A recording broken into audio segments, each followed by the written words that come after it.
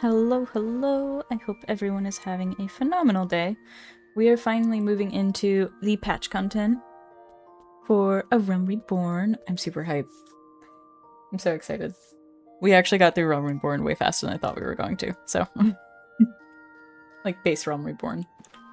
The only thing, obviously this is not where I ended last time because I needed to come back here in order to rewatch cutscenes to record them for the recap.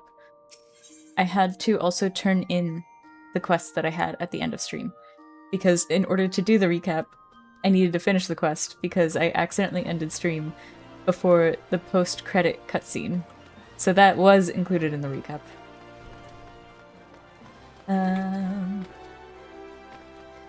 But we must once again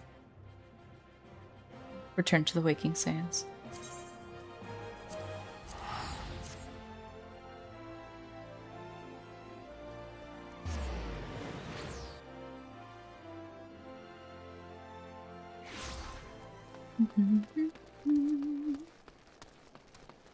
I will very likely be stealing Big Coffee Bean quite often today.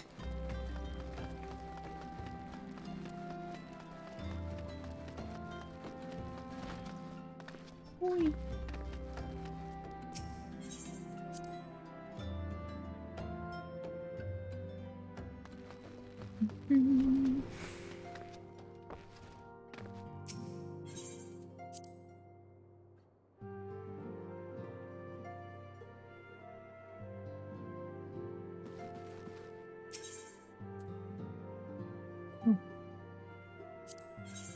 Price of Principles.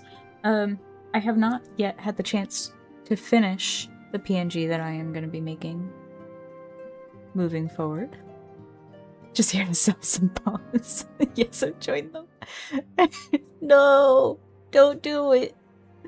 Please.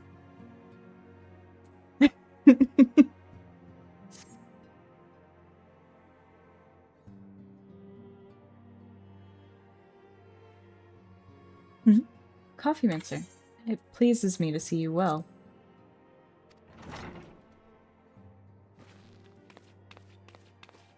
Utaru.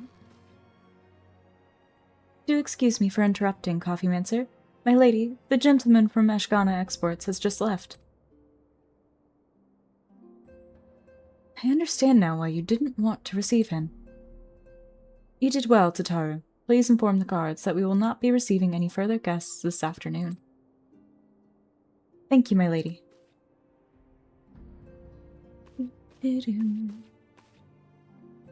Ever since we defeated Gaius van Baelsar and destroyed his ultimate weapon, the eyes of the world have followed our every move, scarce remembering to blink.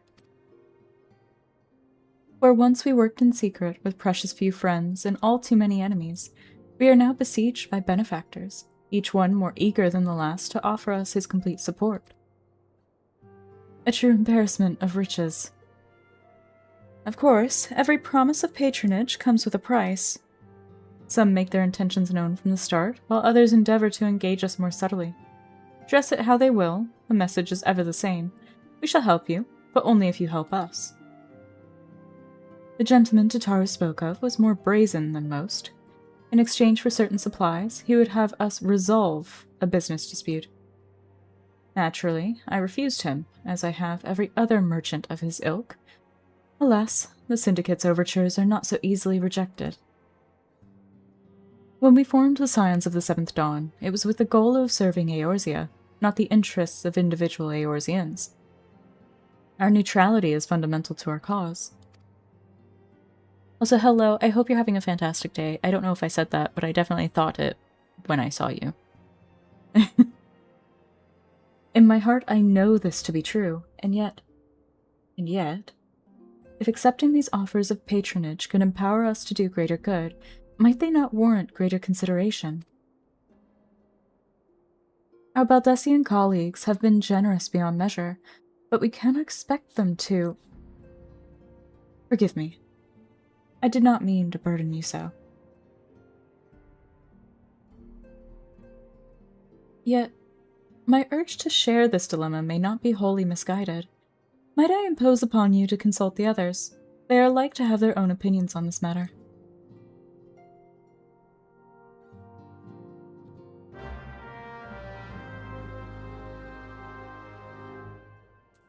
Okay, hold on. Has need of your talents. Hey, weekend's going pretty well. How's yours going so far? This has no reward. How dare she give me a quest with no reward? I know you have scarce had a chance to rest, but I'm afraid there's still work to do. The Ultima weapon's destruction, 'twould seem, has served to embolden the beastmen, who now seek to call down their gods once more. Even as we speak, the Amalja, the Ixal, and the Kobolds are making preparations for their respective summoning rites, and that is but half of it. Much to our dismay, all three tribes were somehow able to procure vast quantities of crystals. Oh, my turn to say something? Basically, this means the primals will be stronger than they were before.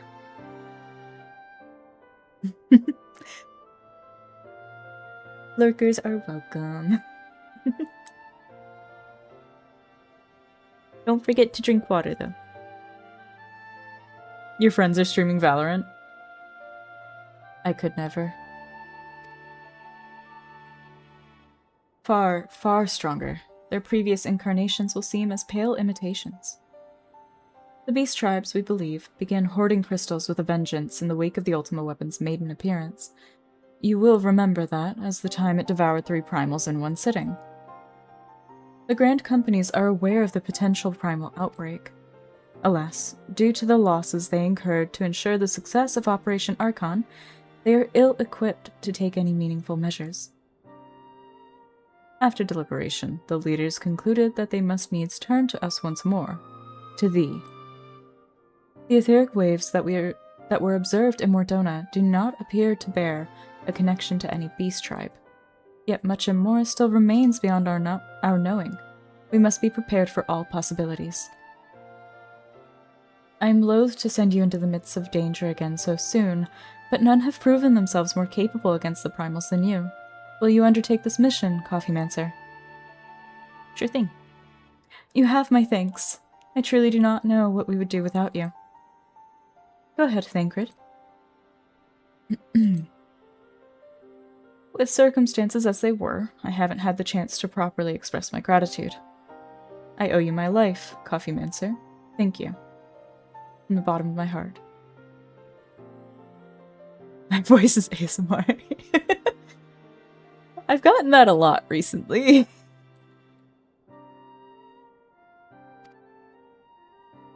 A string of failures had left me feeling powerless. I wanted to be stronger, that I might do right by my fellow scions. But instead, I caused all of you no end of grief and suffering. I swear to you, it shan't happen again. Owing to everyone's ministrations, I am quite recovered now. I hope to return to my duties again soon. Thancred's return marks the beginning of a new chapter for the Scions. Let us renew the fire in our hearts and continue to press ever forward. Now then, back to the matter of the primals. With no fewer than 3 of the beings threatening to appear, it is easy to feel overwhelmed. We must take it one sure step at a time. Arianje has the overview of the situation as it stands. Please speak with him to receive guidance on your mission.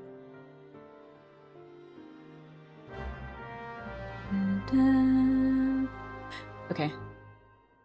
We will probably pick those up later. Those are for unlocking the next tier. Of the trials that we did before.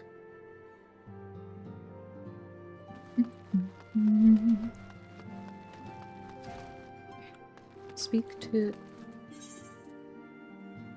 Okay, they are still in this room. Got it.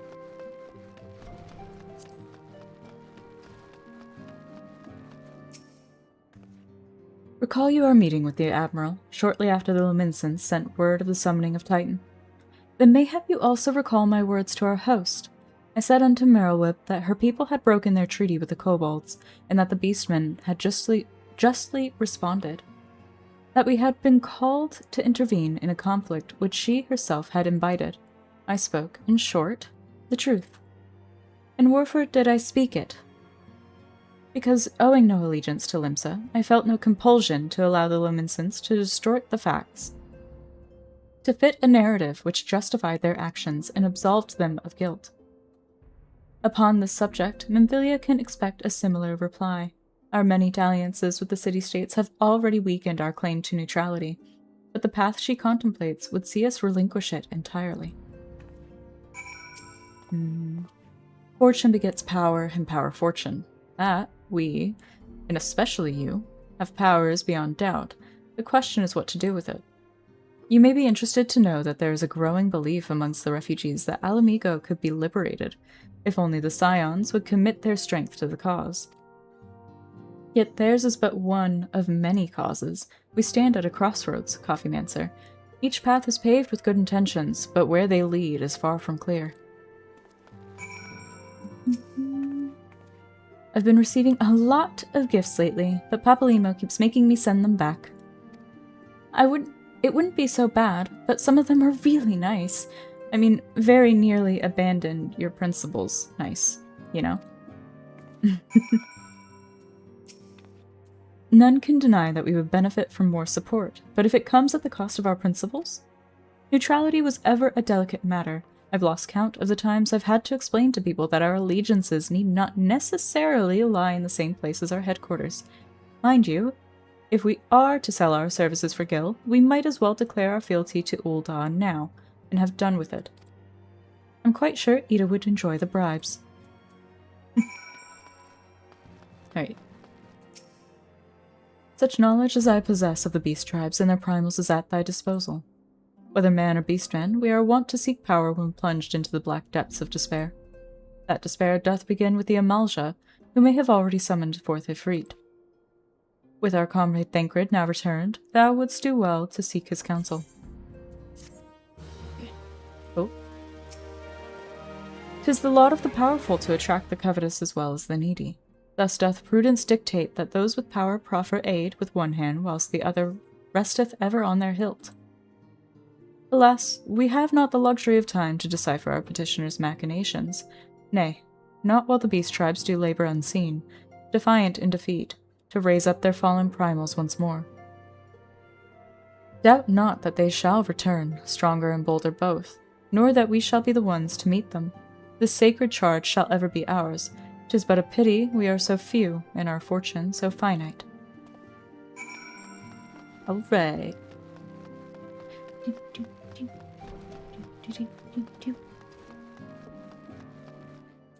Hello, Alphino.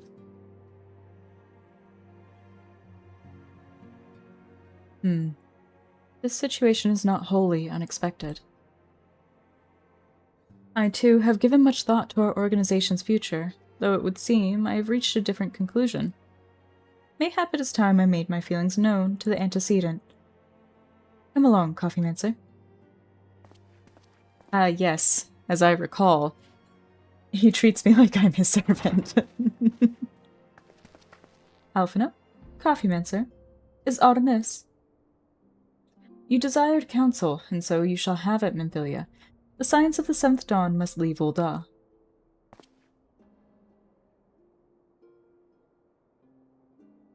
We must do what? So long as we remain within Ul'dah territory, we will never be free to act with impunity. Moving our headquarters to Vesper Bay only delayed the inevitable. We have demonstrated our capabilities, and the Syndicate has taken note. They will not suffer our organization to remain independent now. We are far too dangerous for that. Surely you realize they are the reason Vesper Bay still lacks an Aetheryte? They know full well how beneficial one would be to our cause. Which is why it, and other favors, will be denied us unless we cooperate. If Ul'dah is no longer suitable, where would you have us go? Experience has taught us that the appearance of neutrality is as important as the reality. Accordingly, we must keep each of the great nations at arm's length, and plant our banner in a place which all agree to be beyond their borders.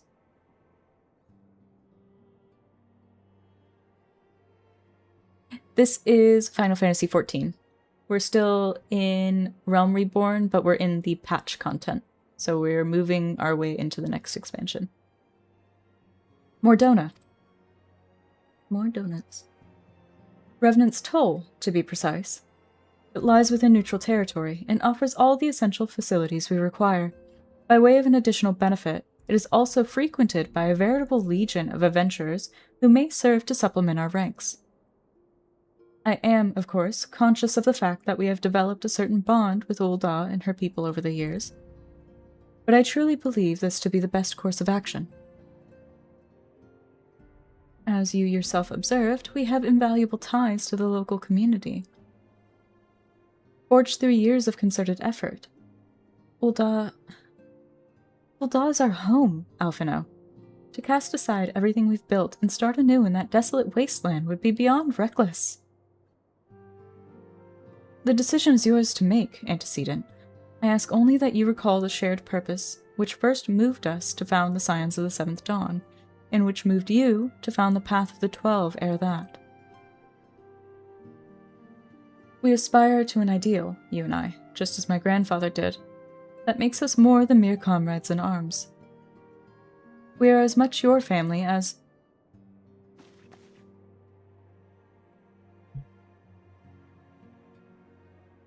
That will be all, Alphino. I'm sure you have some familial affairs of your own to attend to. Your concern is most generous, but no. I have left them in the hands of men better suited to the task than I. I could not very well allow my personal affairs to come before the needs of the Order, after all.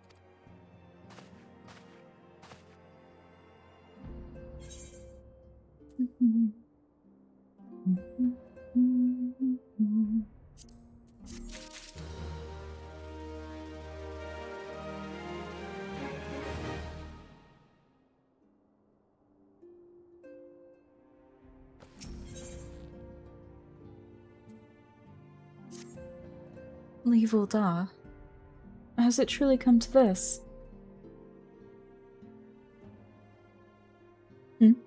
Oh, Coffee Mancer. Pray attend to Alphino. He's engaged in some business or other and requires your assistance. Pray be on your way.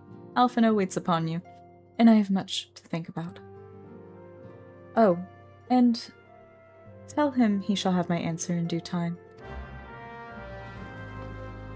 Alrighty. Warrior of Light, Messenger of the Antecedent. We are on our way.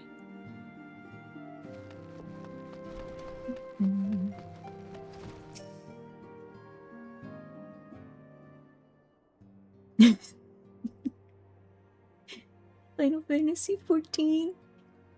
Confound it. She knows what must be done, and still she hesitates. All because of these fanciful rumors. I should explain. Minthilia's mother, well, adoptive mother, was among the great many who perished during the calamity. Flamine was her name, though you may know her better as the songstress of Ul'dah. She was a performer of singular talent and much beloved by the people of Eorzea, not to mention a certain Charlian minstrel. As you may imagine, the news of her passing was greeted with shock and disbelief by her adoring followers, many of whom refused to acknowledge what had happened. That her body was never found only served to encourage speculation.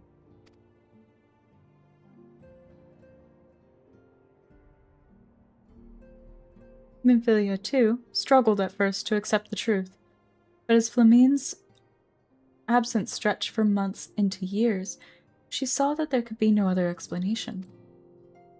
Until recently, at any rate. For whatever reason, rumors have once again begun to circulate that Flamine is alive, not ill-live, is alive and well.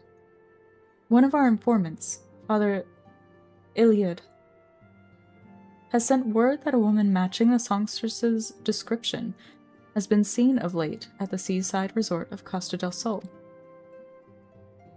If we could succeed in tracking her down, I have no doubt that any worries that now plague Minthilia's heart might be assuaged. So good to be alive. I mean, we kind of are alive. We're electronically alive. You know, we run on electric pulses. I mean to set forth for Lenosha at once. Let us reconvene there and inquire with Master Gegeruju as to the veracity of these rumors. Every time I hear a Lalafell name, all I can remember is our favorite Hee Baru. And none of them landed. I know, I'm not funny. I try sometimes though, okay?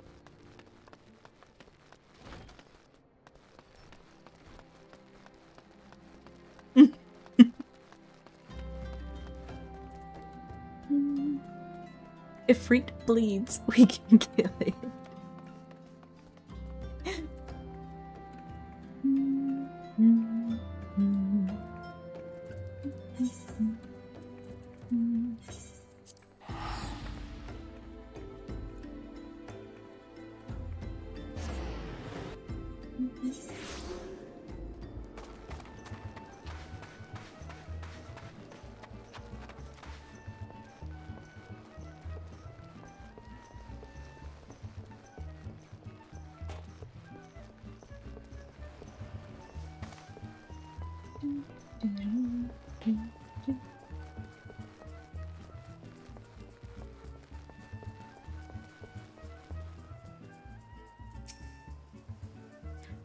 Oh, sweet siren of the sands, my Mikote's muse, why have you forsaken me?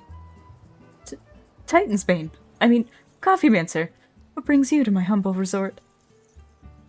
Flamine, you mean to tell me the goddess made flesh who dwelt among us until so very recently was the songstress of Ul'dah? Gads, woman, if I had known that, I would have chained her to my bedpost and never let her leave. Whoa! Oh, for shame! To think that she now plies her trade for the riffraff off to the west or wherever she said she was going. It's a tragedy, I say. A tragedy. West, is it? Thank you, Master Gegeruju. Your information will serve us well. Oh, okay. Hello, Ghost. That said, there are any number of places she could be. I shall begin my search by the docks and see if any witnesses might have some knowledge to spare. I would be most appreciative if you could travel on to Wineport and do the same.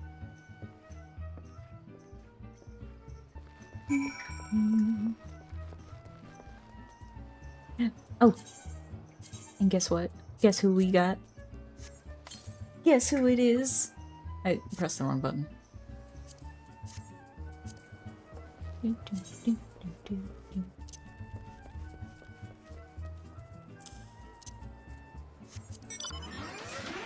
It's Maggie. Maggie is now a mount.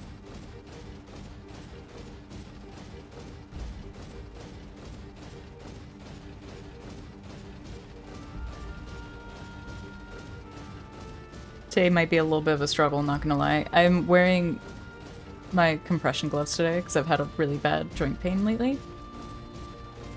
So my hand keeps slipping off my mouse. That is exactly how you type it.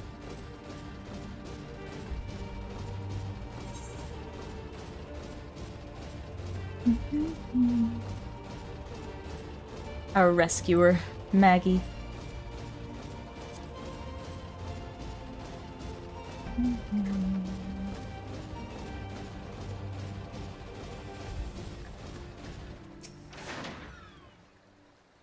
We're going to Raincatcher Gully. Are you coming along? For 40 gil, it's a steal.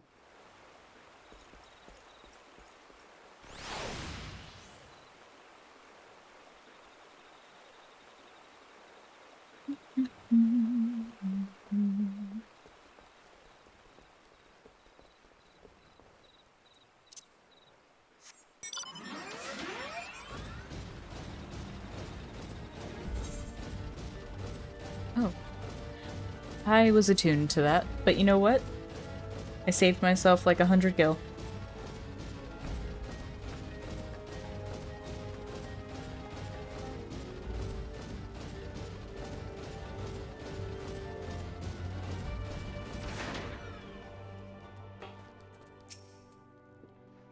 Well, if it isn't Coffeemancer, the savior of Wineport.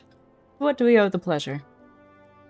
Ah, yes, we did receive a customer matching that description. She was a delight to behold, to give the woman her due, but her perfume was so ghastly. I had no choice but to eject her from the premises. Interfering with tastings, you understand. If she is your quarry, why not consult your blind associate? His olfactory perception is without peer. Given that I could smell a woman from a mile away, I dare say he could smell her from 10.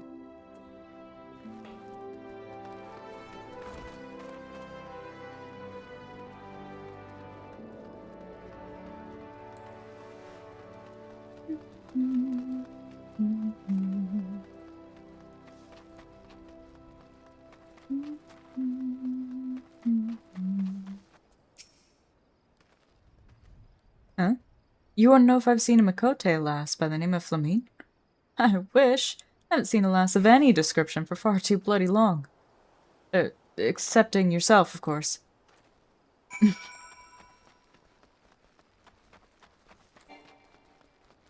My sprint. It's on cooldown. Hello, Ghost. Once again.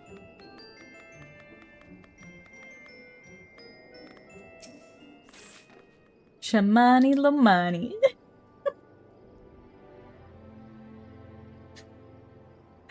Lorenzini Vanini. I see you have had many grand adventures since last we spoke, Coffeemancer. You must share them with me sometime. The girl from a little while ago? One does not forget a perfume like that, so robust and intoxicating, yet simultaneously familiar, reminiscent of a bloom native to these parts, in fact. I said as much when we spoke. She complimented my powers of observation and asked me where she might find some of the flowers. There's a flower. So I told her to follow the road south into Raincatcher Gully and then head east after crossing the second bridge. The flowers which grow in the shade of the cliff have the strongest scent, you see. You make haste, you may yet find her there.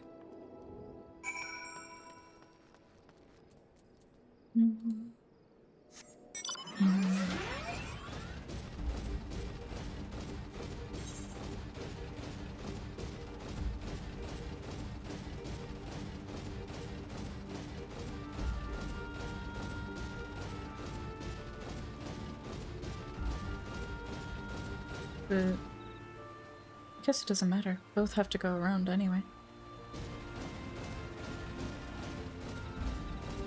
I made my mini-map too mini.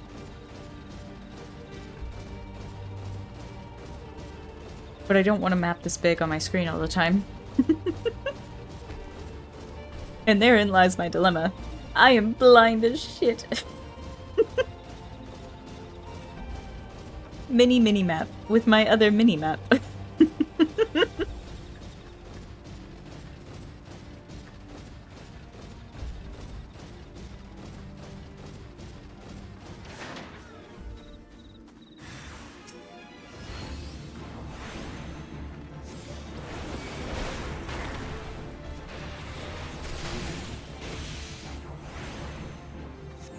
No! I've been slowed. She didn't even notice. Just went about her day. I am in your debt, stranger. I did not realize my activities had aroused the Kubu's attire. Attire? She just found his clothes. The Kubu's ire until it was too late. Their oils can be used to make a perfume, you see, and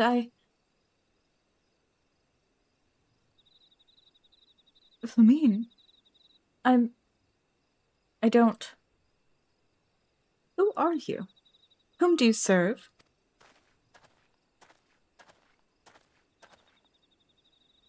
It appears you've already found our woman. Consider me impressed, my friend. The songstress of Ul'dah, I presume. Vimphilia, or should I say, Acelia, is looking for you. Acelia! You are the very picture of health, milady, yet the world thinks you dead. I can only conclude that this was by design. The question is, why? Not everyone who endeavors to find me does so with the best intentions, child. You'll be pleased to know that I fully intend to reveal myself to Minfilia when the time is right. Oh, well, that does please me, more than you know. But tell me, sojourns in the forests of Lenosha aside, when exactly will the time be right? When I deem it so. Do you imagine I've traveled all this way on a whim? As I was telling your associate prior to your intrusion, I came here to harvest these flowers for use in a perfume. Does that satisfy your curiosity, or would you interrogate me further?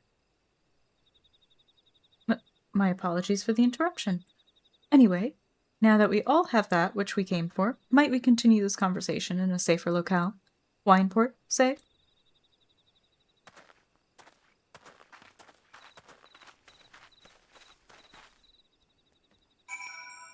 That's right, Flamine. You sass Alphino back. He deserves it.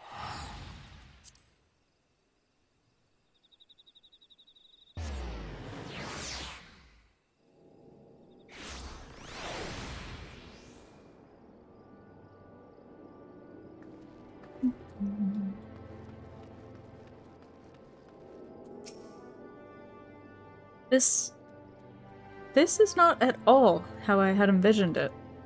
I can scarce begin to imagine what emotions will go through Minfilia's heart when she reunites with her mother after all these years. Comparison. I'm already past level 30.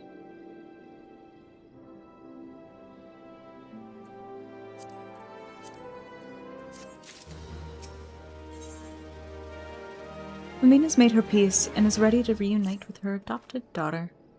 You say my daughter awaits us in Vesper Bay, yes? I've kept her waiting long enough.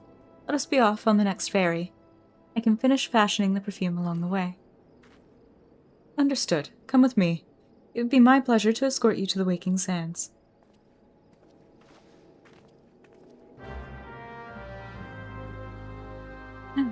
Nice, I didn't even have to use a ticket. It just said, we're going.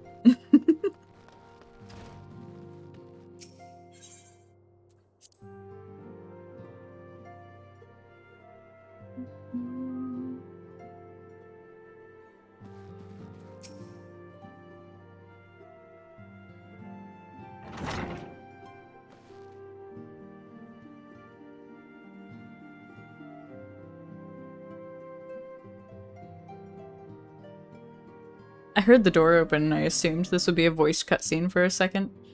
So I muted so I could drink water. Antecedent, you have a guest.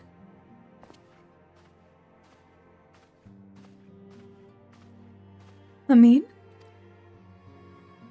Acelia.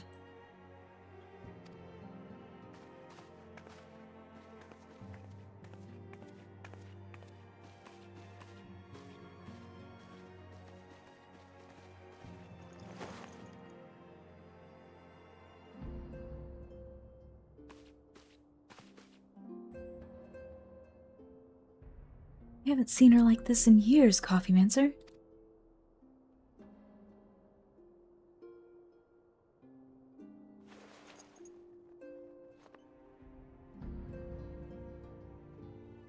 I never truly believed it when they told me you were dead. But what kept you away for so long? The Imperials came for me, as I knew they would, and so I resolved to stay as far away from you as I could, lest their pursuit of me endanger you and your cause. Our cause. I could think of no better way to grant you the freedom to continue our work. And continue it you did, achieving things I would not have imagined possible. I followed your every success, and celebrated in secret. I'm so proud of you, Acelia. I learned from the best. I have a gift for you.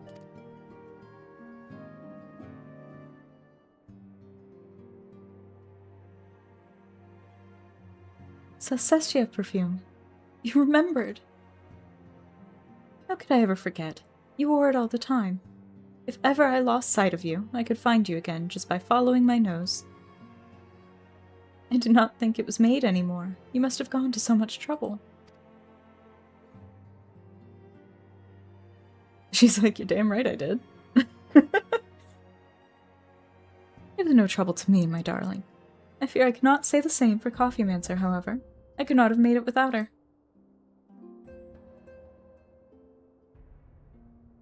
Thank you, Coffeemancer. Thank you both.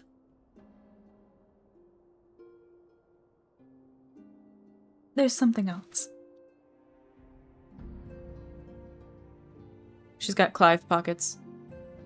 This is the cat's eye I found. All these years and you kept it.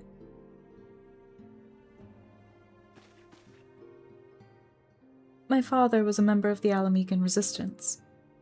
When I was yet a child, he brought me here to Ul'dah.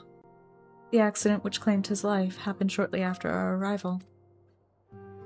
It was Lamine who took care of me then. She raised me as her own, taught me everything I needed to know to survive. I am no stranger to the facts of your history, yet I fear I've failed to grasp their implications. It is clear that there is much I do not know about you and your mother both. One of her first lessons to me concerned mining, and I was a very dedicated student. This cat's eye was the first stone I unearthed. It wasn't much, of course, but I was exceedingly proud to have found it nonetheless. So I gave it to Lamine as a gift. She said it was beautiful, but there I am at a loss. Why are you returning this to me? Is something amiss?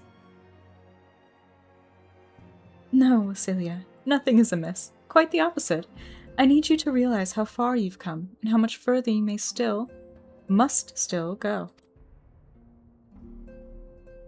You and your allies have accomplished more than I could ever have hoped. You have succeeded where I failed, and made me so proud that words fail me. But even as I marvel at the woman you've become, and at all the many things you've done, I cannot help but think of that which you have yet to do, and what it may entail. Celia, daughter, you cannot stay here anymore. You and the Scions must leave Ul'dah. Lamine. You built it once, Cecilia. You can build it again. And this time, we'll do it together. Truly.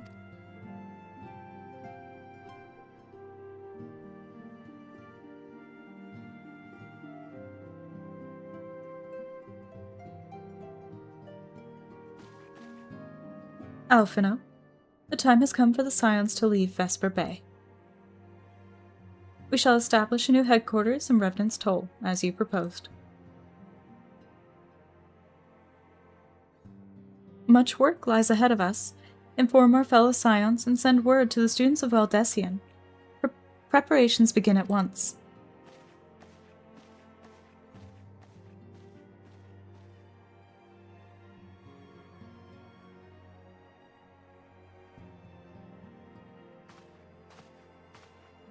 So, Alphino, are you gonna go tell them? No, you're just gonna peace out? Am I gonna go tell them? Do I have to go tell them?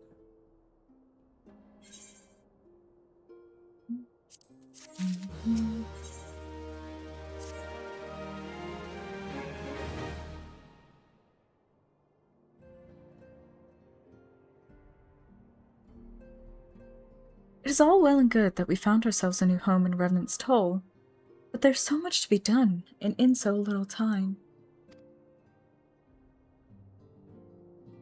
Our first step will be to secure the cooperation of the Adventurers Guild representatives there.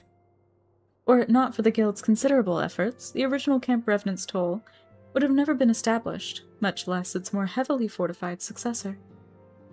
However, with construction still ongoing, and resources in short supply, it seems certain that the Guild will require something in return for their support, sympathetic to our cause though they may be.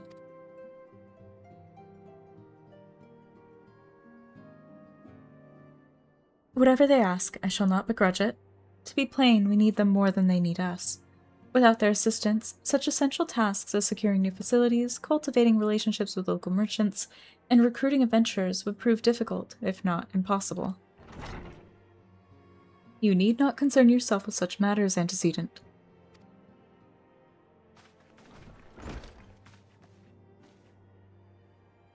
Really, Alphino, if I need concern myself with anything, it is surely matters such as these.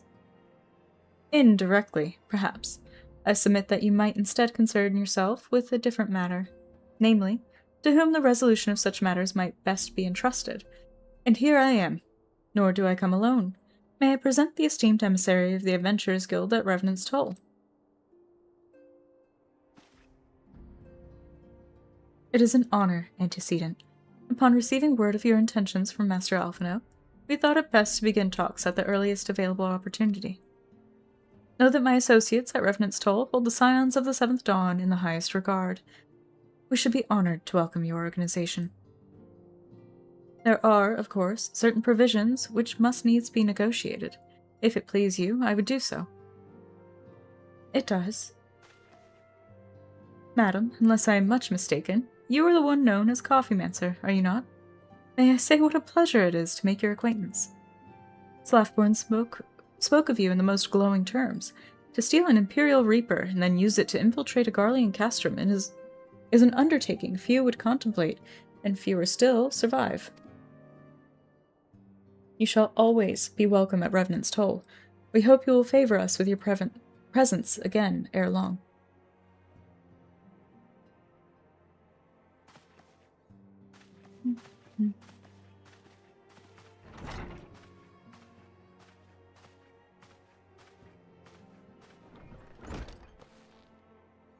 Well, well, it would seem your reputation precedes you, Coffeemancer. Mayhap I should dispatch you to Revenant's Toll with all haste, as first intended. But before that, I dare say you've earned yourself a rest. After all, you have travelled so far, and there is already so much you have done for us, and for me. We will speak again anon. Till then, take care.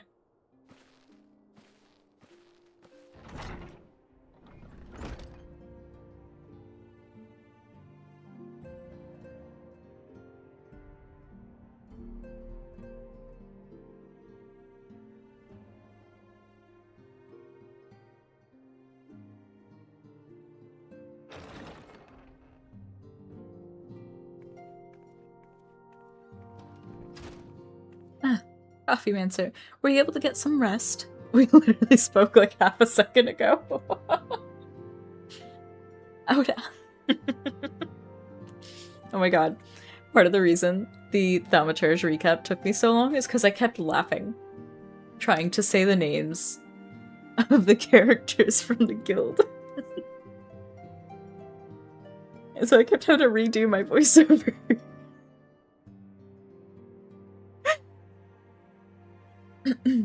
I would ask you to come with me to the Solar. Alphino has just returned, and it would seem there is something he would share with us. There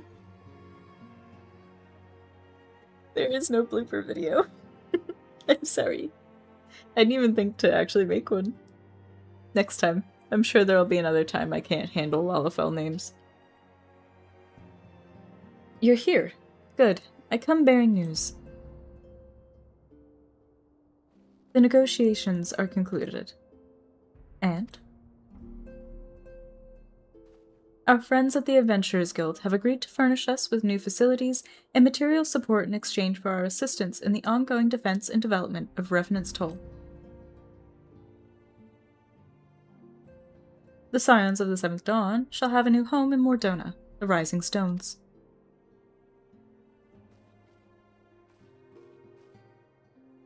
A bittersweet victory, if truth be told. I cannot deny that I had come to look forward to Tataru's tales of our many guests and their many, many demands. From the waking sands to the rising stones. Passably poetic. That wasn't your doing, was it?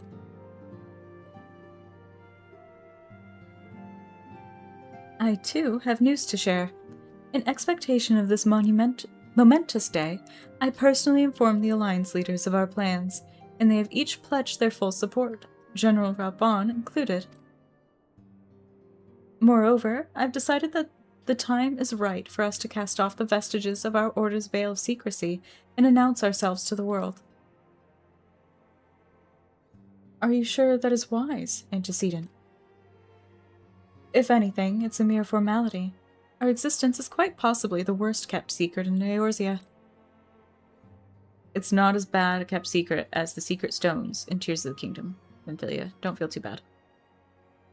Let us affirm our identity, proclaim our achievements, that all may know what the Scions of the Seventh Dawn stand for. Well, obvious risks apart, it would be nice to receive a little more recognition. And the people have a right to know who saved them. It is my hope that this gesture will encourage the people of Eorzea to place their trust in us. I would reveal to them the true extent of our power, yes, but in so doing, I would show them that it is a power accountable to no one, and at once to all. And what of us? We who have felled primals and faced down the Empire. To you, my fellow Scions, I would say this. Prepare for the challenges which lie ahead, for they will be great indeed.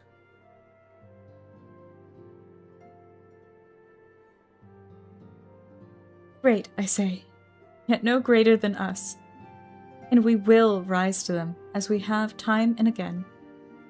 United as one.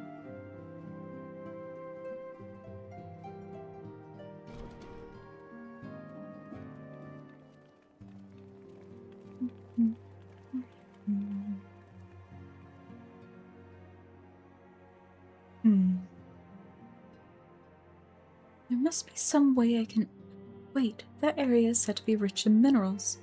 Maybe I should ask Flamine to teach me the basics of mining too.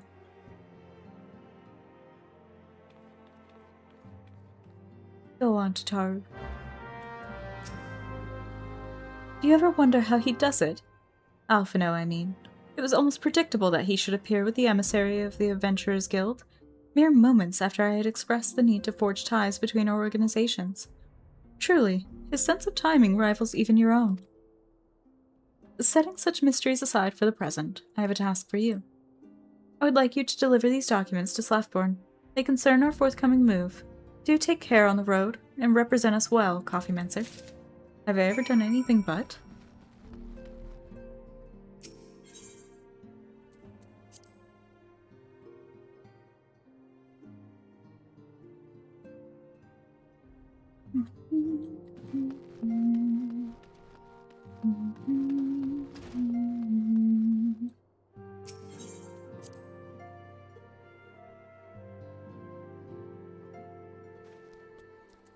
I don't know why I'm walking out. I can literally just teleport there.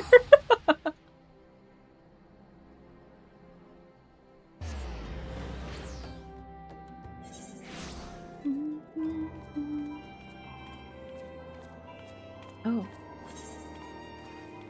There's no active... Oh, I can't activate the FC bonuses. I was told to expect a Scion, but I didn't expect it to be you. It's been far too long, Coffeemancer. You have something for me, yes? Sure do. Delivery. Let's see now. Yes, everything appears to be in order. You'll be staying with us for a while, yes? Would that we had a dozen more like you. Since we don't, though, we'll just give you the work of a dozen men. I jest. No, you don't. You absolutely do not, don't lie.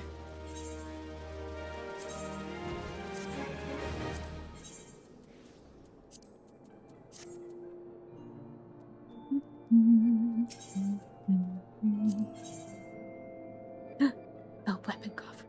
In Dominion.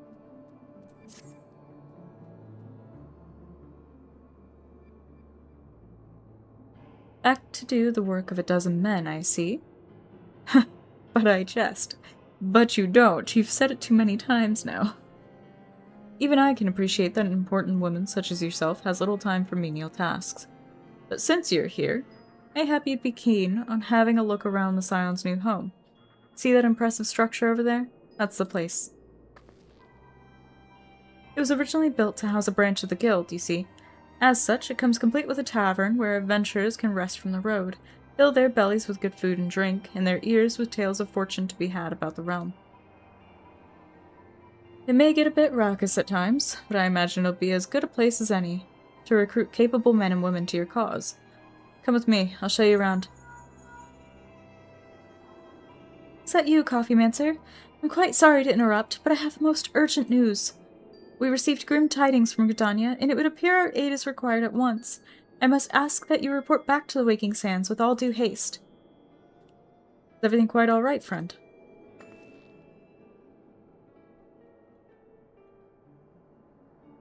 Can't say I'm privy to the details, but it would appear this is no time for a leisurely tour. But no worries, you can rest assured that I'll see to all necessary arrangements. Pray return at any time after you've seen to your more pressing matters.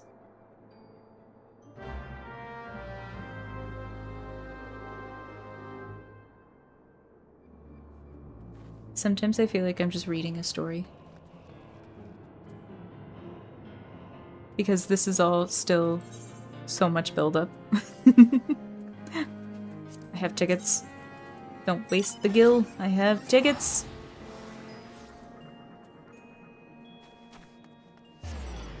I find it so crazy you get a Fantasia for finishing, like, Base Realm Reborn. I don't know if they always did that or if that's new.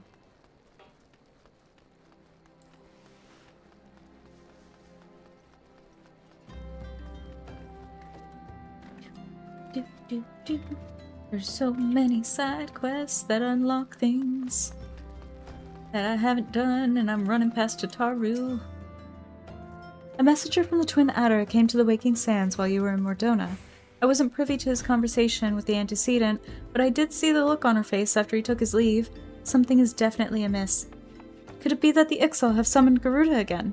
Or mayhap Imperial forces have been sighted within the Shroud? Well, whatever it may be, I'm absolutely certain it's nothing you can't handle. Now go and ask the antecedent if there's anything you can do. She literally called me back on a hunch that something was wrong. Because she saw Minfilia's face and she's like, oh no.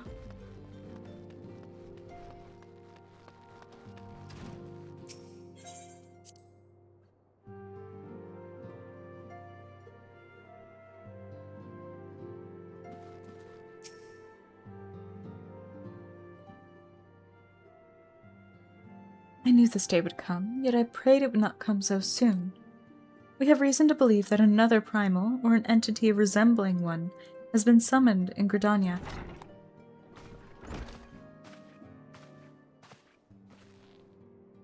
Thine arrival is customarily timely, Coffee Mancer. The etheric waves leave little room for doubt. Thy talents will be needed ere long. If there be truth in my suspicions, 'tis a familiar foe we face, though one quite unlike the Lady of the Vortex. We dare not draw conclusions without evidence, but as Urianger says, the readings bear a strong resemblance to the ones observed more than 5 years ago.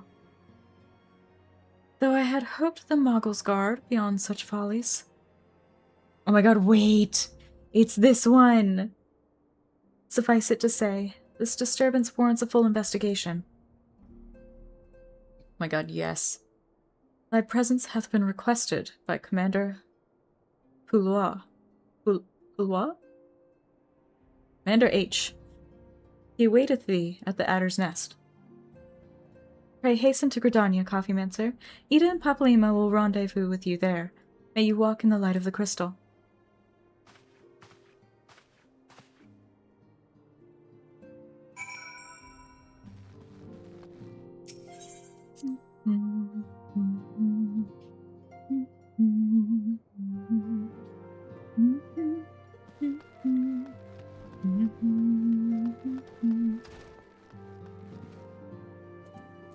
Why am I walking? I need to teleport.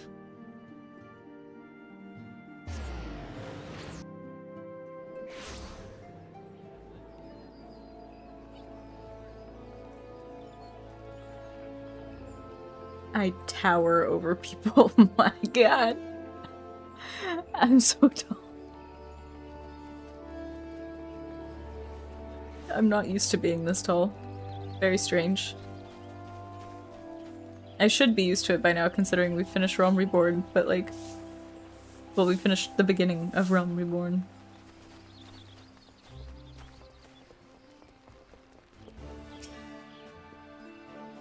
Pleasure to see you as always, Coffeemancer. Thank you for answering my summons. Quite frankly, I could think of no one more qualified to... we're getting ahead of ourselves. Allow me to explain. Weapon cover! Okay, this is level 49. What level are you? Level 50. Yes, please.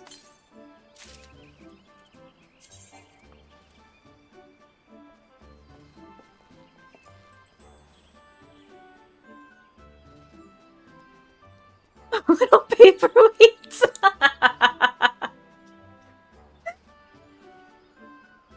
Little paperweights whose names I couldn't say without cackling to myself. Yes. Wait, why can't I equip... Why is the game lying to me? How is this worse? But... Whoa. Put your clothes back on, ma'am.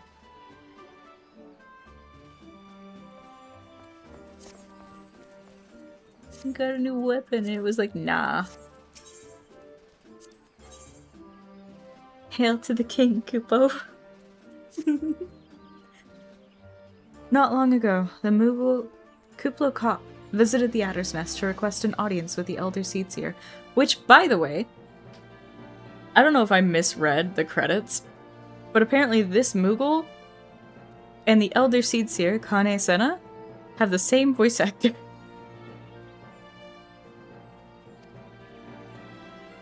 He spoke of an imminent threat to all Moogle kind, one which would imperil the entire Dwellswood if left unchecked. Oh god. You proved an able ambassador to the Sylphs, and we would have you reprise the role in our dealings with the Moogles.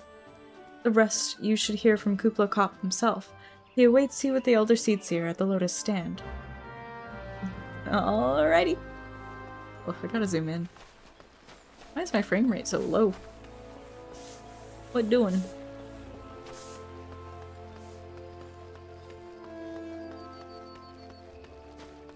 Could probably take the Aetherite, but it's fine.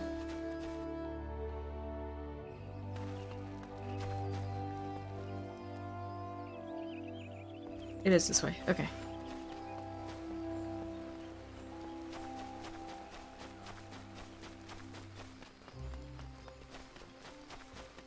My god. We're over halfway to max level. How crazy is that?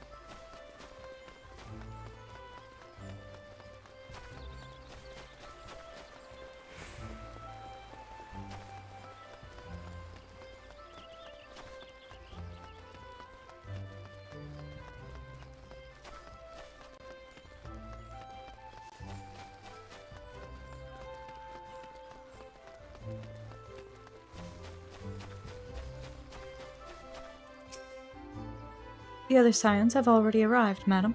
May I show you in?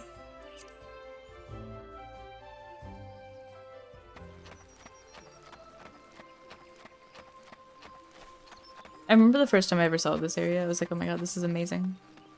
I want something just like it.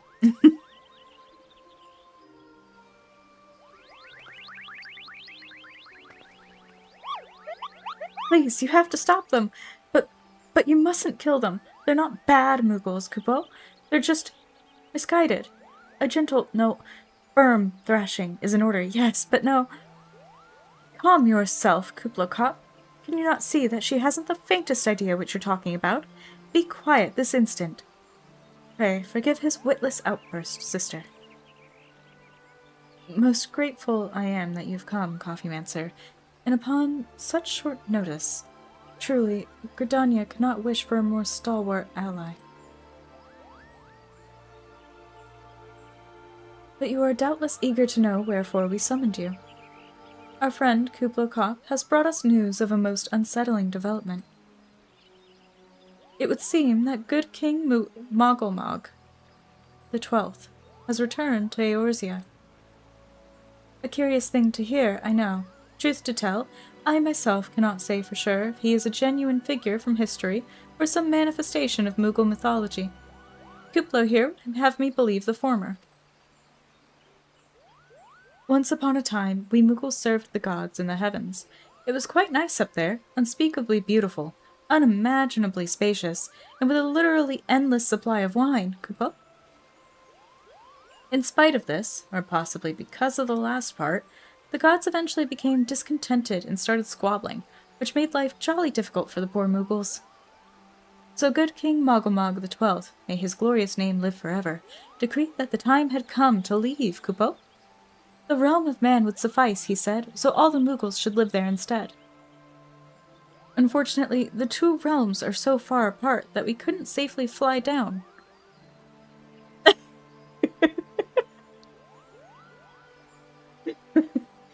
That's fair. We couldn't safely fly down, but good King Mogulmog XII, may his miraculous foresight ever be praised, knew exactly what to do, Kupo. He had a rope, you see, the longest one ever woven. This he nobly held while his subjects climbed all the way down to the world below. And that is how we Mughals came to this land, Kupo. All of us except good King Mogulmog XII. May his courageous sacrifice never be forgotten. He alone would remain in the heavens so that Mughal kind might at last know peace.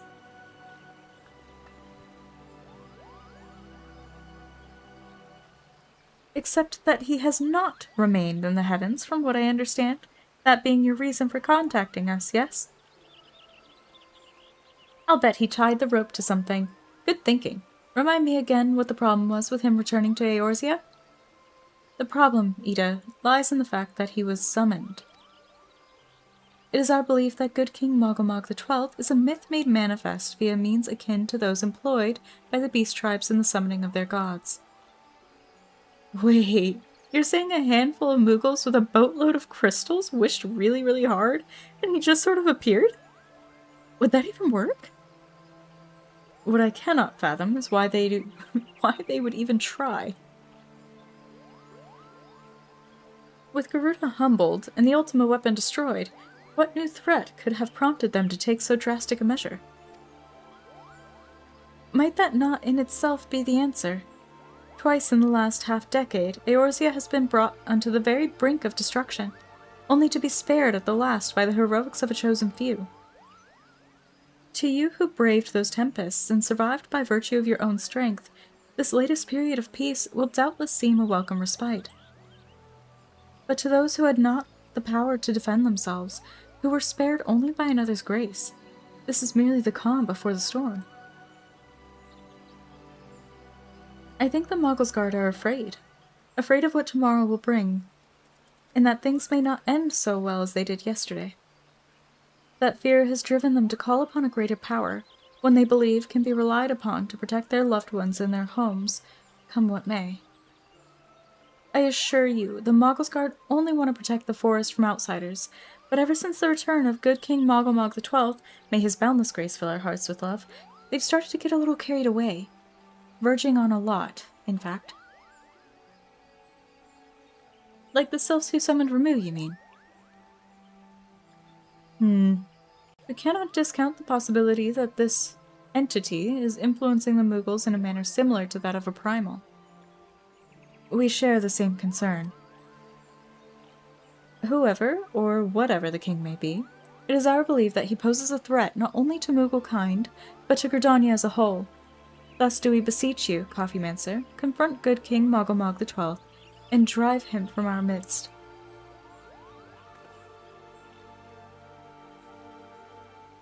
Humbly I do thank you. The sanctuary of the Mogulsguard and their liege lord is concealed by magical wards. Brother Isumiyan and the Conjurer's Guild will doubtless be able to offer insight on how they might be dispelled. Pray seek his counsel ere you proceed any further.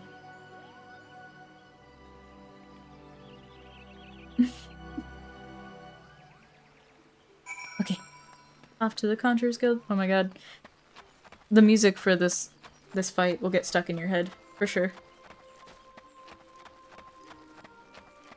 But it's fun. It's so fun.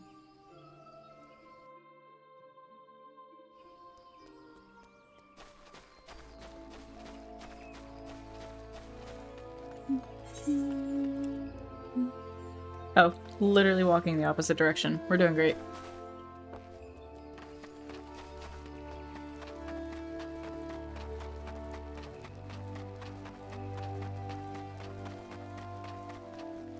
Biddy.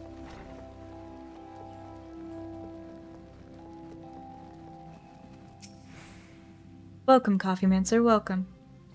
That you should be here, be the one to face good King Moggle Mog the 12th is a great comfort. To me and to the elementals both. As I'm sure you know, the Moogles are not by their nature a warlike race. Yet should the king be suffered to remain, it is like that his influence will bring about a change in them. Thus does it behoove us to defeat him quickly, before any lasting damage is done. Make whatever preparations you deem necessary, and inform me when you're ready to seek the king.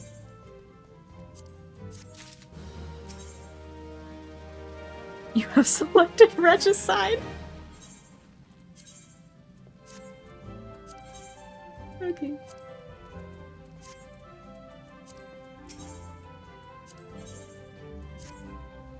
The wards barring access to the king's sanctuary can only be nullified through the use of enchanted keystones, the selfsame method employed 5 years ago, when first the king was summoned to Eorzea. It was with great regret that we were forced to sanction the slaying of the guardians who then held the keystones, for none were in our possession at the time. By the grace of the elementals, however, we've been spared that burden on this occasion. Kupla Kopp confided in me that he had been entrusted with a set of keystones by the Moggles Guard themselves.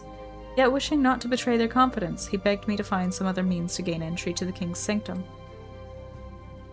Alas, I've been unable to do so, and dare not labor any longer, for fear that the Moogles might succumb to the corrupting influence of their liege lord. We must needs have Kupla Kopp's keystones, Coffeemancer. Pray go to him and beg his assistance. He awaits you at West Shore Pier. Impress upon him our great need, and I am certain he will yield.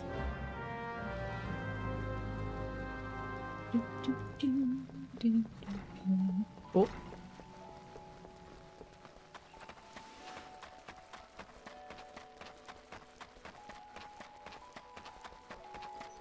Just go tell the Moogle, hey, we really need this thing that you really don't want to give us. Please. And he should just cave.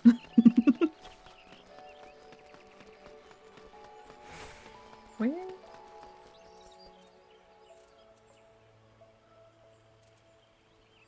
Oh. Oh, he's over by the Lancers Guild. Okay.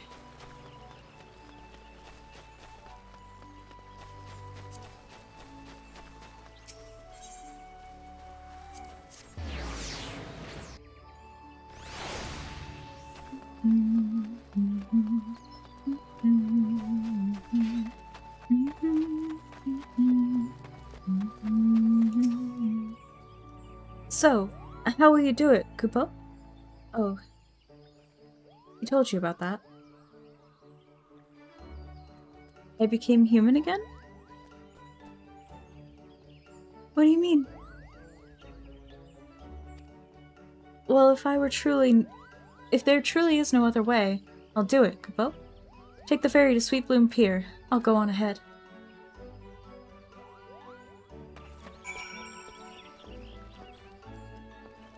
Was I not human before? Oh! It's because this avatar is supposed to look more like this character, which... Hang on. Hold up. She looks like that. We're gonna be remaking it pretty soon. Happen to be heading across the lake to Sweet Bloom Pier in the East Shroud. I'm going with you.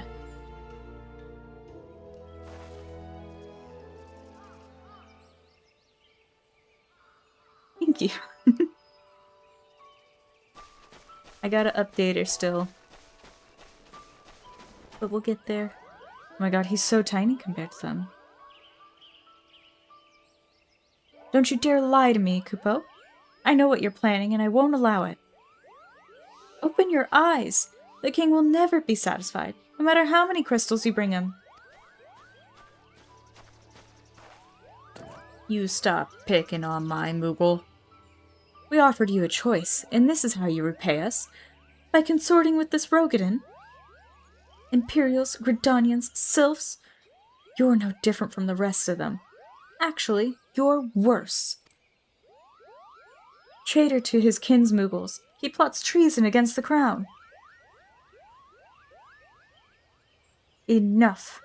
Kublai will answer for his crime soon enough, as will all who defy the will of good King Mogglmog the 12th.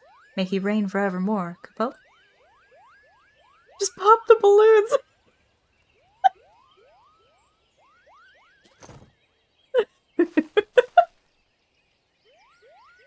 The king is planning to purge the 12 of his enemies, Kupo. We've got to stop him before it's too late. We're on it. The entrance to Thornmarch is deep within the bramble patch. If you take me there, I can nullify the ward. But be warned, the Moggle's Guard has set traps to lure enchanted beasts. I can't hide from them, so you'll need to protect me. Oh god. Certain duties require you escort an NPC to a designated location while guarding them from enemy attacks. Should you stray too far from the NPC or they are attacked, they'll stop moving. The escort attempt will fail. If the NPC is incapacitated, you stray too far from them or you change areas. In the event of failure, you may return to the starting point and try again. I forgot about this. They don't really do these later on. Okay. Is he following? Yeah, he's following.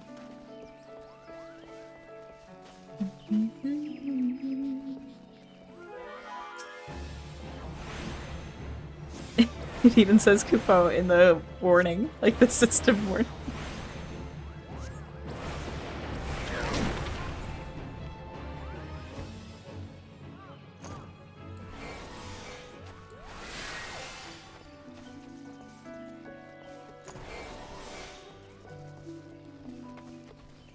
Where am I going? Hello.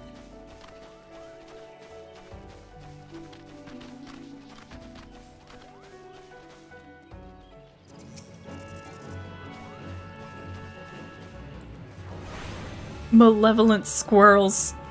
Not the malevolent squirrels. Oh, this is quite possibly the worst spot to stop. Oh, okay, we do damage there. That's fine.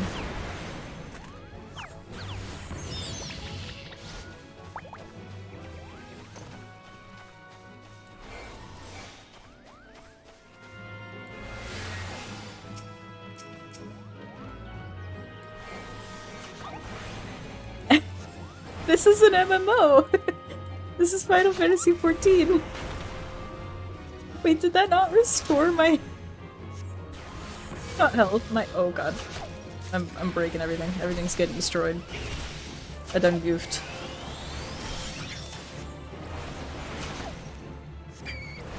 Yeah, this is Final Fantasy XIV. I love this game.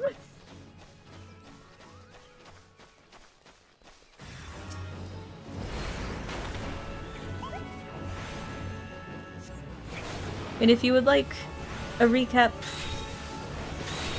of what we've done so far, I've put out a couple videos recapping everything that we've done on stream.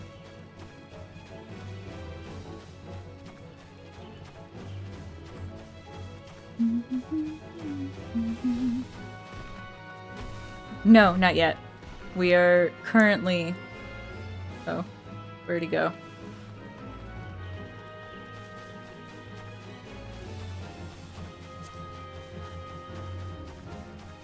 We're currently letting our little Moogle die because I didn't realize that he was back here fighting something else. Come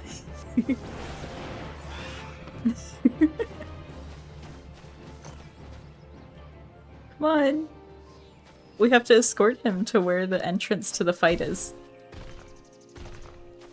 He said faster. I'm waiting on you, buddy.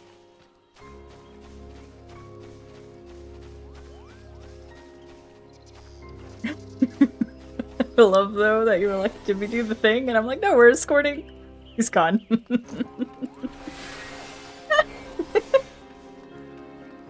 Oh, it's this way.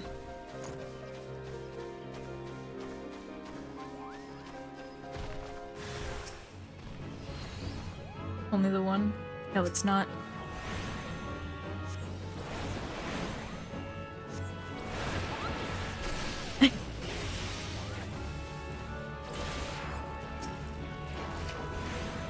Oh god. Not the Morble. Oh.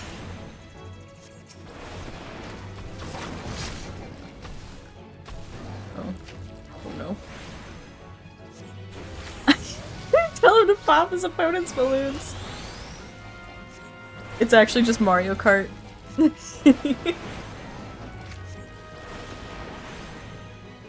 Honestly, I loved that mode when I was a kid.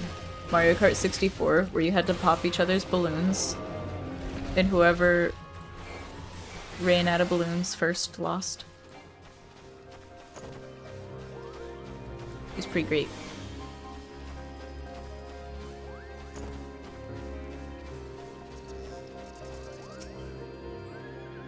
We're here, Kupo. I don't see any more beasts. Do you? Are you ready to face the king, Kupo? Then step closer to the ward. Raise your hand and focus, like when you attune to an aetheryte, Kupo. I'll open the way for you.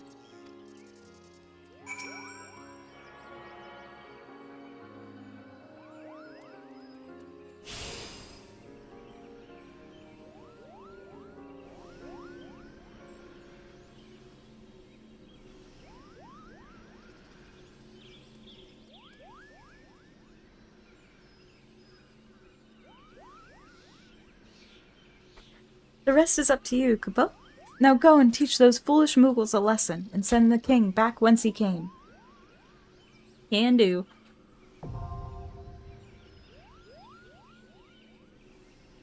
Oh no. Does it cry? Oh, that would break my heart. That's the reason Ghost is so clingy now. When he was a kitten, I couldn't, like, lock him out of my bedroom because he would cry. And you're supposed to, so that they can, like, be on their own. But I felt too bad. Like, it made me cry.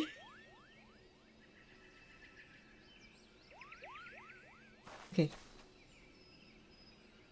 It's screaming. Oh, poor baby. That's so unfortunate. Okay, I'm stealing Big Coffee Bean. I almost said estate teleportation. Where is... You're the party leader for something. Hello, Ghost. Speaking of being clingy.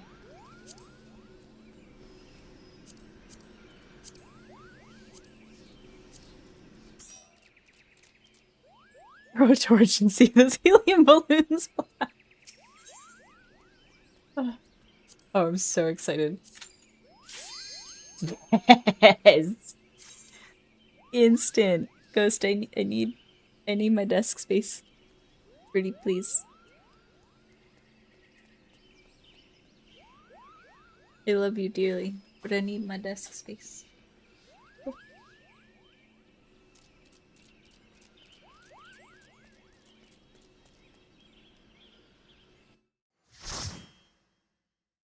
Just play this for the cat. I'm sure it'll calm right down.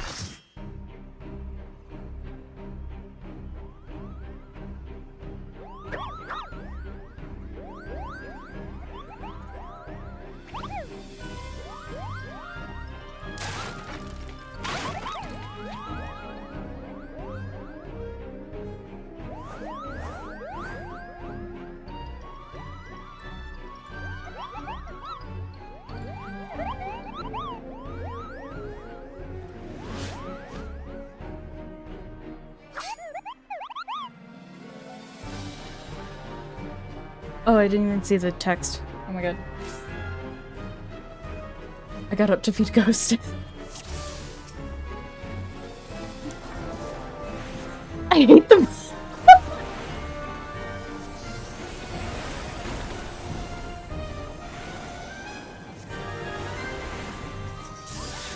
Well, it's good that you hate them because you spend this whole fight like annihilating them.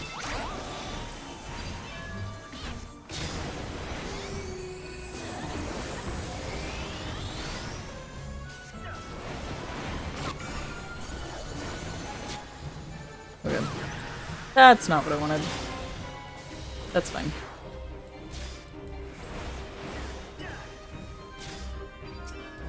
Oh, there's still one.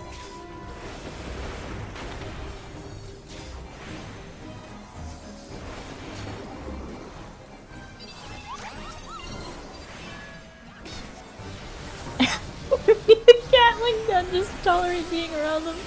They're not that bad.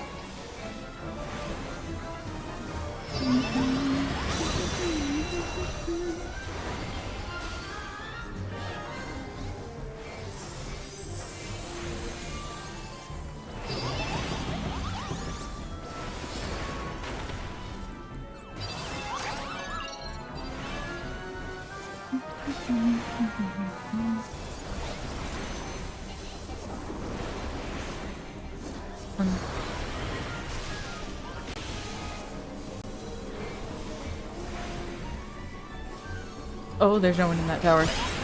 Oh! Hey!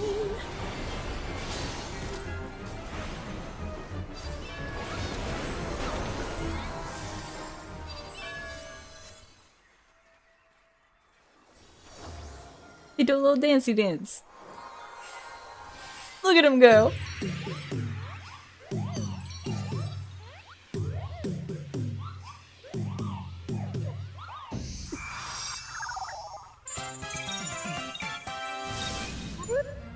You shall suffer for your transgressions against my kind. Oh! My health bar! Can I have it back, please?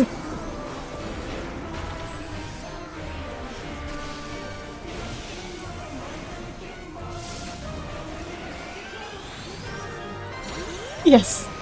They dance to summon the king!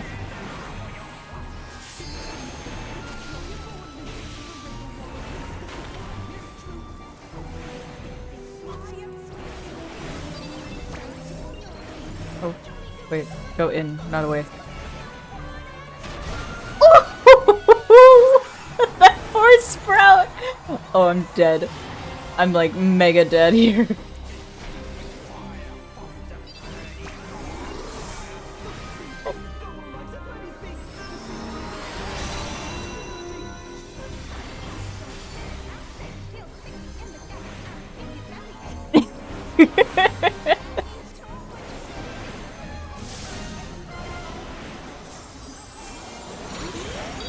Angry bean. Oh no.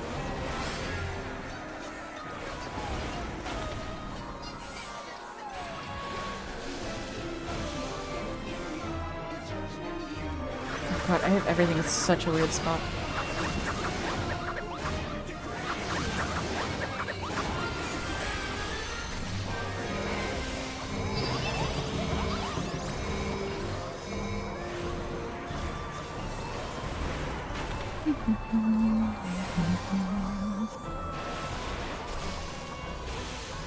It's not the pop, but I still hate it. How could you hate it? Actually, no, that's fair. It's valid.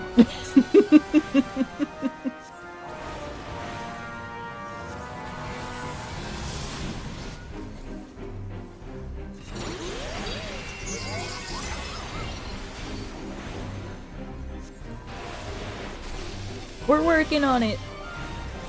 The palms are a lot harder to pop than they seem. Oh! Oh no.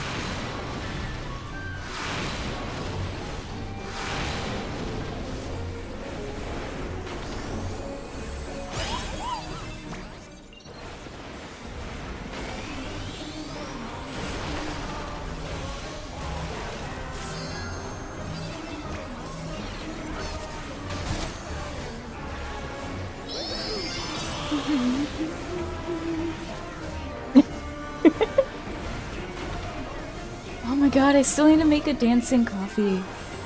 I know. It does. The first time I heard it, I immediately thought the same thing.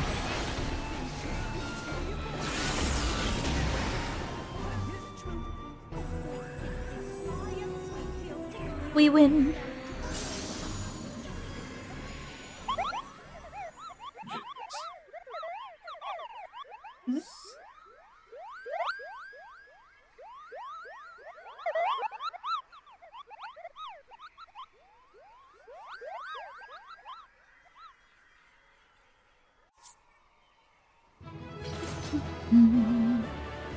Glorious. Oh my god, wait. I want the coffer, please.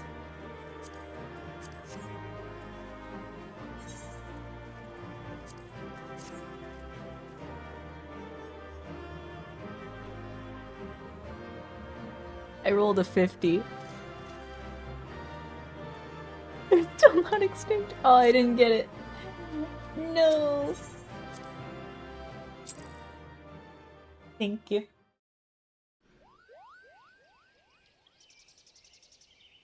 You did it, Kupo. You did it. Good King Mogomog the 12th, may his mighty soul rest in peace, is no more.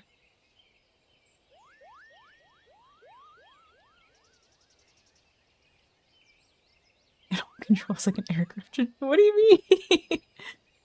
I shudder to think what might have happened had you not stopped the Moggle's guard when you did. Thank you, Coffee Mancer. Perhaps now they'll come to their senses and stop playing at fairy tales. Rest assured that the chieftain will have choice words for them, too. You should go and tell Pukni Pak that the king is no more, Kupo. She's with Raya O at Camp Tranquil, and can relay the news to the chieftain.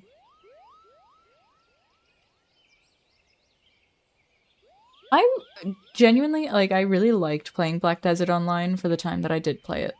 But I really just kind of, like, ran around trying to get, like, the special horses. I didn't really do anything crazy in Black Desert Online. I do want to play Crimson Desert still. I really do.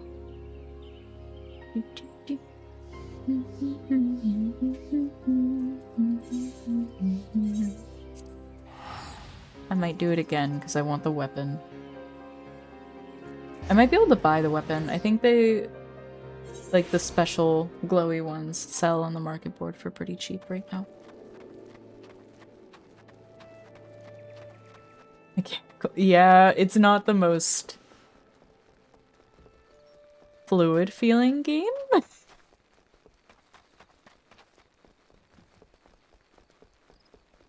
Controls definitely feel a bit wonky. Do I dare believe my ears?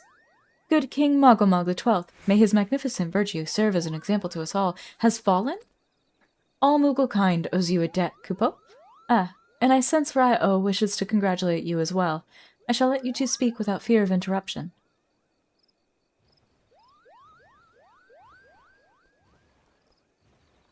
Oh, Albion Online? You know, I tried to start that. I couldn't get into it.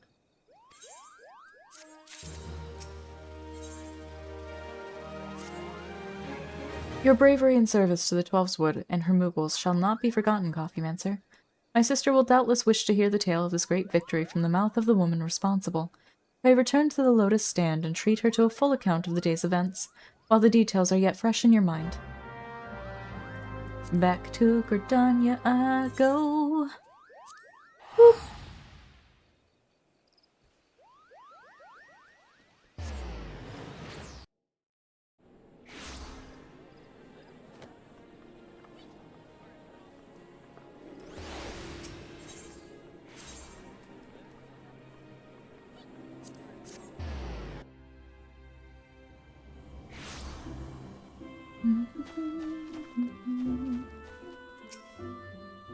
The Elder Seedseer is expecting you, madam. May I show you in? Sure.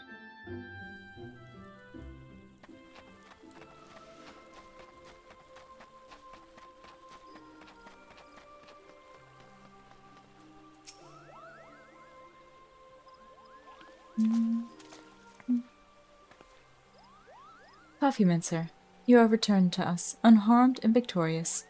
Thus have I too reasons to be glad. Yet many questions remain unanswered. If you would be so kind as to oblige me, I would fain hear all that occurred in Thornmarch.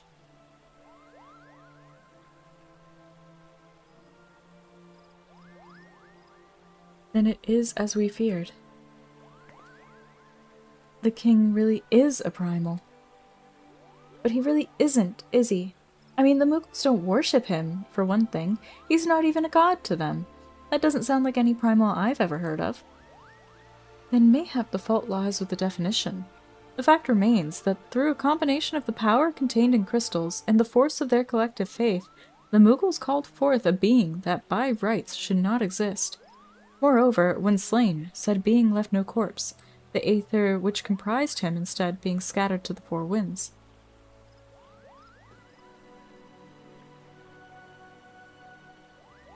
They make you feel like you should be a shut-in? Why?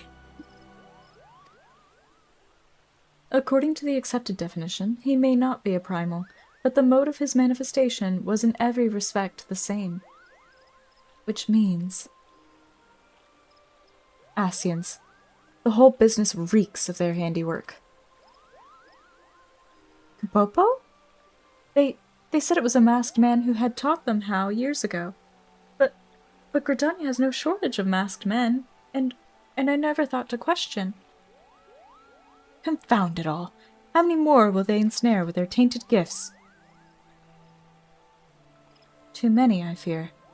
So long as there are paragons to stir the embers, fools to build the pyre, and crystals to feed the flames, ever and again shall we suffer primal visitation. A somber thought, but a salutary one.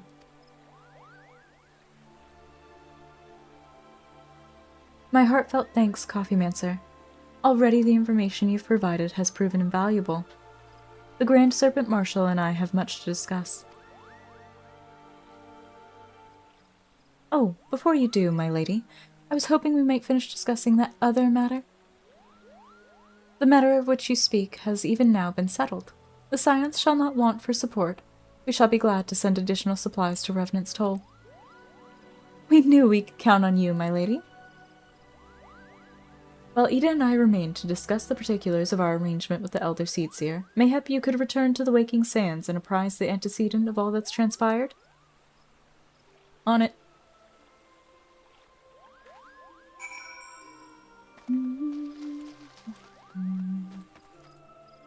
Tickets.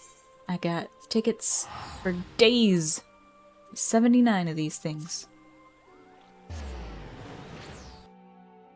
78.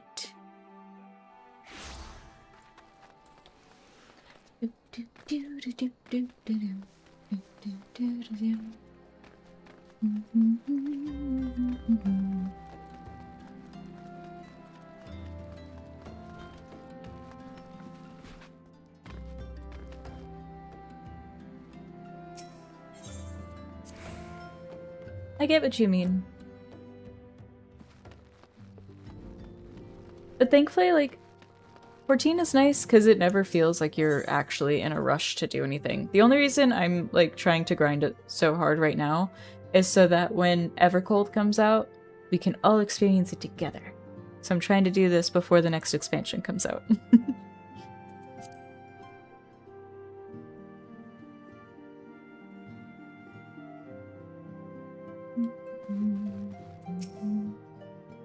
It is good to see you hale and healthy, Coffeemancer. I received word from Ida and Papalimo that you had felled good King Mogomog XII, but I had hoped to hear your version of the tale. So it was as they said, summoned with the same methods used by the beast tribes and taught by Ascians. Though unfortunate, this incident did at least serve to remind the Elder Seedseer of our usefulness. Her offer of additional support could not have come at a better time. My thanks, Coffeemancer. No problem. Owing to the tireless efforts of all concerned, we are, at long last, ready to bid farewell to Vesper Bay. So as to avoid drawing undue attention, we shall make the journey to Revenant's Toll in small groups, departing at irregular intervals. Lest you doubt, it is still my intention to conduct future operations openly, but on this particular occasion, the need for caution overrides all other concerns. To move north as one ponderous caravan would only serve to invite attack. It seemed only right that I should be the last to leave, and I would have you remain with me until the end, Coffeemancer. Upon my departure, the Waking Sands will formally cease to be our headquarters, and the premises will be given unto the care of Urianger. I had thought to relinquish the property, but he was quite adamant, and I had not the heart to disagree. These walls have borne witness to some of the brightest and darkest moments in our Order's history. Mayhap it is best that we do not forsake them entirely. Urianger shall remain here and devote his energies to studying the nature of primals. By the grace of the 12, he will one day discover the permanent solution that we have sought for so long. Of course, he will not be alone. Alize shall continue to work closely with him as well. Should they require our assistance, I have their assurances that they will not hesitate to contact us. Speaking of Urianger, would you inquire of him if any tasks remain undone? I cannot escape the feeling that I've forgotten something. Something important. Like the staff on the wall behind you. Ooh! My headphones just like popped. That hurt.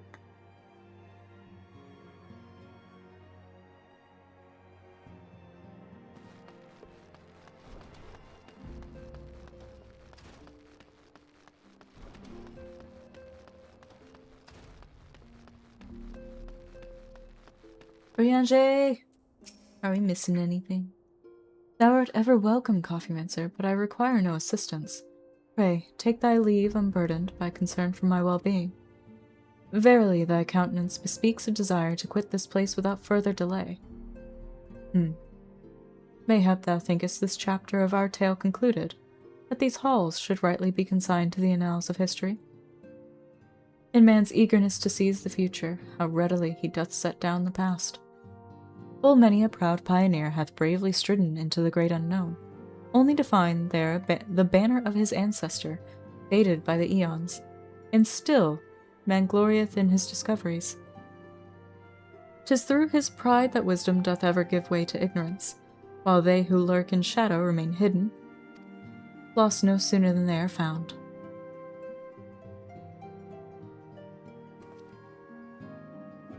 He bowed like he just recited a poem to me. Be not offended, Coffeemancer. Thy conduct hath ever been beyond reproach.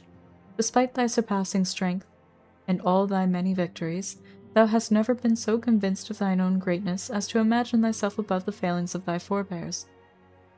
Mayhap it is the echo which hath opened thine eyes to the lessons of history. Would that the same could be said of...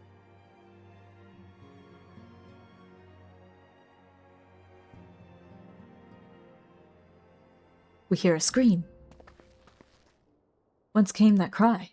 The solar, 12 for fend, the antecedent.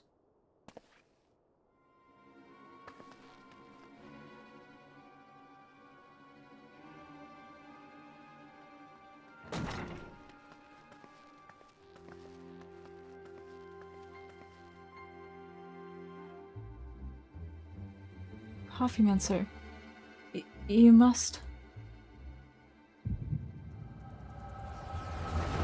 We need a vision? But we were only gone for like a couple minutes. She could tell us what happened.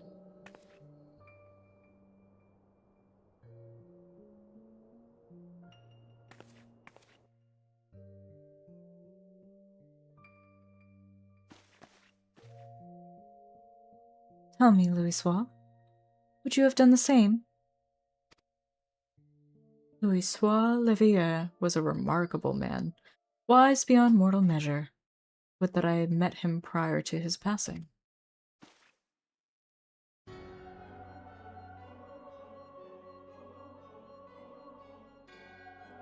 An Hessian? Here! How? How readily you see. You are indeed gifted, antecedent. But you are not like the others. Your robes. Gifted, but ignorant. Yet I shall not judge you harshly. The fault lies with your forebears. It has been millennia. Mine are the robes of an emissary. Unlike he who came before, I have no quarrel with you. He who... You speak of La Habrea. La Habrea is a warrior. He fought. He fell. He may yet learn from his mistakes. Then he is still... Come, I only confirm that which you already knew. There is no cessation, no oblivion, only expulsion. You... What are...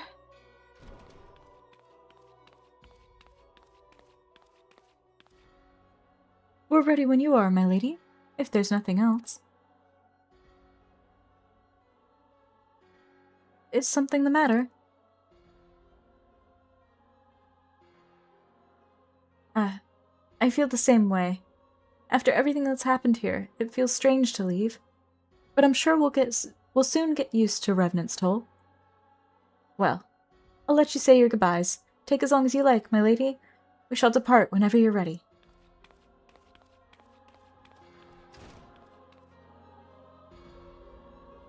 It is only to be expected. She lacks the gift of the and the knowledge both. To her, we are indistinct. I don't understand. Shadowless, fleshless, formless. What truth there is in each tale is diluted by time and telling. Knowledge dictates expectation, and expectation colors perception. Thus did she perceive not. So it is with all but a chosen few. Even you, when young, could not yet see with eyes unclouded. You know nothing about me. Nothing. The gift grants you clarity. It grants you focus. With it, you may in time come to see us as we are, rather than this crude approximation. La Habrea did not think so highly of the Echo. La Habrea is wrong about a great many things. The Echo is indeed a gift, albeit one you have yet to master. And if we did, there would be no strife between our peoples, for we would be of one mind. I leave as I came, in peace, antecedent. May we meet again as friends. Wait, stay where you are!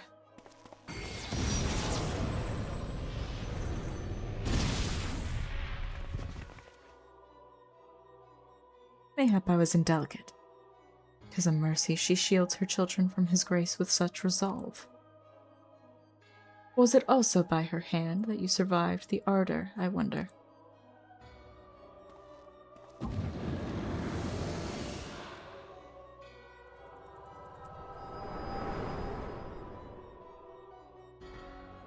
A robe with a huge cape.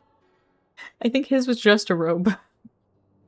I take it there's no need to explain.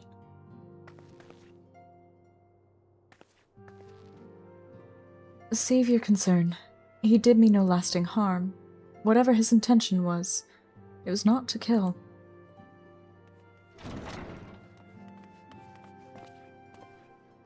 I heard a cry. What happened? Are you all right? You look faint. Do you need to lie down? I can fetch you a flask of my special tonic. Ariange, send word to the students of Baltesian. Tell them to scour the archives, the forbidden tomes in particular. If there is any reference to an Ascian robed in white, however oblique, I would know of it. An Ascian, my lady. Is that what gave you cause to cry out? I did but moments ago glimpse a figure clad in white set forth from the waking sands. Yet Ascians are wont to employ teleportation magics. Why would one be so brazen? I know not and care not. Find him, Coffeemancer. Turn every stone in Vesper Bay if you have to. Pray, attend me, Tataru.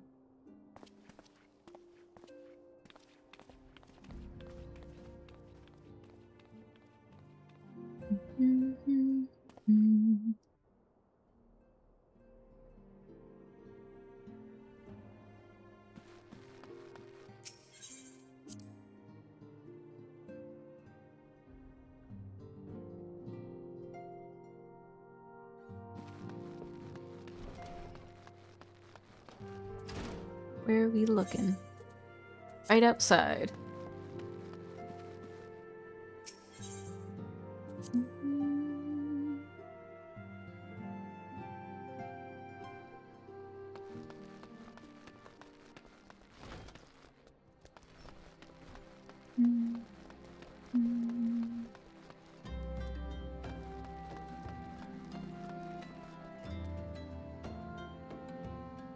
He really was just standing out in the middle of nowhere. I am told that you are the warrior of light, but I would know for myself. I shall walk north, and you may choose to follow. Know, however, that you will be waylaid if you do. You may even perish. Should you survive, we shall speak anon.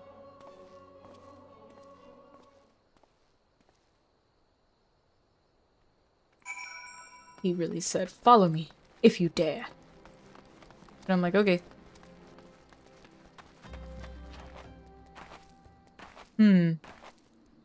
Wonder what the circle has in it. You are being judged. Joke's on you. I'm used to that.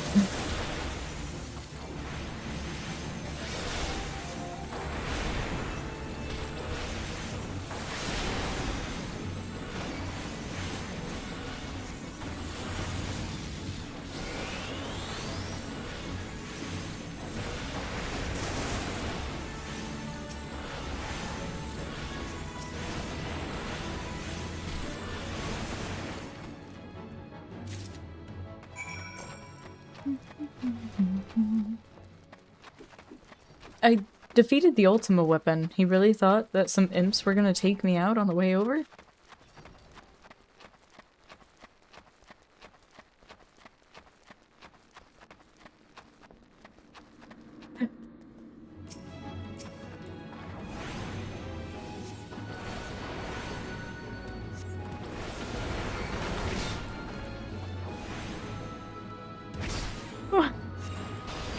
Why did you say they're British? Is it because they were judging me? Bro. Maybe he was right. Maybe I will perish.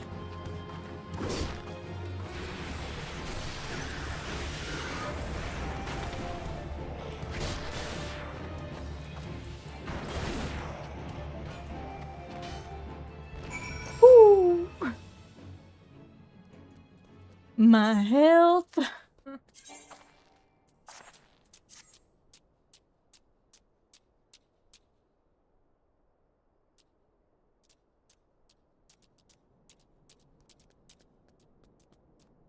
This is what my face looks like while I'm editing. I just stare at my screen in horror.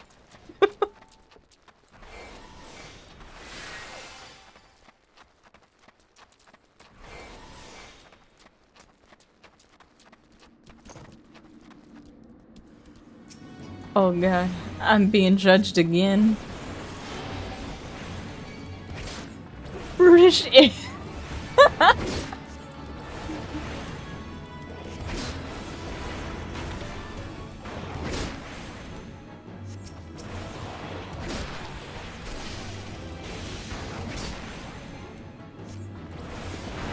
I was so confused. I was like, where did the claim that they're British come from? All I read was imps.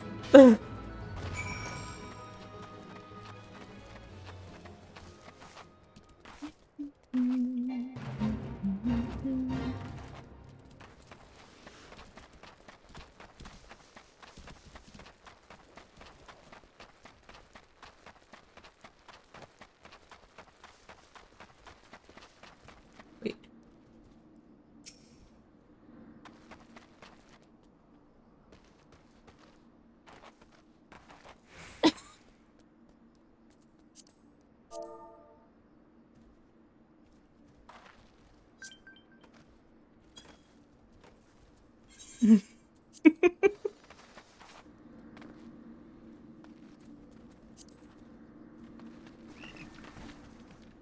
Nice.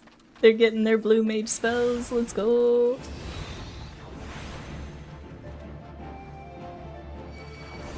What?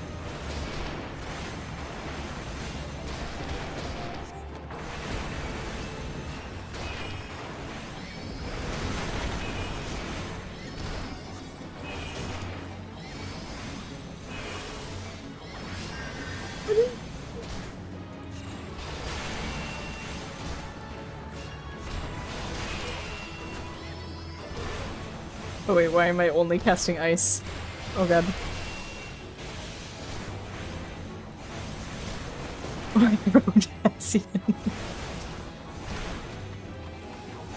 Well, they gotta call them something random until they know what they are.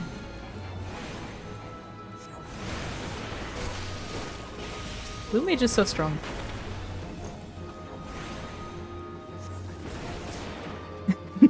Thank you.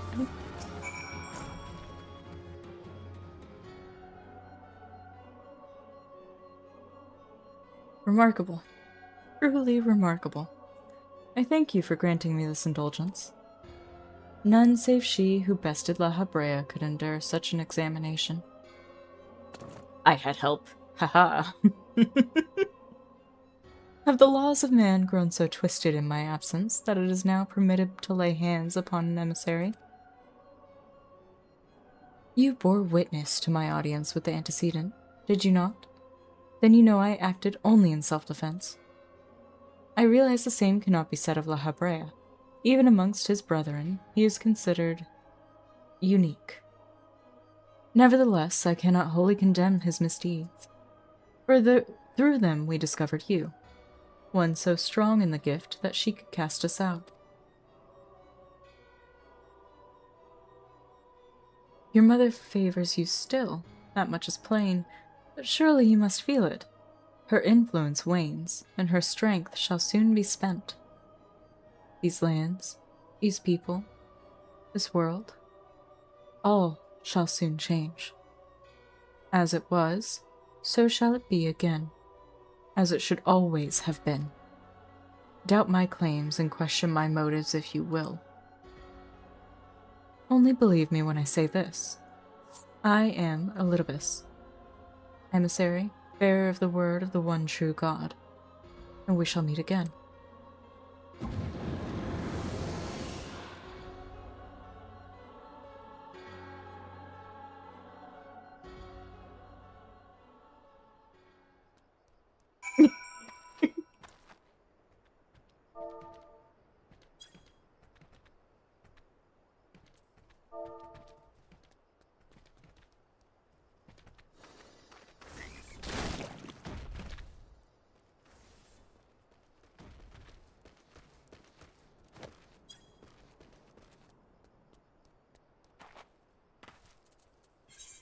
Oh, I got tickets.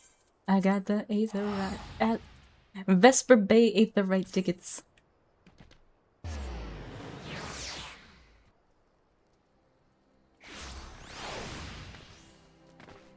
Glorious.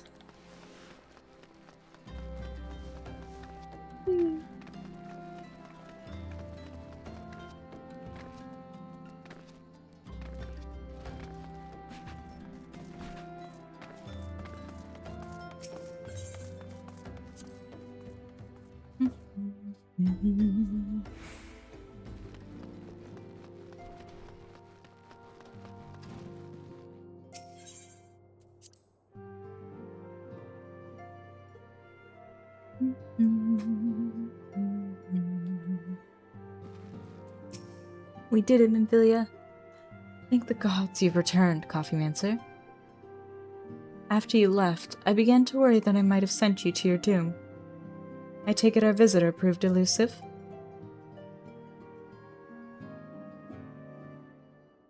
Beg pardon? He was waiting for you. What did you do? What did he say? As it was, so shall it be again? Of when does he speak? And of what, exactly? The words of this Elidibus portend much but reveal nothing, save perhaps a measure of disdain for La Habrea. I had hoped for answers, but it seems I shall have to be content with a wealth of additional questions. Seems you shall. Build on the stone! Let us set aside the matter of this Ascian until after we've completed our move to the Rising Stones. There is but one final favor I would ask of you before I depart. I believe I mentioned before that my father was a member of the Alamegan Resistance. The truth, however, is more complicated than that. As far as the Empire knew, he was their spy. He maintained the deception for nigh on half a decade, furnishing the Resistance with vital Imperial secrets while feeding his paymasters subtly conceived information.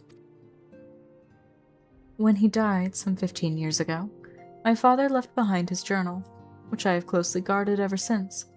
It contains every shred of information he and his agents could steal on what they believe to be the single greatest threat to Eorzea, the Primals. Its wisdom has guided me through the years, though there is much within I still do not understand. It is my hope that Urianger will fare better. Tell him to treat it with care. It is all I have left of my father.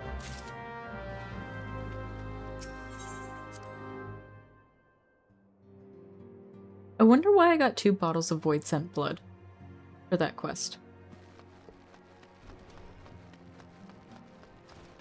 That's such a random thing to get.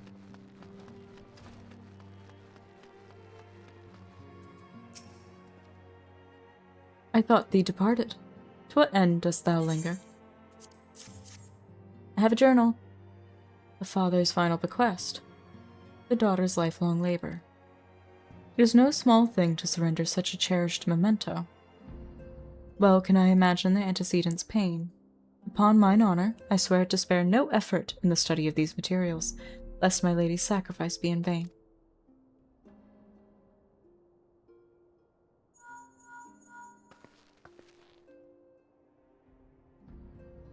Coffee Mincer, this is Memphilia. You were literally in the other room. Why not just knock on the door? Oh, she just left. Okay. Forgive me, but I could wait no longer. I have departed for the Rising Stones. If you have yet to... Once you've given the journal to Urianche, I bid you come to the 7th heaven in Revenant's Toll. Chitara will be there to show you inside our new headquarters. I forgot they called it the 7th heaven. I love that. Assuming you have already attuned to it, you may wish to make use of our new Aetheryte in Revenant's Toll. After all, it is right on our doorstep.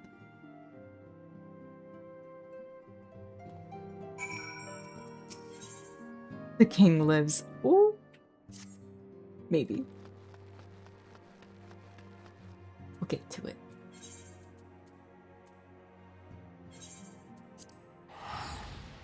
They were all destroyed, I'm assuming. We're hoping 7 is the lucky one.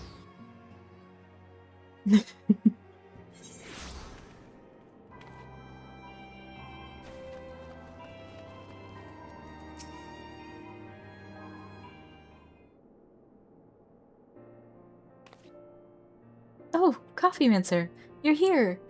Good, good. We were all wondering when you'd show up. As I was just telling your restive receptionist here, I'm pleased to inform you that all the documents have been prepared and all signatures signed. The Rising Stones is officially yours. High hopes about this investment. Hey, Tifa had high hopes for hers, and you know what? It lasted.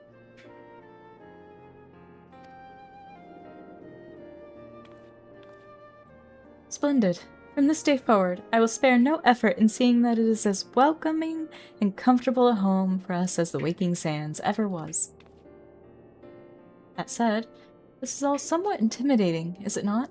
So many unfamiliar places and unfamiliar faces. Take that odd-looking fellow over there, for example. He's been eyeing us most suspiciously ever since we arrived. I cannot help but wonder if we are truly safe here. Oh my god. Ah, that man. I can't say I've spoken to him myself, but rumor has it he's come to hunt for ancient treasures in the Crystal Tower. You've seen the structure I speak of, no?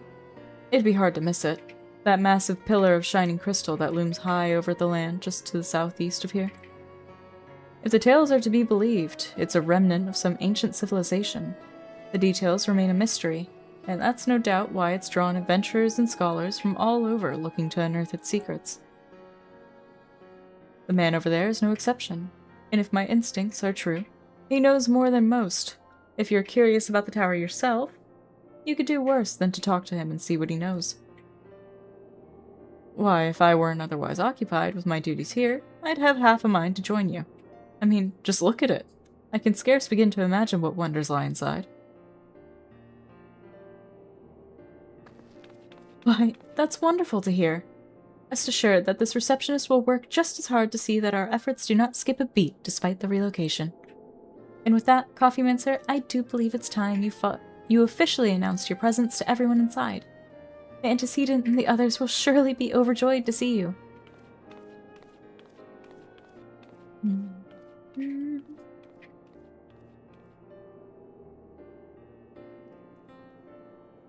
The Crystal Tower quest series is now available from the Outlandish Man. In order to progress in the main scenario, you must first complete certain quests in the Crystal Tower series. They mean all of the quests in the Crystal Tower series. While you are granted a respite from your duties as a scion, use your time to probe the depths of the Crystal Tower and see what ancient secrets may be gleaned.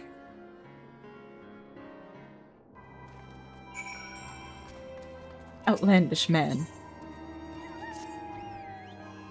Do I know you? Ah, unless I am very much mistaken, you are the famed adventurer who bested the Garlean Empire's general, are you not? The great coffeemancer Bean herself. Amazing. And more than a little serendipitous. One might even call it fate. But I but recently received word of a truly unique opportunity, you see. An opportunity the like of which none but one of your proven worth could take advantage. The reward? Not less than the accumulated knowledge of a fallen civilization. The risk? A single misstep could cost you your life. But what is a little danger to a storied hero such as you? A woman with absolute confidence in her own abilities stands to profit handsomely from this venture. Oh no, I crave no recompense from my part in bringing this opportunity to your attention. The historic discoveries you shall make will be reward enough, I assure you. If my words have fanned the flames of your curiosity, then I bid you seek a man by the name of Rambrose at St. Coinex's Find. It is he who stands at the doorway to untold marvels, awaiting the arrival of a champion bold enough to march across the threshold. Thanks for the tip.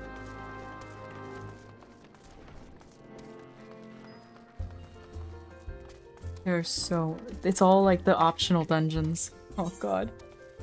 There's so many. There's so many optional dungeons in Realm Reborn. I need to finish unlocking them on my main so that I can unlock my mentor roulette.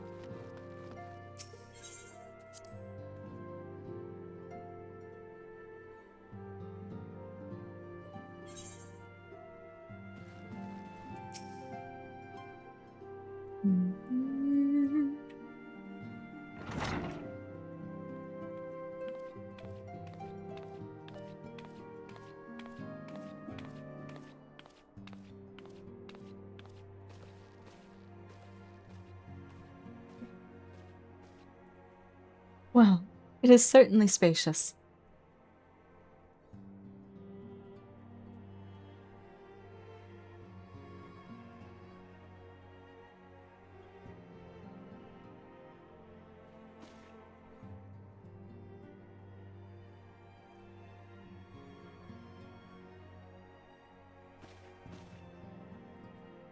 Today marks a new beginning for the Scions of the Seventh Dawn, and for today we declare our independence. I don't know why I said and. We shall henceforth be beholden to no nation, but serve all of Eorzea's people proudly and openly. But this does not mean that we will sever our ties to the Eorzean alliance. On the contrary, the antecedent and I shall endeavor to strengthen them. Rest assured, however, that we shall not permit political considerations to influence our decisions. Our identity remains unchanged, as does our cause. We are the Scions of the Seventh Dawn, and our single purpose is to safeguard the future of Eorzea.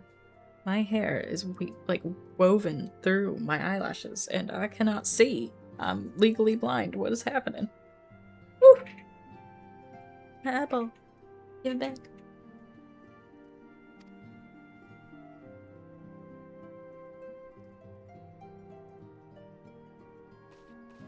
For Eorzea.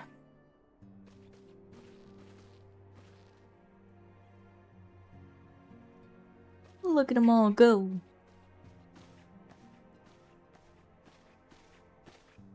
A moment of your time, Coffeemancer. I would speak of Elidibus. Oh. Pardon the intrusion, my lady, but the matter which bringeth me will admit no delay. Mine every attempt to contact the students of Valdezian hath been met with silence. No one will respond. How odd. Allow me to try.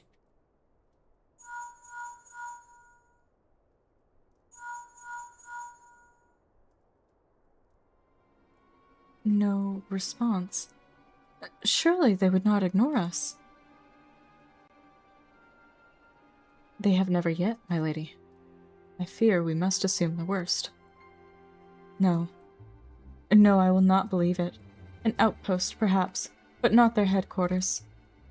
Their wards are beyond circumvention. Had they come under attack, they would most certainly have raised the alarm. None could penetrate their sanctum unnoticed. But for those who lack the gift and the knowledge both... Oh no. Contact their agents in the field at once. If aught has befallen the students of Baldessian, they may know of it. Yes, Ghost. Oh, Ghost has brought a mouse. One moment.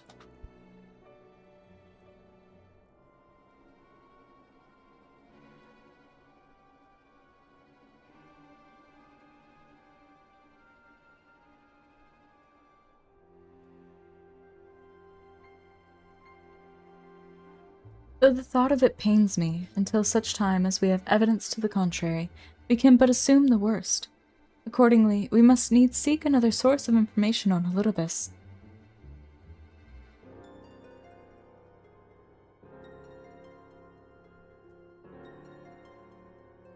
'Tis possible that others in the homeland are possessed of such knowledge. Be fairly warned, however, they are unlike to yield it unconditionally. Do what you must.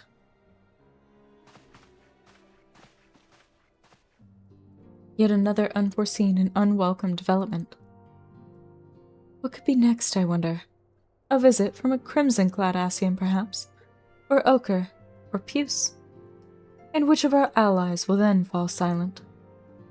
For a time, I thought we had gained the upper hand.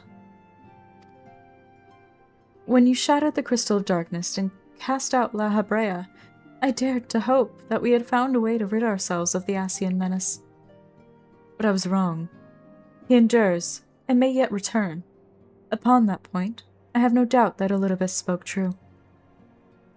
Yet there must be a way to destroy them utterly, a way to spare this world their unholy machinations. I dare not consider the alternative. There are forces at work we do not understand, Coffeemancer.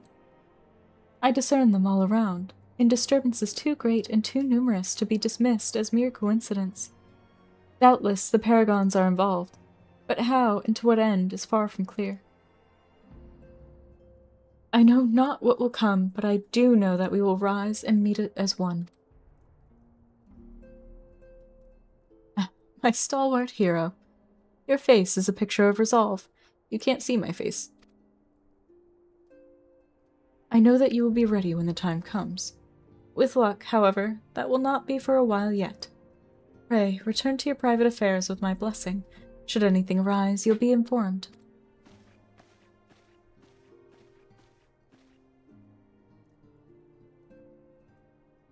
Krile, where are you?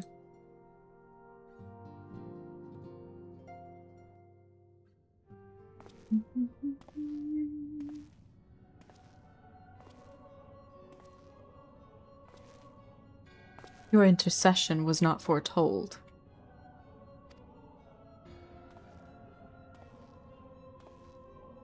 I love that they all just, like, stand in the dark all day. You object? We question. Our plans are in motion. Your intentions unclear. They survived the 7th Ardor and are stronger now in the gift. Does that not intrigue you?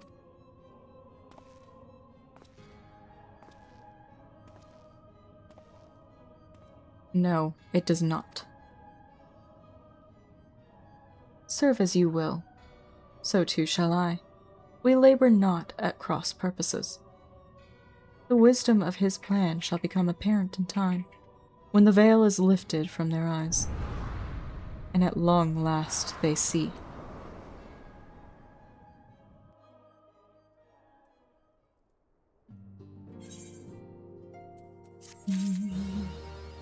A realm awoken.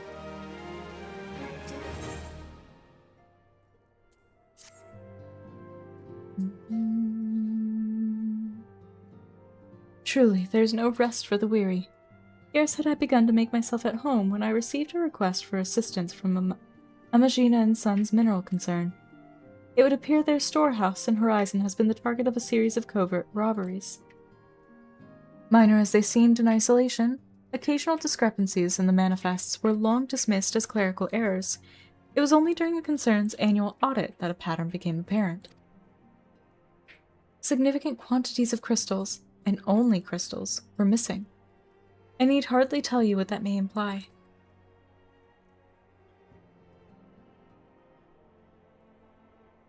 The brass blades charged with investigating the thefts believe that someone within the concern is selling the crystals for profit. Alas, they have as yet been unable to identify a likely suspect, and the concern's proprietors have grown frustrated by their lack of progress. Needless to say, I would not have agreed to intervene had the stolen goods been of merely monetary value. If there is even a possibility that the thief acts not out of self-interest, but in service to a primal, we can ill afford to wait for the blades to realize their mistake. Pray, depart for Horizon at your earliest convenience. Rendezvous with Y'shtola when you arrive. She and Thancred have already begun a preliminary investigation. I have every confidence that the three of you will get to the bottom of these thefts. I only hope our fears prove unfounded when you do.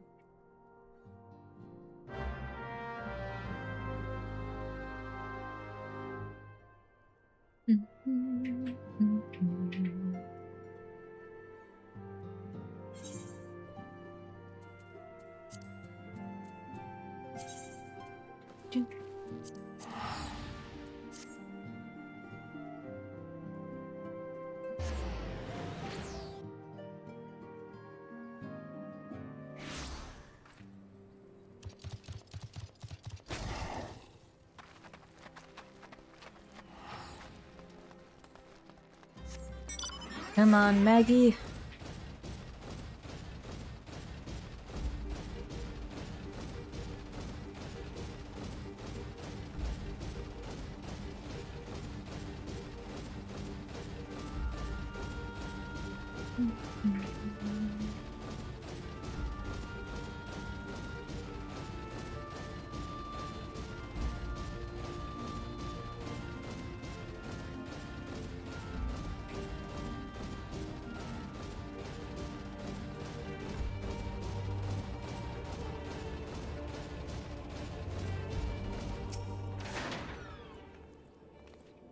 Coffee Mincer.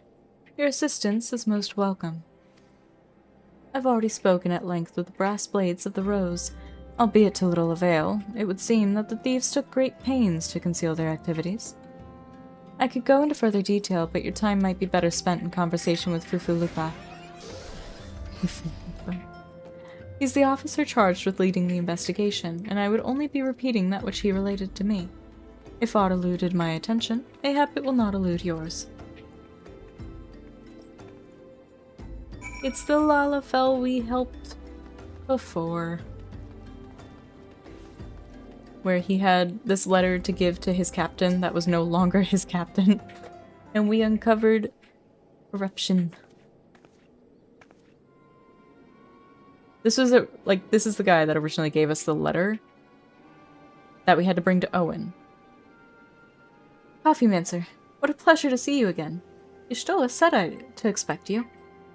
Terrible business, these thefts. We've yet to confirm the quantity of crystals stolen, but I dare say it may be greater than... But never mind that. I have news to share. A short while ago, the driver of a heavily laden carriage refused to halt for inspection and broke through one of our checkpoints on the Royal Allegan Sunway. The cart bolted off toward eastern Thanalan, where, thank the gods, I hear that our colleagues were able to apprehend them without further incident. A speeding carriage. That would seem a curious choice for thieves of such proven cunning. Yet the Amalja do have a foothold in eastern Thanalan. And what of their cargo? Did they carry the crystals we seek? We should be receiving a report any moment now, but I fail to see what else it could... Did you miss me, friends? I'm back, but I fear I come bearing disappointing news. Or, on second thought, perhaps it's good news after all. Ingrid, wherever have you been off to? I figured you had everything under control here, so I just took a brief excursion to the east to check up on our Amalja friends. And wouldn't you believe it, I happened upon a runaway carriage on the way, and even was able to do my small part to help my friends in the brass blades intercept it. In all my years, I have never seen such a prodigious quantity of somnus. The blades were calling it one of the greatest hauls they've ever seen. The stolen crystals, on the other hand, were nowhere to be found. Somnus is their skooma. Is that so?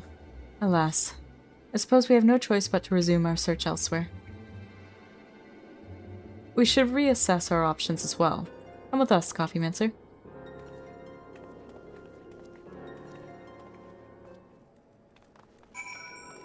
Ah, yes. Take 2 steps. Against all expectation, it would seem the Amalja are innocent of this particular spate of crimes. By all indications, they've yet to replenish the stores of crystals exhausted during their last attempt to summon a Freed. What I can't fathom is why anyone else would go to such lengths to obtain crystals, and in such quantities. It cannot be that we are dealing with simple thieves. If their motive were profit, why would they limit their trade to crystals alone? Plainly, we are missing something. While you think about what it might be, I shall inform Urianger of our progress, or lack thereof.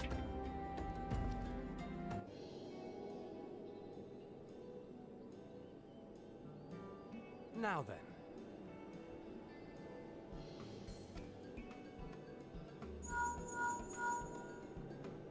Tis I.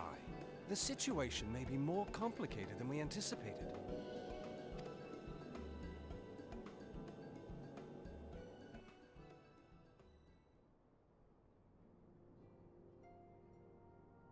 Indeed, I shall remain watchful.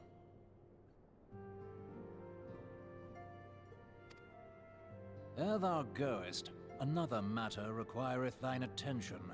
A young maiden, full eager to... Wherefore inquirest thou of her fairness? Ugh, very well. Be she damsel or devil, I shall direct her steps to Revenant's Toll. Save thine insinuations for one given to such impropriety. Thou shalt not find me amenable.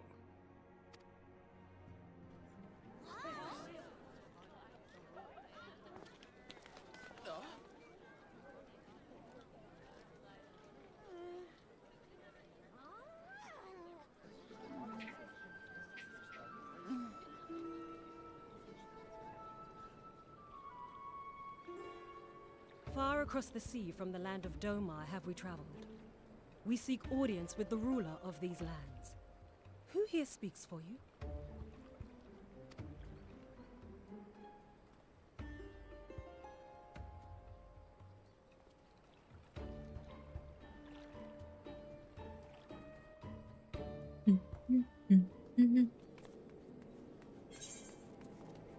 Aiming, slaying, pending.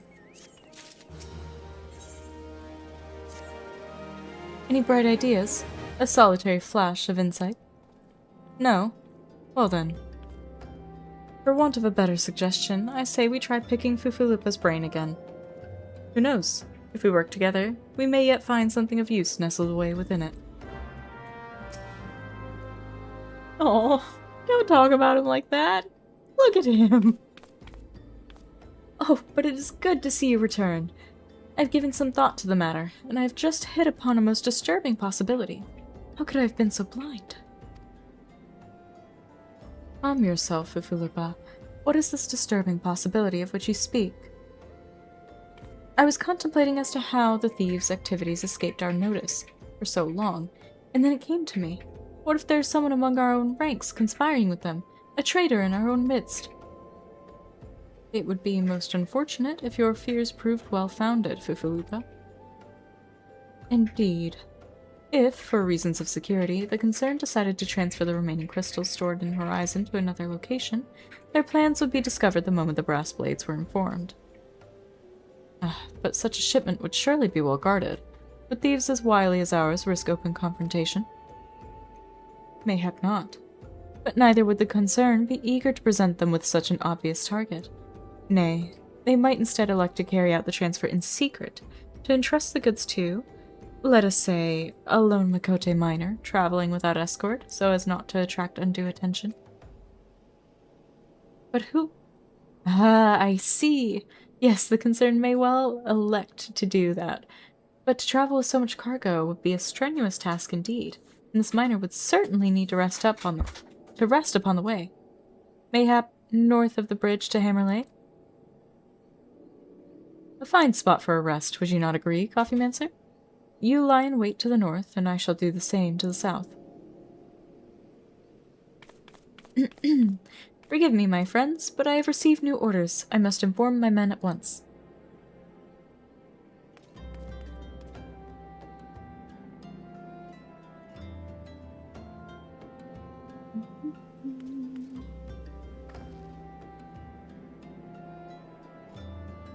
Call me a cynic, but I would be surprised if these thieves lay down their arms and surrender. See that you come prepared to offer them some encouragement.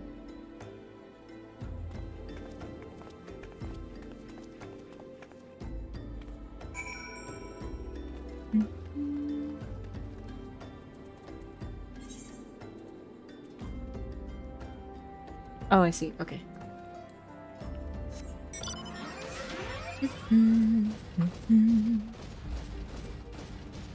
My hat, like, phased through the gate.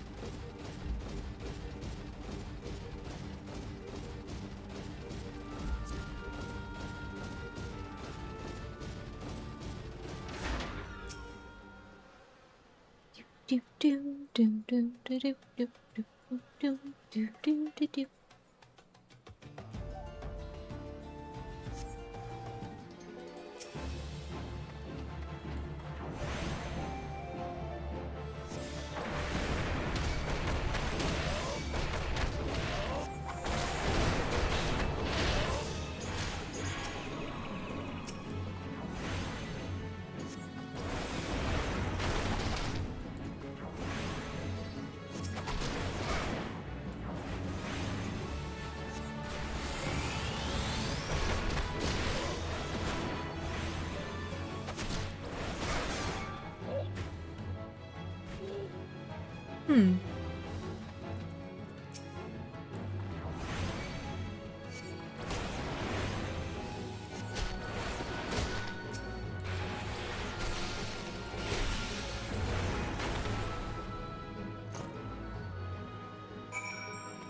Success.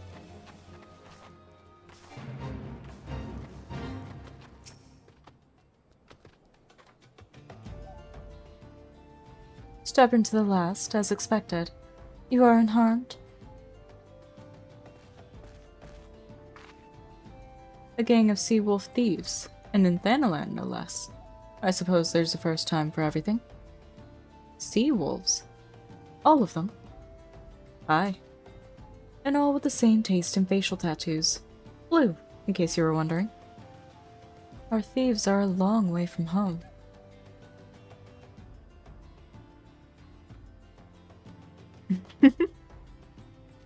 Thancred, if you would be so good as to attend to the outstanding matters in Horizon, I have inquiries to make.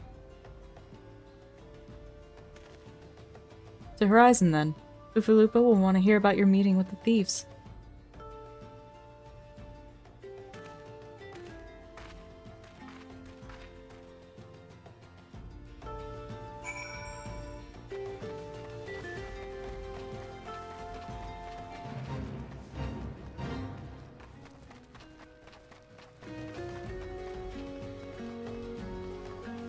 Where am I going? What am I doing?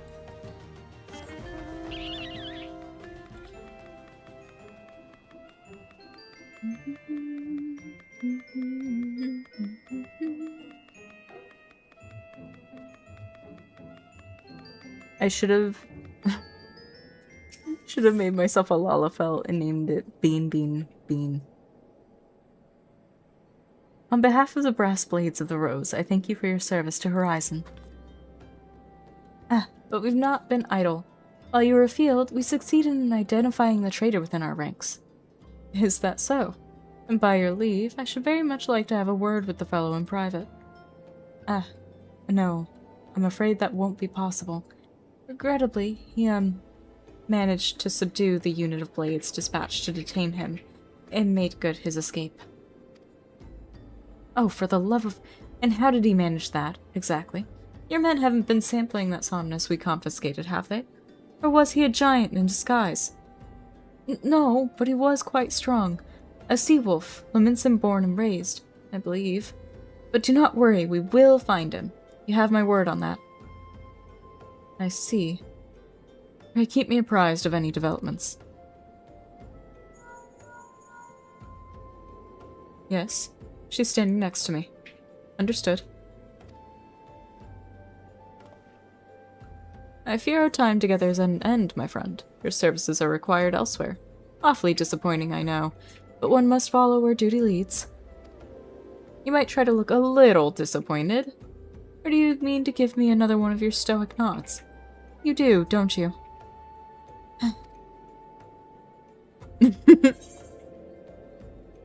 Healing casting. Yes, Ghost. I hear you. Where's the mouse?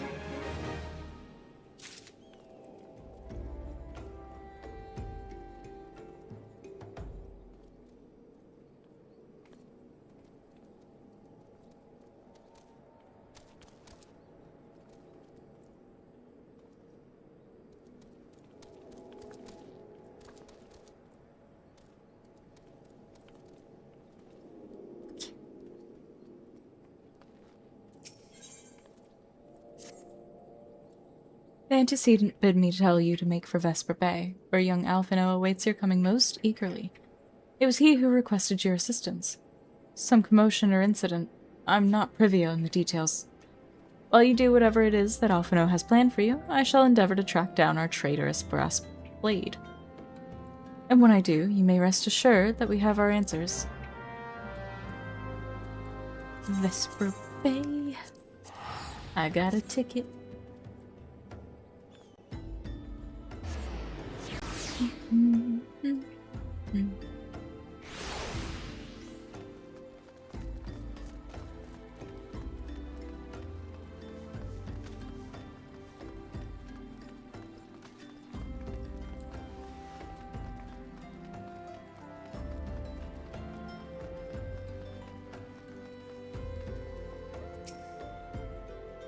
You are late. No matter. I know where our visitors are headed. From what I've been able to gather, this vessel belongs to a band of Domans who seek an audience with the Sultana. You are familiar with Doma, yes? Unauthored? Well, like the rest of the nations in the eastern continent, it's ruled by the Garlean Empire. Given our visitors' unannounced arrival, as well as the state of their ship, I suspect they did not leave their homeland under the best circumstances. Needless to say, I should be very interested to hear their tale, and, more importantly, what they know of the current state of affairs in the Empire. Such information could prove most useful. We would be fools not to pursue this opportunity, do you not think? Come with me to Ul'dah, Kafimancer. Unless I'm mistaken, and I am rarely mistaken, we will find the Domans bickering, with the Sultan sworn on the royal promenade. You are uncertain of your role in the proceedings? Insurance. If our guests are not themselves Imperial agents, it seems fair to assume that they may be being pursued by some. And if not, who better than you to have on hand in the event of an unforeseen diplomatic incident? Besides, I do so enjoy your sparkling repartee. Satisfied? Good. I shall see you in Ul'dah. Alphino, you little shit. I'm gonna squish you.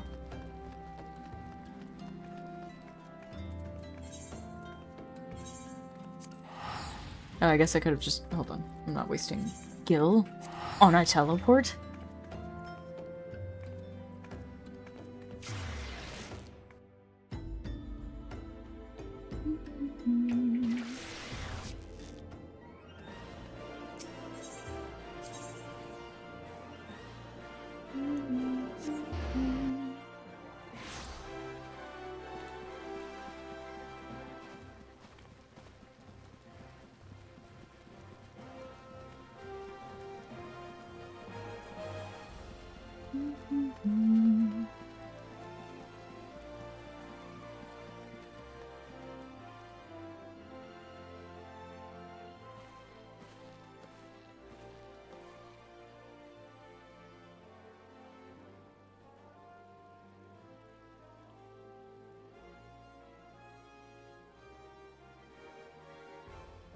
It matters not how many times you ask. Without the necessary permissions, none shall pass. Pray understand, good sir, we've not the leisure to lodge a formal petition. Time is of the essence. All I ask is that you summon your superior. Allow me to plead my case. Surely you can grant us that small kindness. Away with you, and darken these doors no longer. I will not ask again. You know not what you do.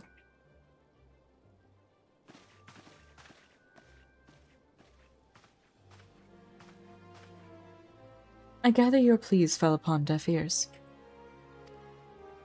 A loyal man with a cold heart, I know his kind well.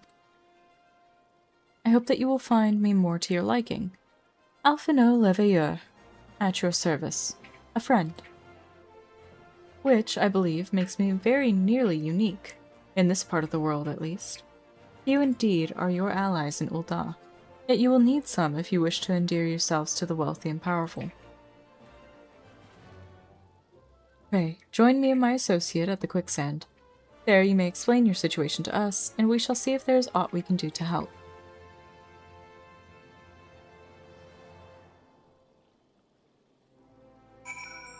To the quicksand! Been a while since we've seen Mamodi.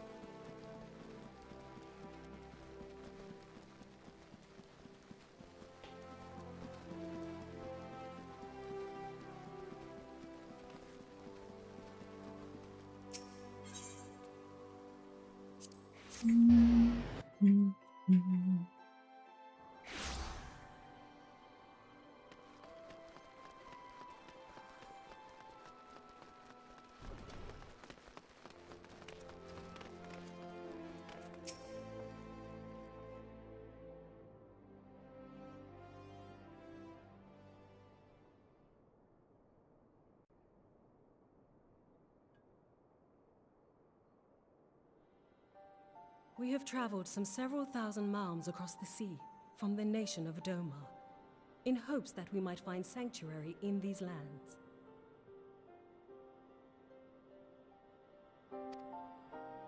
Sanctuary, Lady Yugiri?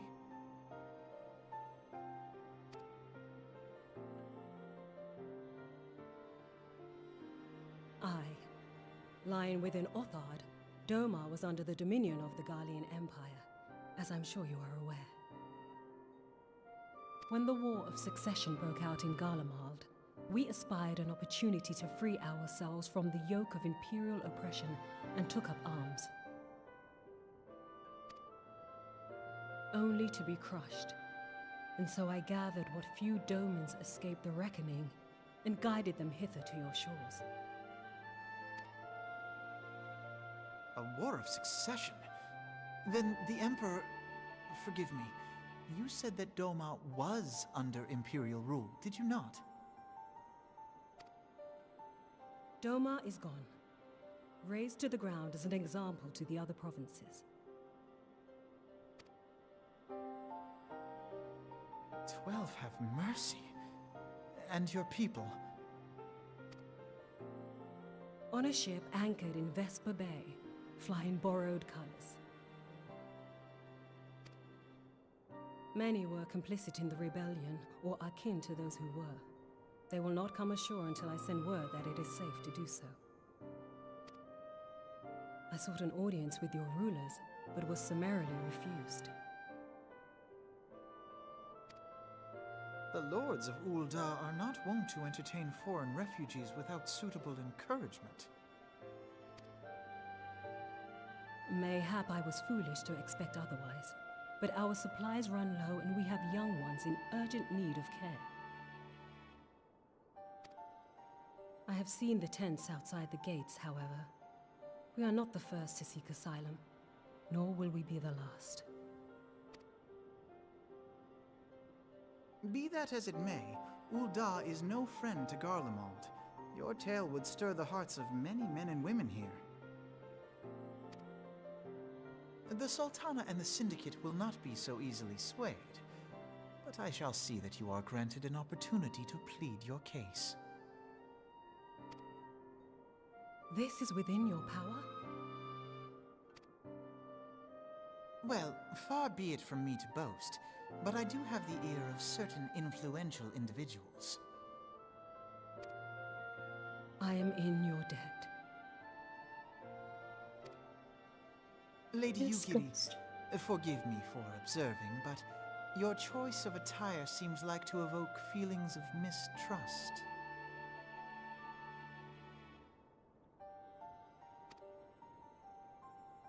Men are wont to fear the unfamiliar. We know this from experience.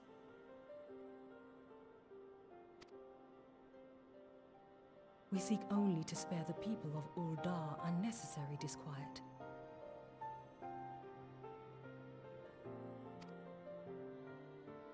I shall defer to your experience, then. I thank you for your understanding. It seems I have urgent business with the Flame General. I leave our guests in your capable hands.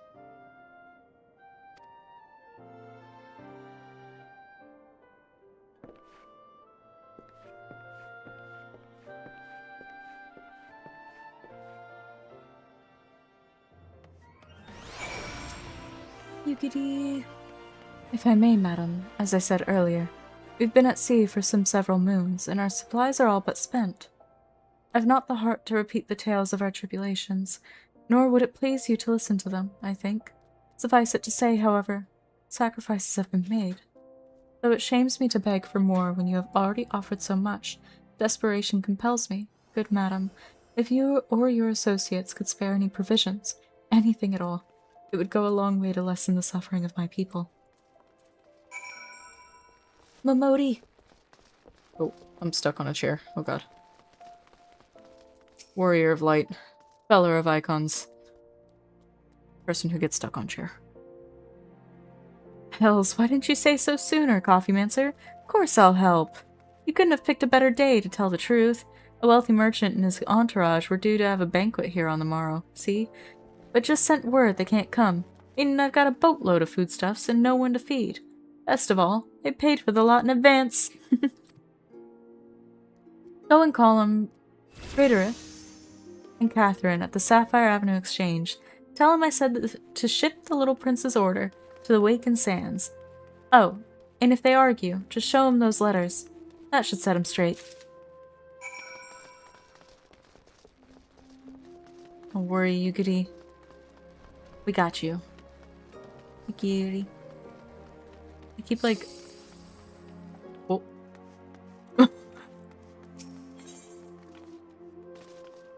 Sapphire Avenue.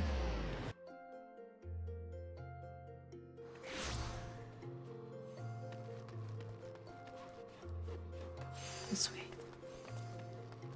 Do, do, do, do, do, do. My, that's a rather odd request. Mayhap you misheard her instructions? Nope. Read it and weep. You know, you shouldn't encourage them like this. They'll start to expect it. You mark my words.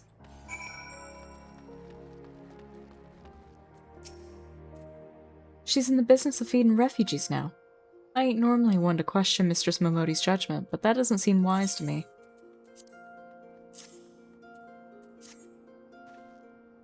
I'll not speak for the children, but if you ask me, any man what can't earn a crust deserves to go hungry.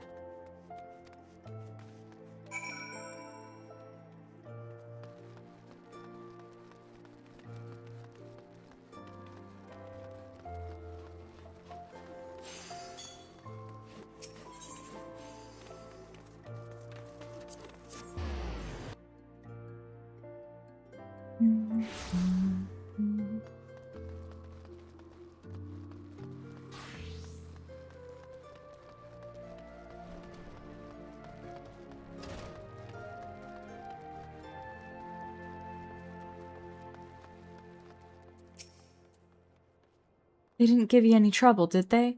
Good. Now go and tell Lady Yugiri it's all in hand.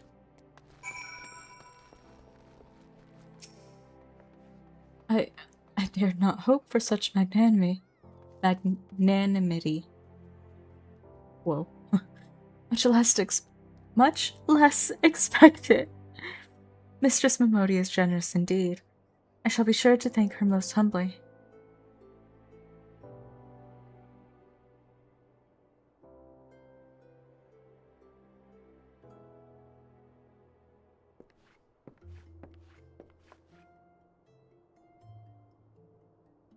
Lady Yugiri, I briefed the Flame General on your situation. I think you'll be pleased with his reply. We have been granted an audience before the Sultana and the Syndicate both. We should return to the Royal Promenade at once. You have done much for us, Master Alphino. I swear we shall return the favor. Naught is owed, Lady Yugiri, for naught has been given. This small favor you fairly won with your words. It is with words that you must win the favor of the Syndicate. Then I shall choose them with care. You will be accompanying us, yes? Good. Your presence may serve to remind the Syndicate of the true meaning of philanthropy, and that nothing so unpalatable will be required of them. Assuming the Domans are willing to earn their keep. Come, the Flame General awaits us on the Royal Promenade.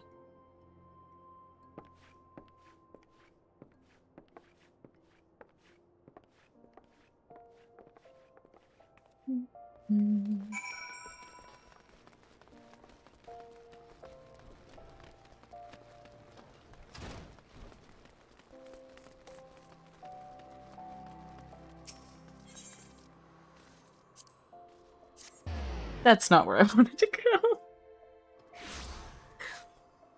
No. Wait. Oh my god.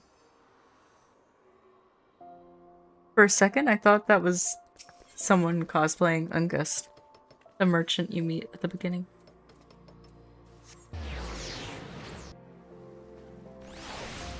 Not at the beginning, but like closer to the beginning.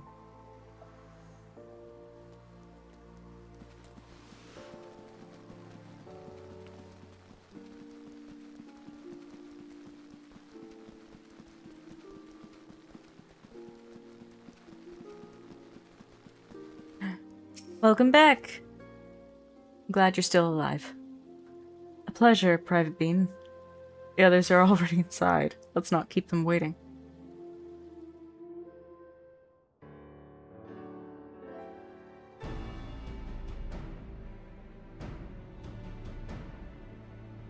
Okay, thanks for stopping in. Please continue to stay alive. To mark this auspicious occasion, I should like to present to you the finest treasures our humble nation has to offer. Alas, the circumstances which have brought me here today have divested me of both time and dignity. I come before you as a pauper in direst need of aid, to request that you grant my people asylum. I, Nanamo, 17th in the line of Ul, welcome you to our city. Be at ease, Lady Yugiri. Although I myself have heard the tale of your misfortune, I would ask that you recount it once more for the benefit of the others here present. As you wish, Your Grace.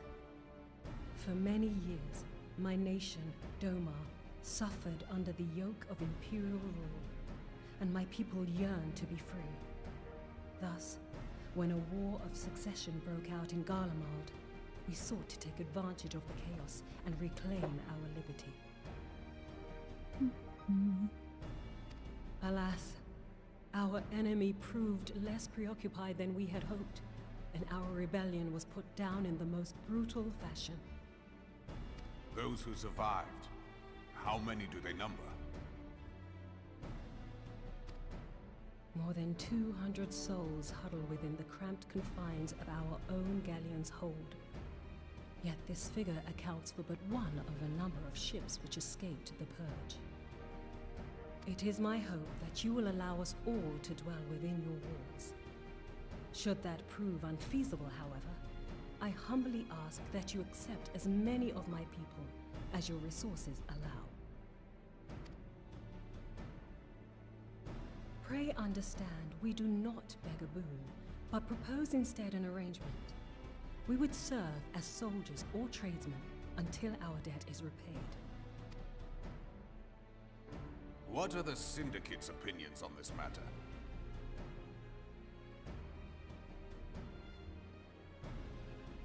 I, for one, think it's a marvelous idea.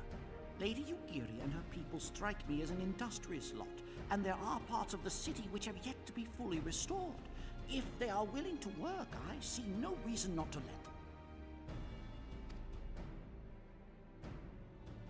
The head of the Mirage Trust is not known for his generosity.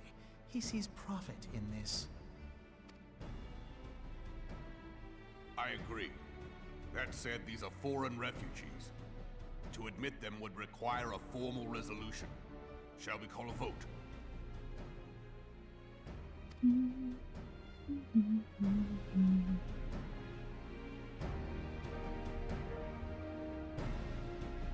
The law is the law.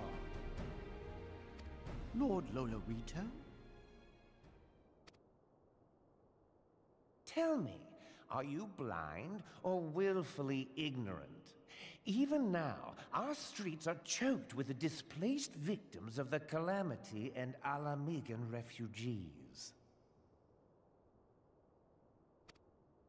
They live hand to mouth, subsisting on aid provided by the immortal flames, the cost of which grows ever higher. The wealth of Ul'dah is not without limits, my friends. And need I remind you that these refugees are prone to violence and criminal activity? You have all read the reports, I think. Without homes or employment, it is only a matter of time before men grow desperate and take that which they imagine has been unjustly denied them. Yet, knowing this, you would have us swell their ranks. Mayhap you think the brass blades and the flames are not hard-pressed enough? Some say the chairman of the East Aldenard Trading Company passes Gil thrice daily. This may explain how he came to be the wealthiest man in Ul'dah. Or it may simply be that he's ruthless beyond reckoning. Surely the Sultanate can support the few hundred domins Lady Yugiri represents. That our resources have been taxed, I do not deny. But we are hardly in danger of financial collapse. I move that an exception be made. An exception, Your Grace? I am suddenly reminded of a similar debate some years ago regarding a number of Alamigan refugees, if memory serves. What were your words that day? Yes. The law is the law, and so our visitors remained in Little Alamigo. Mayhap our wise and benevolent Sultana would be so good as to enlighten us as to which other of our laws should not be upheld. Mind your tongue, Lolorito. My lord, I share your concern for the welfare of our great nation, but we must endeavor to take a longer view. You know as well as I that people can be a resource still more precious than Gil. Precious or not, they were never yet so reliable. And unlike those who frequent your establishment, I have no desire to gamble with my future. Ul'dah's greatest asset is, and has ever been, her material wealth. We risk this at our peril. One need only look to Teleji Adeleji's example for evidence of the danger in allowing sentiment to dictate policy. How far the vaunted Mirage have fallen, both in repute and profitability, since he began employing refugees. How I choose to conduct my affairs is not your concern, my lord. A proposal has been tabled. Given its urgency, I move we forego further debate and call a vote. To accept the Doman refugees or not. Those in favor, I bid you remain. Those opposed, I bid you leave.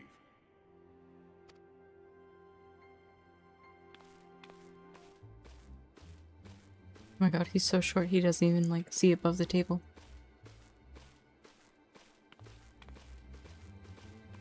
from doom. Lalafells rule Ul'dah, but their tables are taller than them.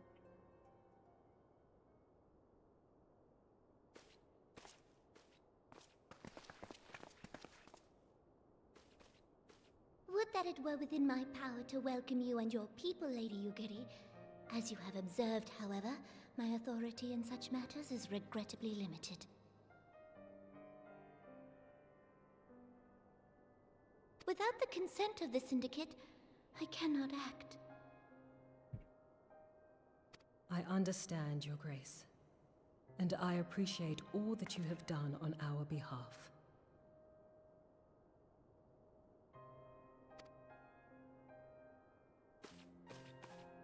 The nerve of the man! If that bastard had not forsaken the eastern trade route, little Alamigo would now be thriving. Oh, that you should have traveled so far under such dire circumstances, only to be refused in this manner is utterly unconscionable. Pray, accept my sincerest apologies.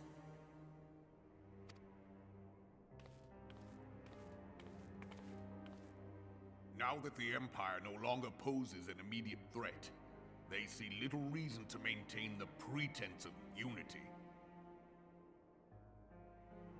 So things have only gotten worse in Monitors Ul'dah. have grown especially defiant of late. Lord Lolorito most of all. But this is neither the time nor place for that discussion.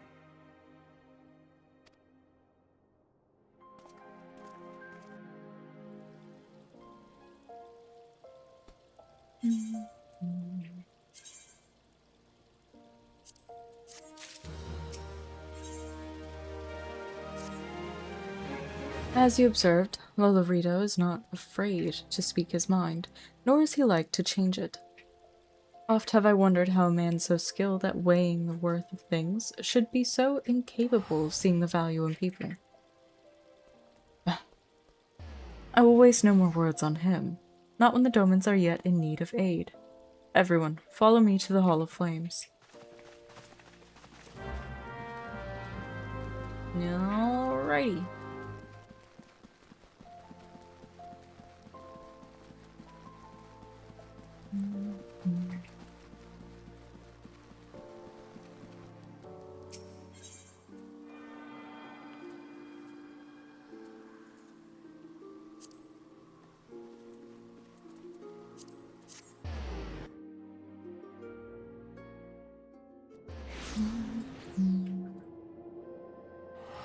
Oh, those are nice.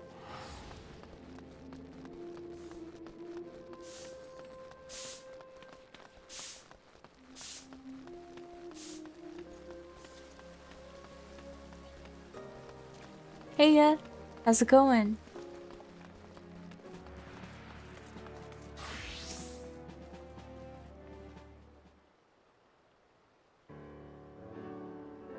The Syndicate has spoken, and I see no point in moving that the matter be reconsidered. The Monitarists have made their position clear. Agreed. Ul'dah is not an option.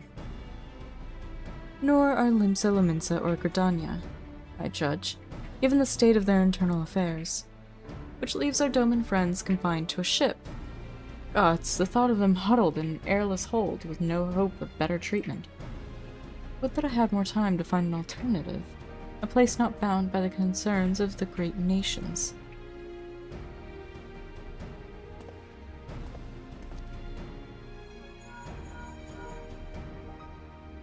Nymphilia, that is precisely what I wish to discuss.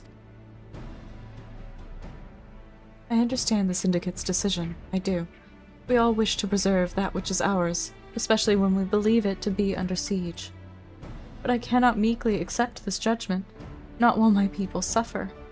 Would it be out of the question for the Sultanate to accept us for a limited time? A week, mayhap, or even just a few days? Excellent. I shall keep you informed. Lady Yugiri, I have a proposal, if you would hear it. Out with it, Master Alphino. The headquarters of my order, the Scions of the Seventh Dawn, stands in a place called Revenant's Toll, an outpost in Mordona. Like most outposts, it is frequented by mercenaries and other men of action, and lacks the comforts of more well-established settlements. However, the leaders of Revenant's Toll have been doing their utmost to change that. To that end, they have need of able-bodied individuals willing to work as frontier hands. Hard labor, lest you doubt, with naught save food and shelter by way of reward.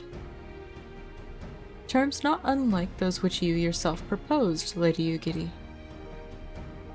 Though I will not hear a word said against our beloved Ul'dah, Revenant's Toll would offer certain advantages, the absence of unhelpful bureaucracy being the most obvious.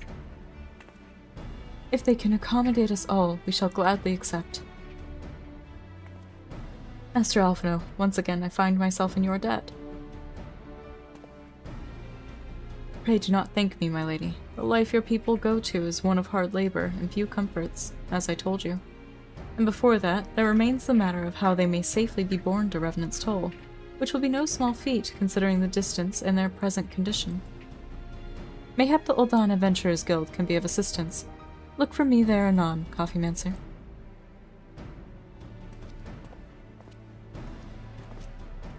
Lady Ugiri, if you and your people would accompany me, we may discuss what aid the Immortal Flames can provide.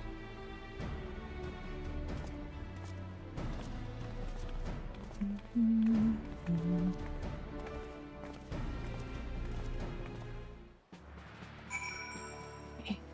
Speak with Alphino.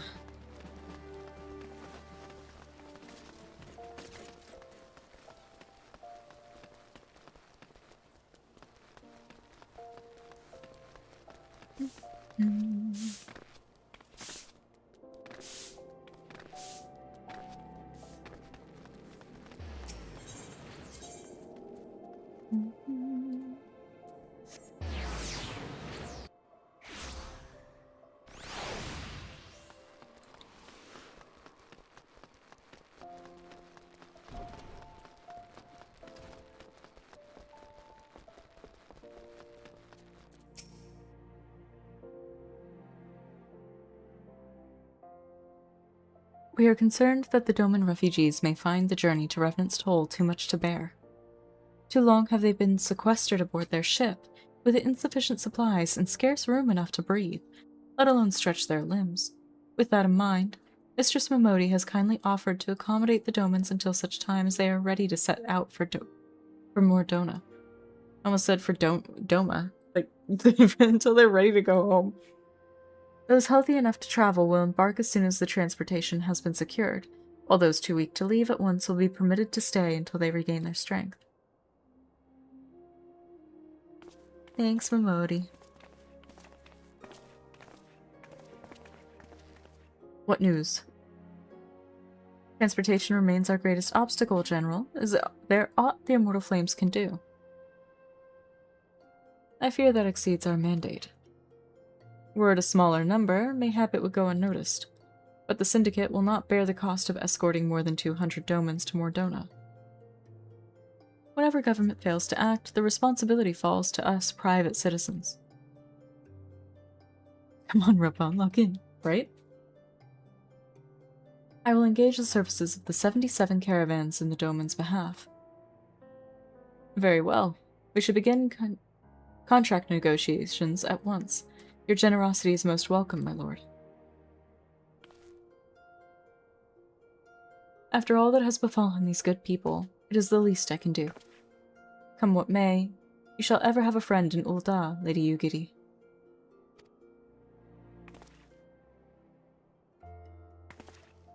And you in Revenant's Toll, my lord.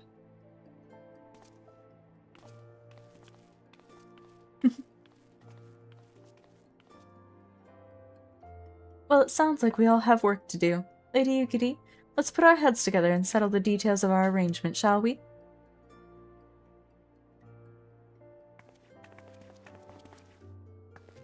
I would entrust the task of escorting our Doman friends to you. After you've rested your own road-weary legs, of course. What say you?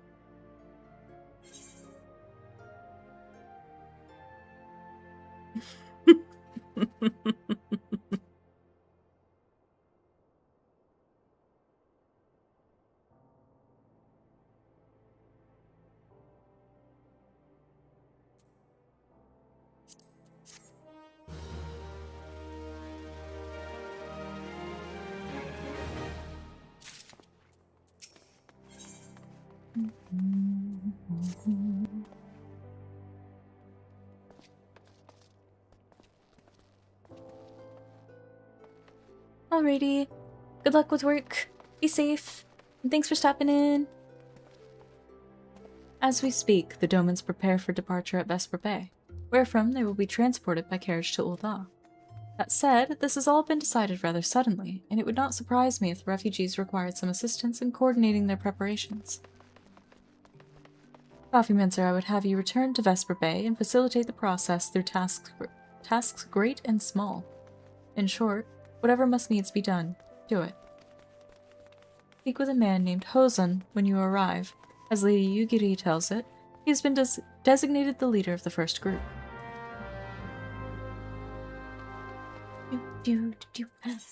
Vesper Bay, I got a ticket for that.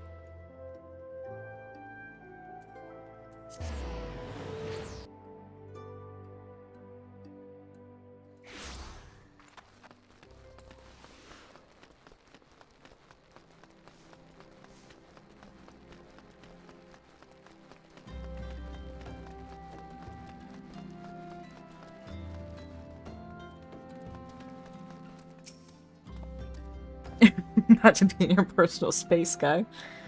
Greetings. Alphino informed me that a scion would be arriving to help with the preparations. I'm honored to meet you, though shamed as well. A great warrior should not be tasked with such trivialities.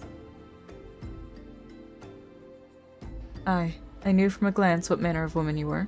I too have some skill at arms, as do many of our people. Pray forgive this trifle, but might I trouble you to help round up the children that have been given into my care? They are most adept at staying hidden from my sight, but perhaps your keen eyes will succeed where I have failed. You have my thanks, friend. Pray seek out my son, Yozan. He can tell you more. Hozun and Yozan.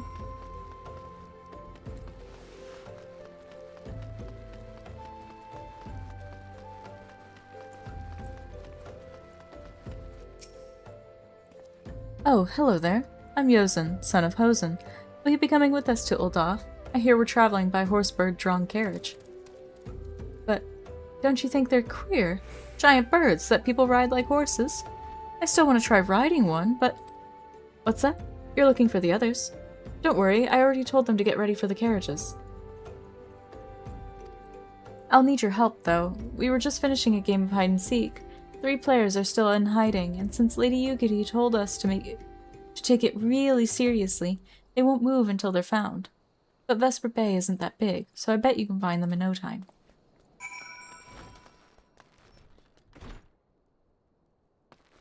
I don't remember where they are.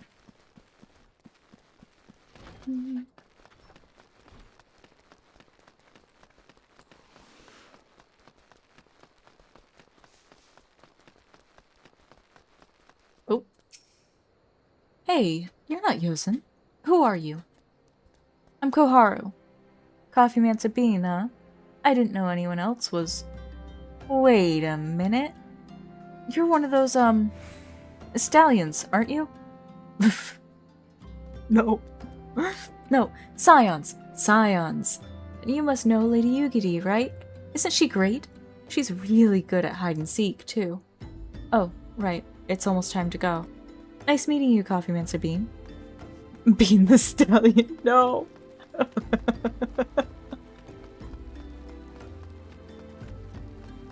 That might be copyrighted. Please don't get me copyright struck.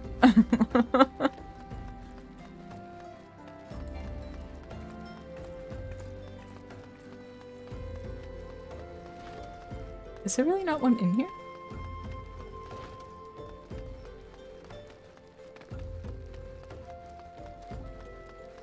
Oh, there's one up here.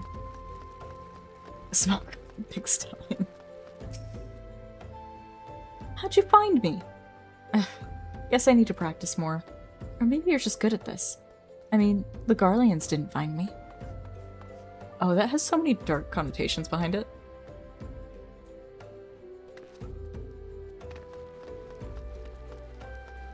The Garleans didn't find you when?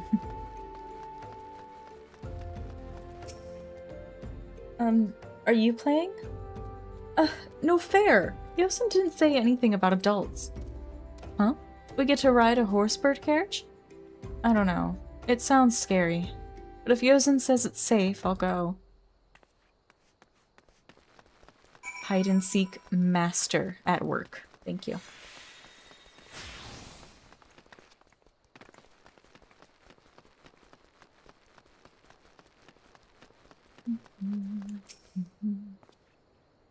Wonderful. All the children are accounted. A hide-and-seek? I see that you're curious. It's quite simple, really. Lady Yugiri thought it best that the children know what to do in case the Garleans found us. I should hope that those days are behind us, but I nevertheless take comfort in knowing that we are prepared. Testing.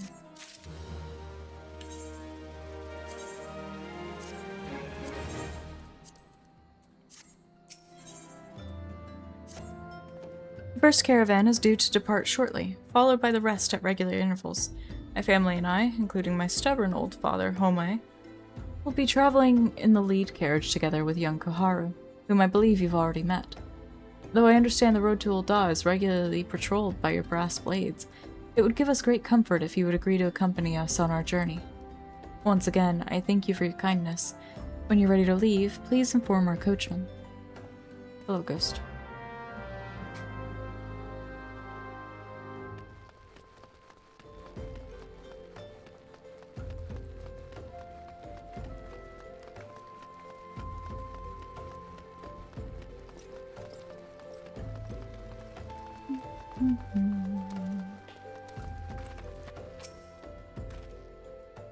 Eager to be off, are you?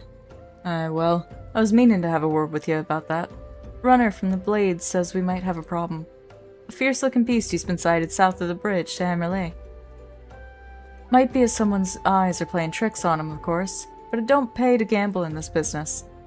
Now, I know you think you can handle yourself in a fight, but this lot here is another story. So I was thinking you might go on ahead and have a quick look around. Make sure the area is safe. And if you come across anything dangerous, you know what to do. When you're satisfied the way's clear, meet us outside Horizon. The Blades tell me the road there is safe, so I reckon we can make it that far on our own. Assuming the self-same bastards don't try to rob us, that is. Yeah. Okay. Maggie, we got a mission.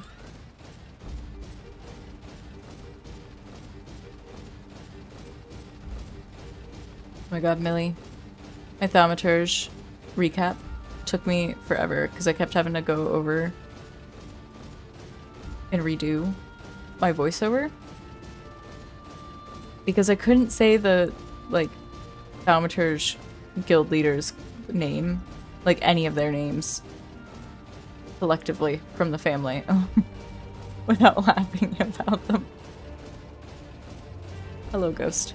Okay.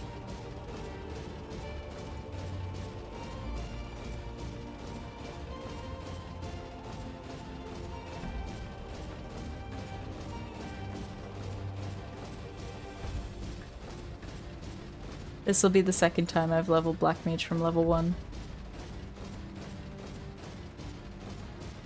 It's canon. No, it's not.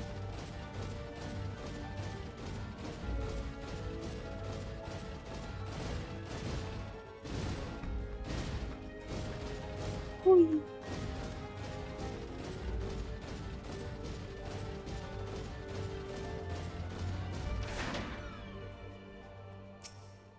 Right? It's Maggie. Our sentient battle mech. That's not what I want to cast. That's what I want to cast.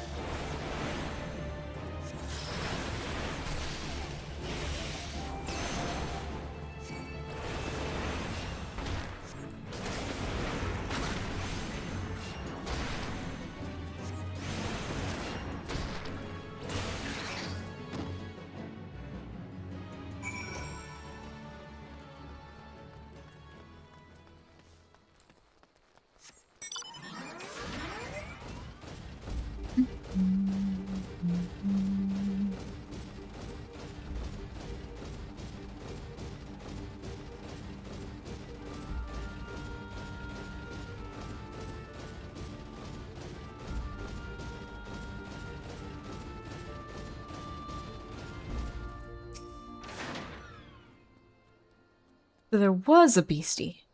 Was being the operative word, huh?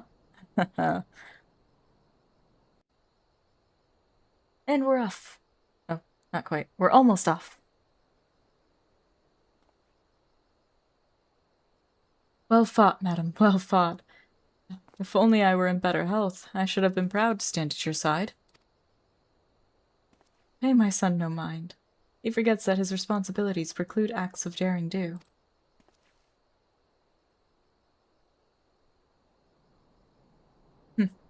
Be that as it may, I cannot help but envy you. Had we been able to call upon heroes of your strength and skill in Doma, things would have been very different. But we cannot change the past. Those who fought, and fell, are forever lost to us. Lost but not forgotten. Lady Yugiri's kinsmen least of all. They fought fiercest, though they knew full well it was in vain. She had every right to walk away, yet she chose to stay. Food, shelter, the promise of a better life. All this and more we owe to her. How does one even begin to repay such a debt? In kind, father. To she who has given everything, we shall give her all. Whatever work there is to be done, we shall do without question. Ditch digging, bricklaying, it matters not. Revenant's Toll will grow and prosper by our hands.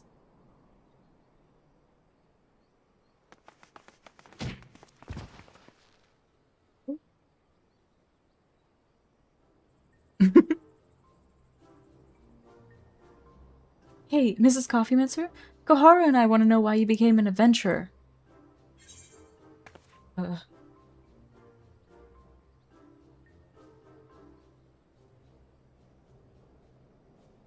a black mage. To gain power.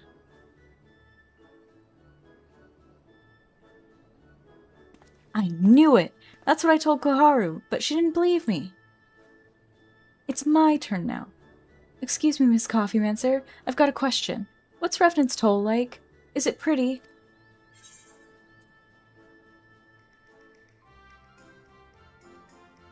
It's a stone's throw from an Imperial Master? No. It's a bastion of civilization in a harsh and unforgiving wilderness.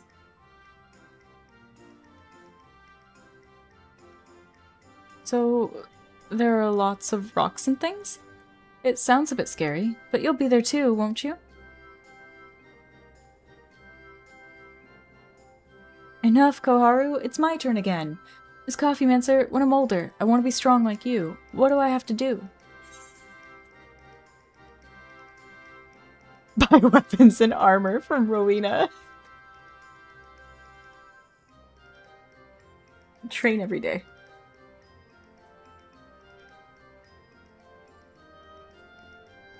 Huh, so my father was right. How do you do it then? Come on, tell me, and don't leave anything out.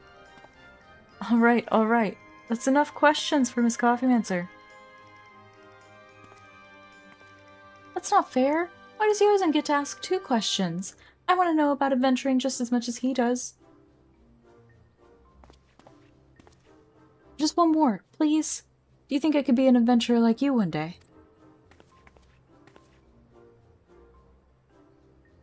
Maybe not as tall as me, but you definitely could. Really? Then I will. Thanks for the advice, Miss Coffeemancer. I won't forget it. I'm gonna be an adventurer too. When we get to Revenant's Toll, let's make an adventurers guild for Domans. We'll protect our friends and punish the wicked, just like Miss Coffeemancer and Lady Yugiri. Yeah, just like Miss Coffeemancer and Lady Yugiri. We can talk more about it in the carriage on the way. Will you be joining us?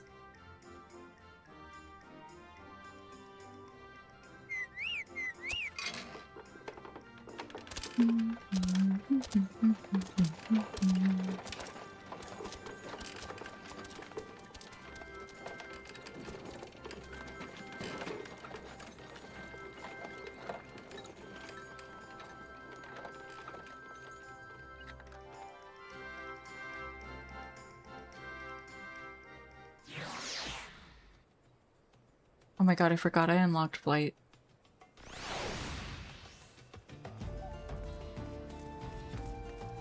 This whole time my dumbass has been running around.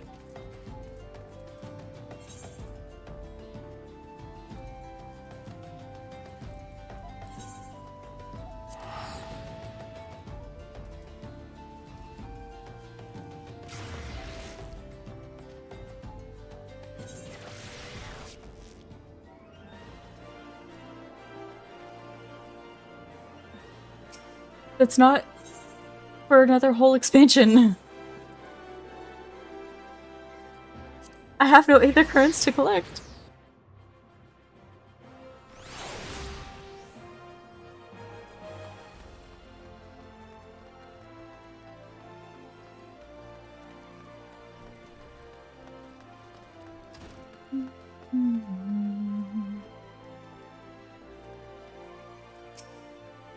Ah, Coffee Mancer. I take it the first group has arrived. Excellent. Is there aught else? No, I have matters well in hand here. You and Lady Yugiri should travel to Revenant's Toll forthwith. Aiming, slaying, fending. I'll take the money.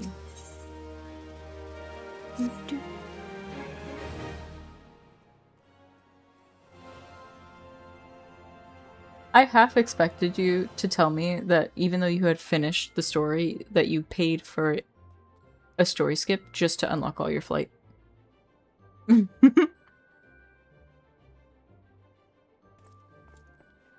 is past time Lady Yugiri met with the guild representative at Revenant's Toll. If they do not foresee any future matters arising here in Thanalan which might require your personal attention, I would instead have you serve as an escort to the Doman delegation for the duration of the journey. Speak first with Slafborn upon your arrival. He's the one with whom the Domans will be working most closely, I should think.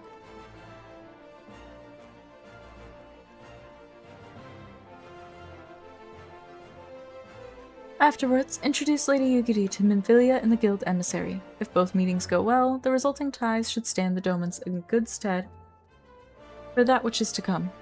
Safe travels, Coffee Mancer.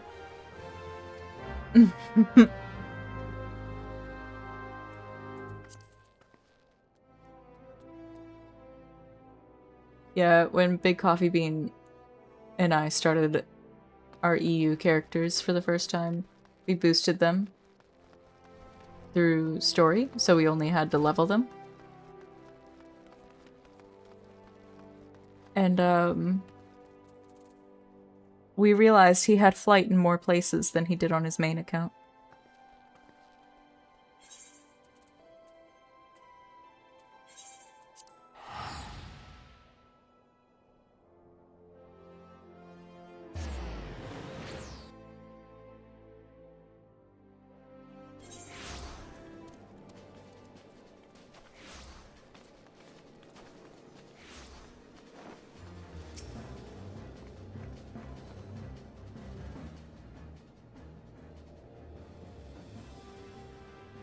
You had a taxi for the entire game? And this must be the esteemed Lady Yugiri and her associates. I greet you all as friends and bid you welcome to the Toll.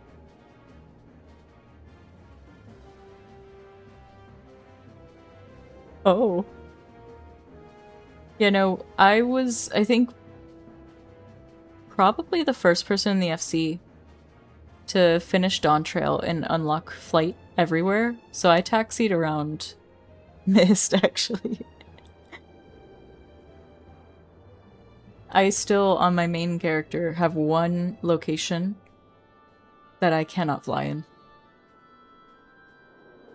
Reality came crashing down. I hope you do not find our dearth of fineries off-putting, for though we may seem, we have a wealth of spirit and camaraderie to spare. You see, race and creed don't enter into it here. We welcome all sorts, provided they are willing to earn their keep, of course. Where? I can't say it because I'll spoil things, but I can tell you later. We are no strangers to hard work, Master Slafborn. You may rest assured that we will carry out your orders with due diligence. Oh, not for a moment did I doubt your commitment, my lady. Pray understand, I give the same speech to all new arrivals. And you needn't bow your head or call me master either. We are both frontier hands, as far as I'm concerned. As you wish, Slafborn. May this meeting mark the beginning of a long and fruitful relationship.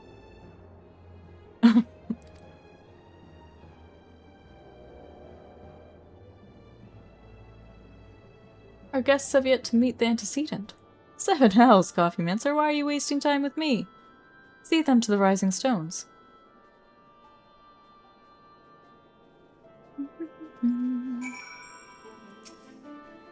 To whom much is given, much is expected. Forgive me, I require a moment to compose my thoughts before meeting with your leader. We shall join you at the Rising Stones anon.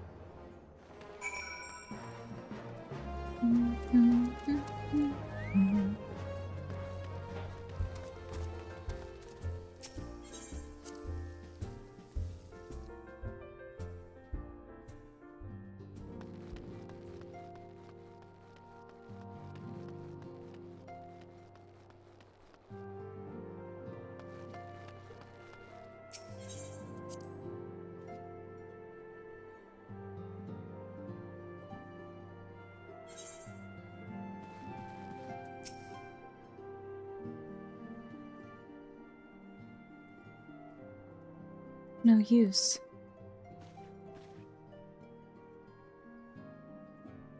Our attempts to reach the students of Baldessian continue to meet with failure. Urianger has explored other avenues of inquiry, but they too have yielded naught. We will persevere, of course, yet within our hearts the truth is clear. We are but awaiting confirmation of that which we already know. How fare the Domans? I'm given to understand you were kept quite busy at in Vesper Bay. Mayhap you question the wisdom of aiding refugees when the primal threat remains unresolved. I should not blame you if you did, nor would I deny that this matter falls outside our normal purview. Be that as it may, I could not ignore the plight of these refugees, not when it was within our power to help them. Lady Yugiri is here. Please, show her in. I should very much like to meet her.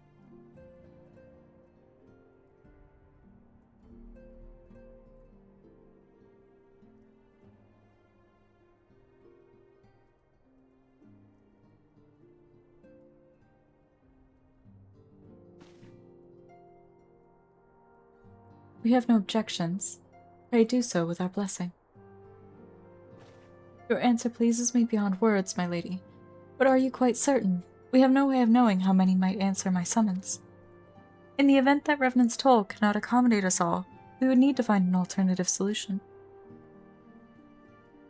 Should that come to pass, we will find it together.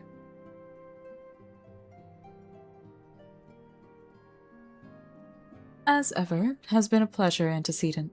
Alas, we must take our leave as the first carriages are due to arrive at any moment. Thank you. Should you require aught else, pray speak with Slathborn, Lady Yugiri. Coffeemancer.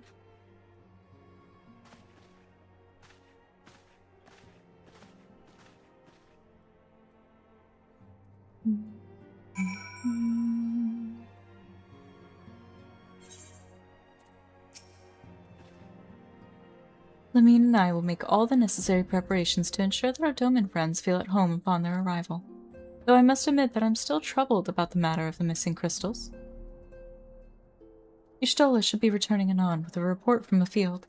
Mayhap you could wait here and speak with her upon her arrival.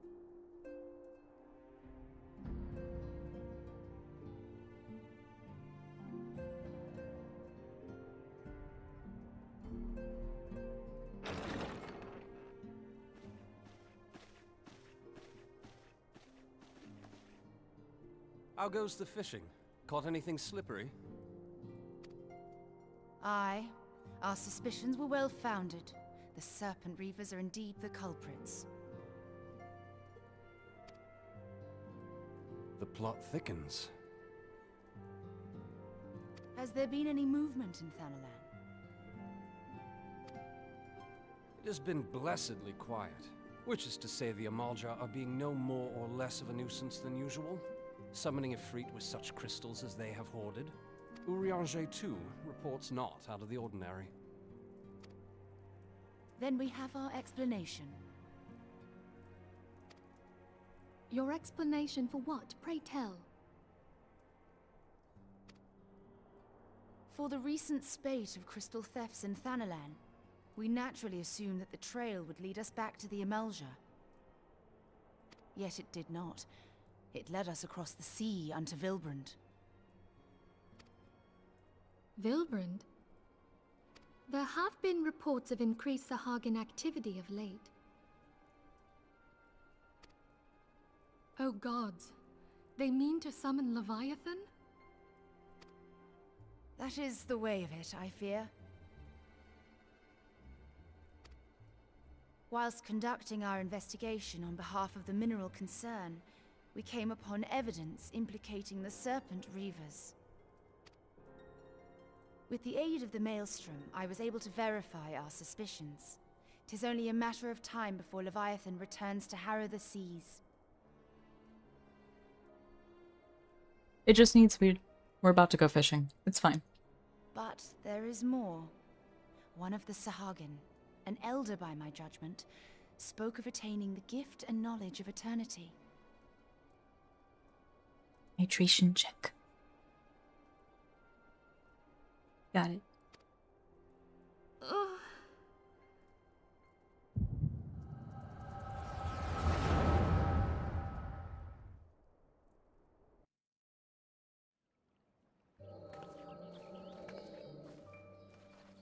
Such a disturbance in the ether. If I did not know better, I should think this device defective.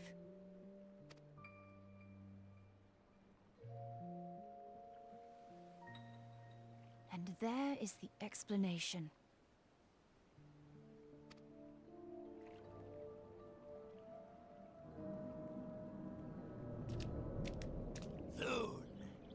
Soon it shall begin.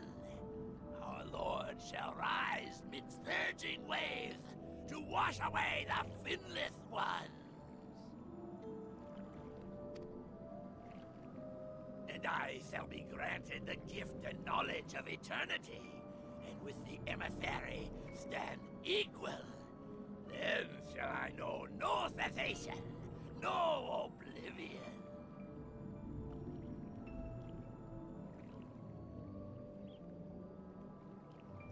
So Elidibus is like promising him he can turn him into an Ascian.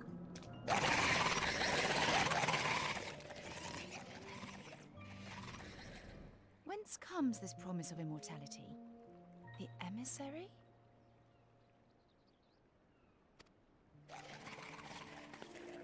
We have outstayed our welcome.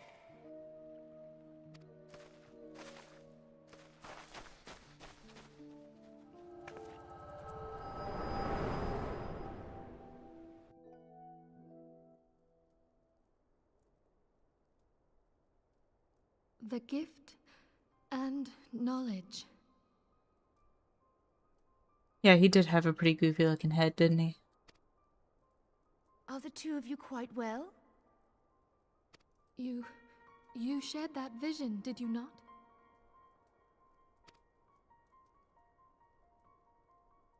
Even before the Sahagin made mention of the emissary, I recognized Elidibus's words. He is behind this. But surely it is not within his power to grant the echo. My lady, unless we act swiftly, Leviathan will rise again. The Admiral has already requested that we intervene to prevent this. Failing that, we are to attend to the Primal's extermination. She will have our full cooperation. Let us make haste to Limsa Lominsa. I mean to play a part in this mission. Tataru, pray, take charge in my absence. My lady, are you sure this is wise? I am aware of the risks, but there is something I must see with mine own eyes. The true nature of the echo. Very well. I shall not stand in your way. On the condition that you permit me to accompany you as bodyguard. Your company is ever welcome, Thancred. Honestly, they have so many different hairstyles in this game. It's kind of insane. I don't think I've ever seen as many in another MMO. I take it something ill is afoot. Aye, a Primal is about to be loosed upon Eorzea. A primal? A godlike being whose very existence is a bane upon the land. We scions of the Seventh Dawn are sworn to put an end to their kind.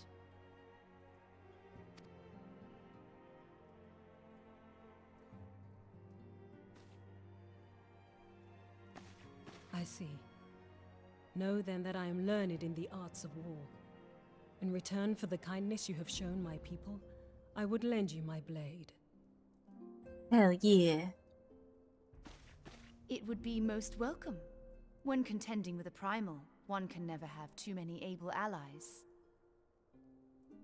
If you crave a more intimate understanding of the problems facing Eorzea, this experience is like to provide it.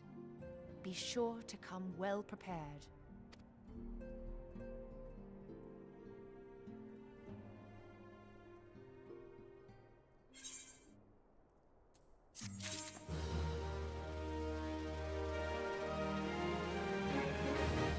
Glorious.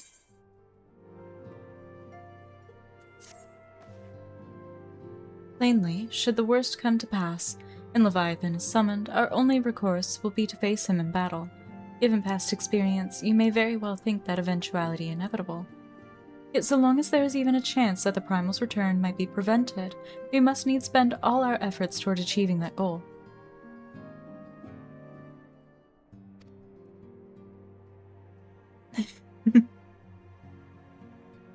Before we do aught else, let us hasten to Limsa Lominsa and meet with the Admiral.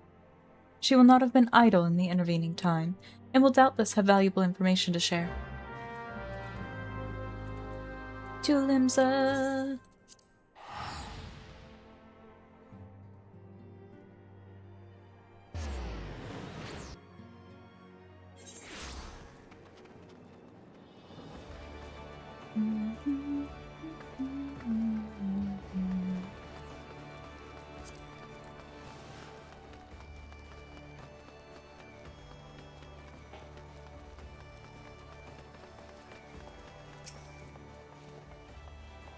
You are expected. Pray, take this lift to the command room.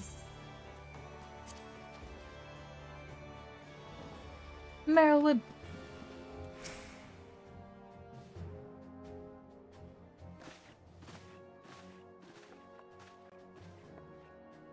Welcome, friends. I take it Y'shtola has apprised you of the situation.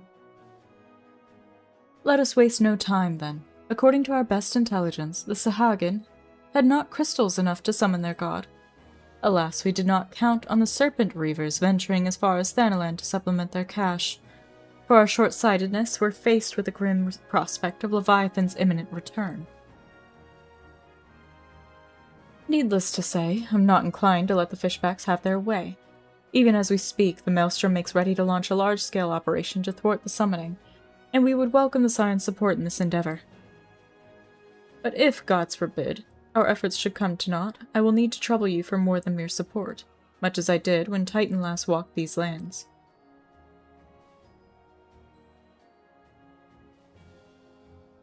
Lady Minfilia, I am given to understand that you mean to accompany our soldiers to the front lines.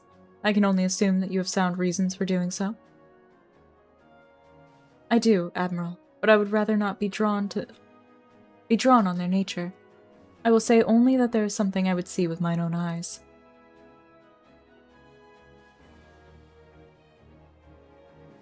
Is that so?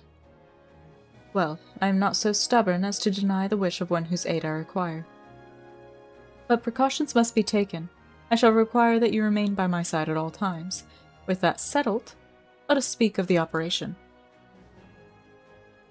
Coffee Mancer. Aelstrom scouts are currently reconning Sahagin movements within the Sapsa spawning grounds. Good lord, I could not say that. Upon completing their mission, they will return to the operation staging point at Camp Skull Valley. I want you to make your way there forthwith, that you might be apprised of the latest intelligence. Commander Falkbreda has charge of the garrison.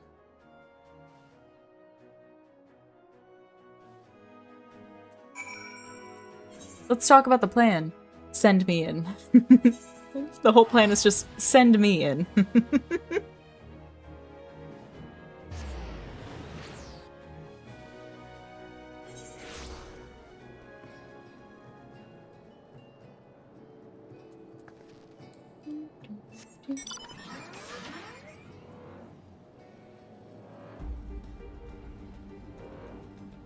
Finally remembering that I can fly.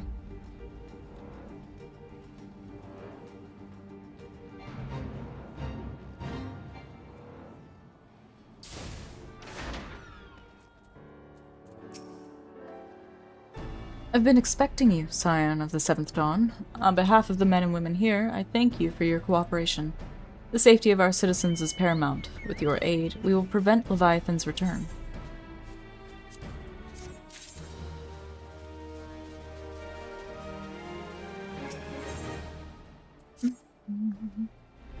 As you may already know, Maelstrom scouts have been dispatched to reconnoiter in the Sapsa spawning grounds. Though it pains me to admit it, the Maelstrom has never faced a foe the likes of this before. We must proceed with all due caution. Among other things, they have orders to determine where Leviathan might emerge, assuming it comes to that. And yet, their return is long overdue. I fear that ill may have befallen them. For better or worse, we must ascertain their fate. If it is not too much to ask, I would have you aid us in the search. 5 scouts ventured into Sapsa all told. Here, take this flask of restorative to tend to those who may have been wounded. Though it pains me to even consider the notion, if they have perished, circumstances permitting, I ask that you recover their bodies. By no means venture too deep into enemy territory, however. We can ill afford to lose you at this juncture.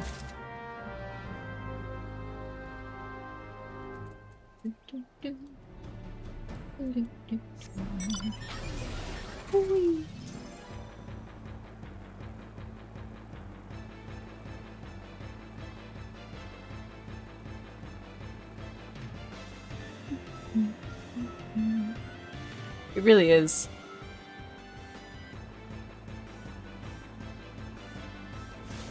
It's also just generally increasing my vocabulary. Sometimes when I talk to Big Coffee Bean lately, I'll say something, he's like, wow, you really whipped out the thesaurus for that one, didn't you?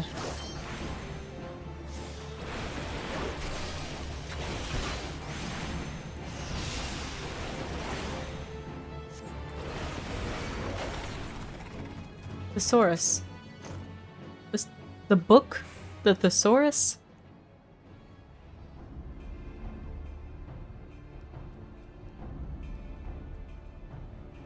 Did I not say that before? Help somebody. Of all the times to forget the restorative. Don't worry, man, I got you.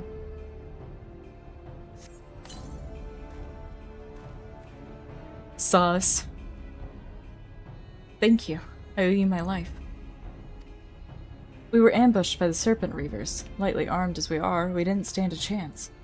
I was able to flee this far, but the others were captured. They were taken to the Serpent's Tongue, I'm certain of it. I can make my way back to camp, but I fear the worst for my comrades. Save them, I beg you. I'm on it. Oh, that's a rock.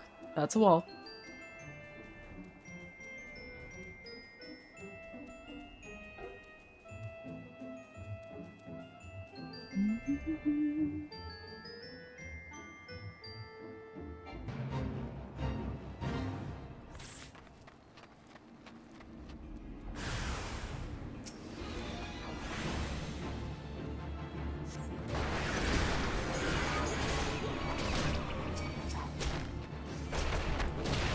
No.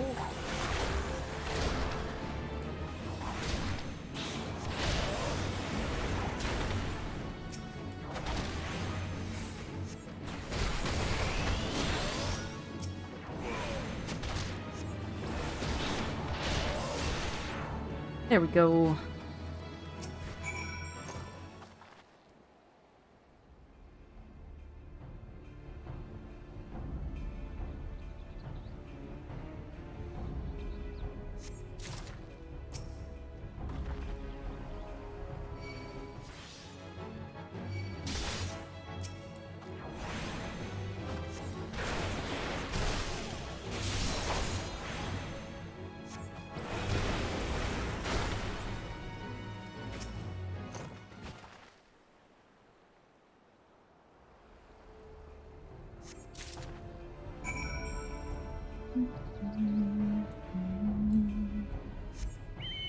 Hello, Ghost.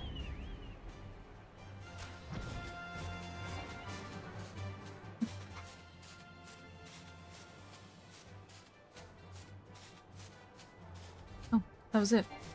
I thought 5 of them went in. We only found 3 people.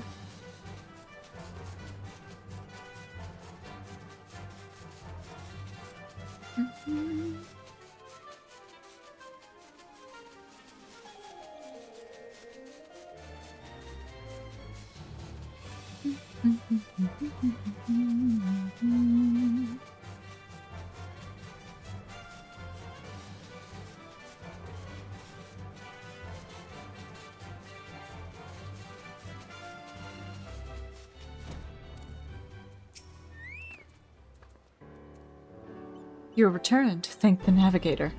When I learned that you went to the Serpent's Tongue by yourself, I feared you would meet an untimely demise. But tell me, what became of the others? Unfortunately. Dear gods, these wounds were not intended to kill, but to torture and maim. Does their savagery know no bounds? Enemies or no, they go too far. I dread to think what may have become of the 2 who remain unaccounted for. I pray that they haven't suffered the same evil fate. At the very least, one of my men came back alive, and for that I owe you my thanks. The price we paid was dear, but we have the intelligence we need. Even as we speak, the Admiral finalizes the details of the operation. The war horns will sound any moment now. Be ready to sally forth when they do.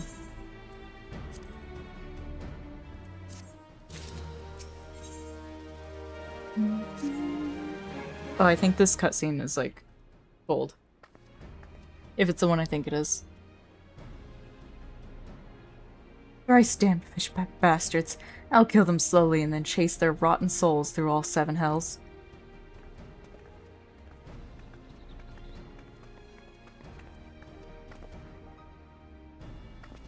Okay, it's not this one specifically, but it's coming up.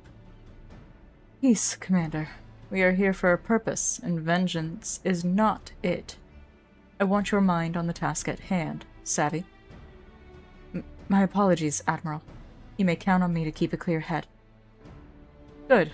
According to our sole surviving scout, the Sahagin and their thralls have already begun to amass at the Aetherite in the depths of Sapsa.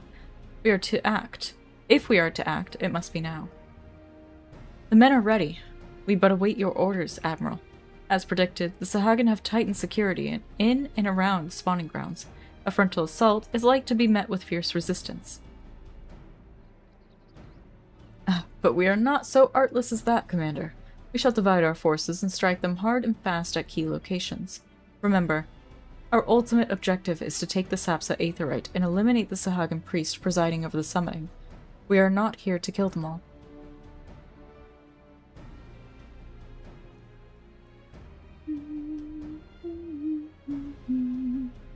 The Maelstrom shall engage and distract the Sahagin's Legion of Drowned pirates at the Serpent's Tongue. Commander, you have charge over this effort. Be mindful that the lay of the land there is devilish for attacking forces. Let the foreign levy spearhead the assault, and have subsequent units fan out to cover their flanks.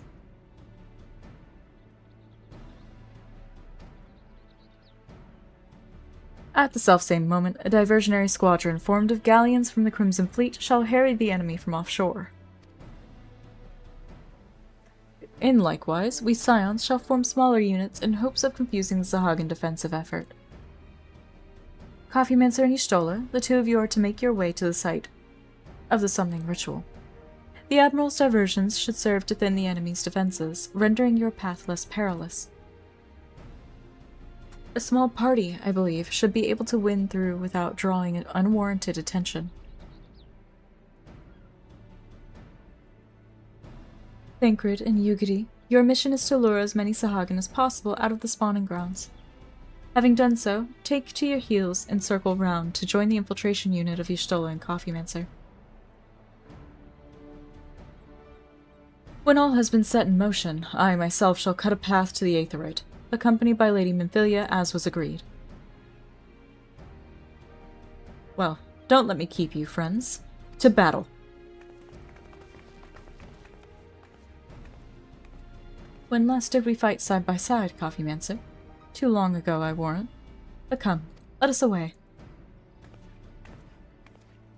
Hell yeah, we're gonna go fight with Shistola.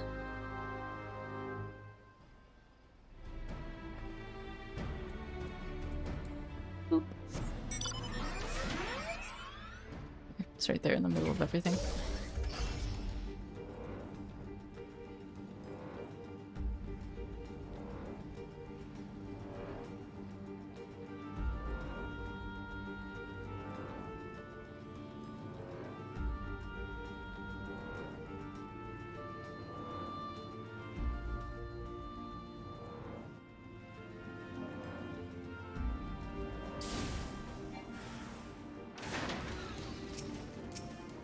If I could target the things in front of me, please.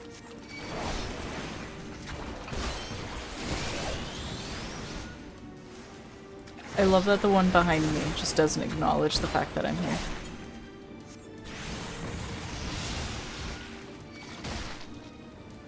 That's not what I wanted.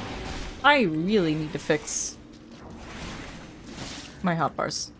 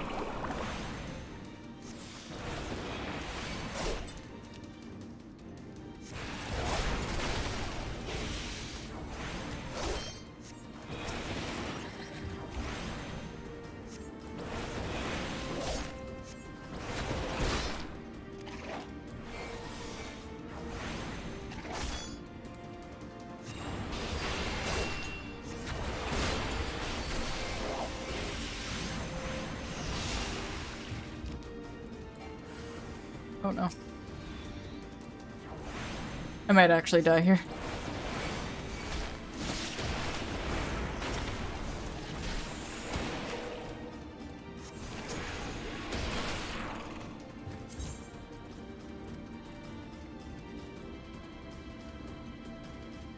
Do I not have a potion?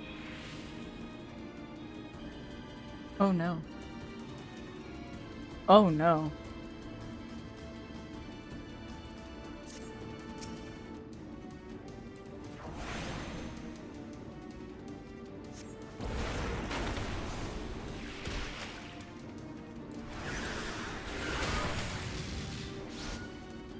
Please.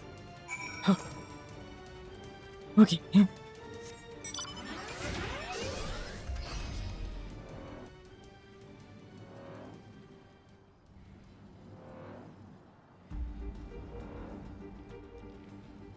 Waiting for my health to come back.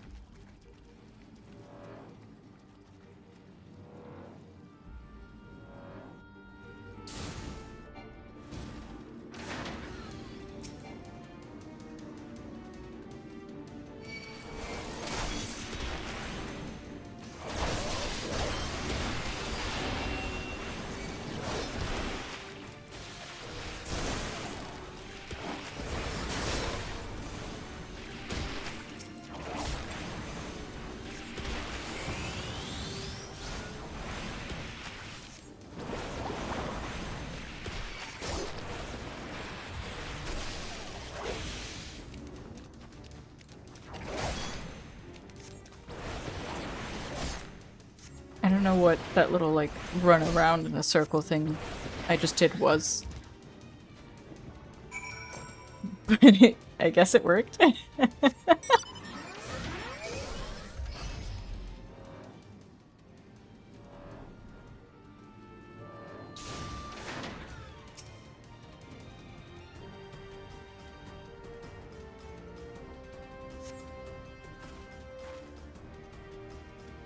Pray, do not concern yourself. 'Twas but a glancing blow. Come, the Aetheryte is close at hand. Let us press on. Is this a cutscene?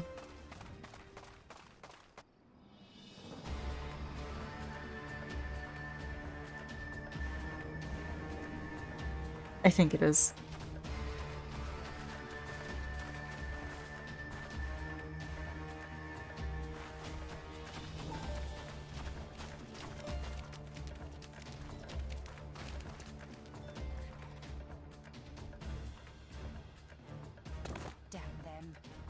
They have made thralls of soldiers and civilians both.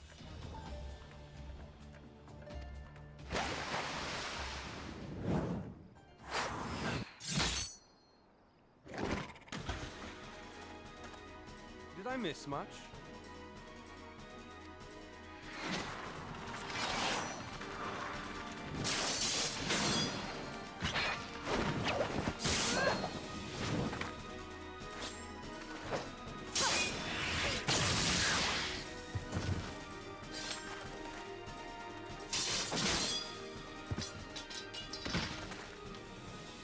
So that is how you fight in the Far East. Mental note, pick no quarrel with Domans. But seriously, if I am to keep up, I must needs forsake elegance for efficiency.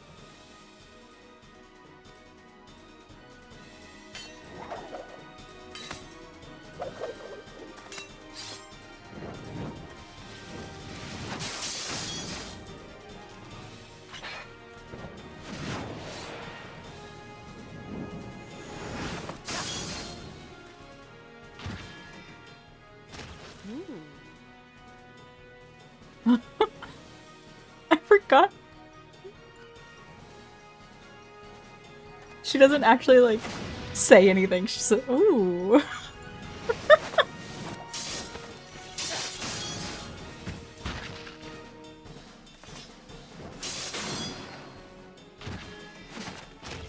To the Aetheryte!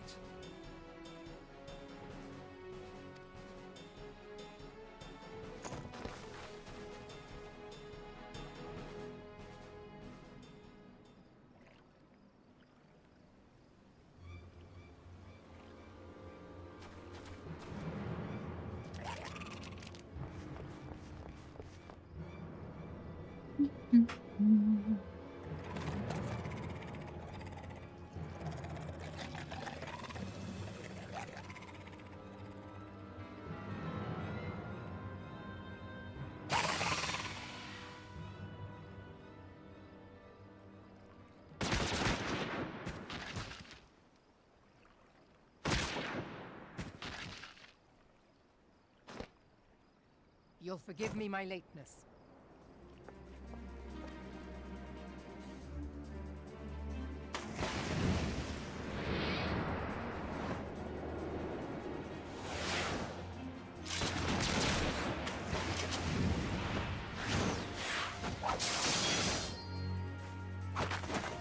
I love that everybody gets like their cool action shot for this. I've been something of a liability of late, I know. 'Tis high time I set about making amends.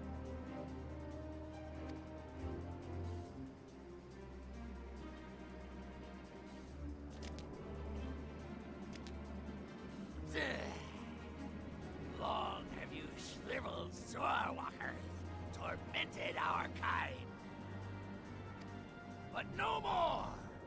Your time is at an end! Honestly, I'm glad this is voiced. Primarily because I could not do this justice. You shall perish with salt in your wounds and sea in your lungs.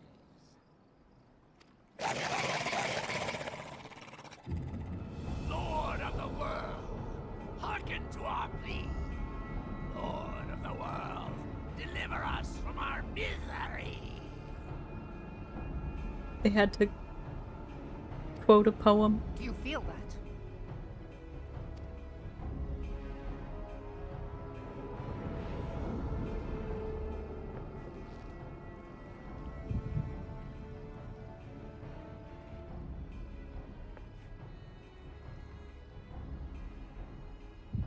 I know this sensation.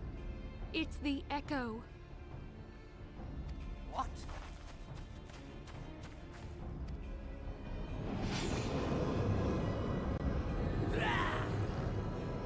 Such power! It is transcendent!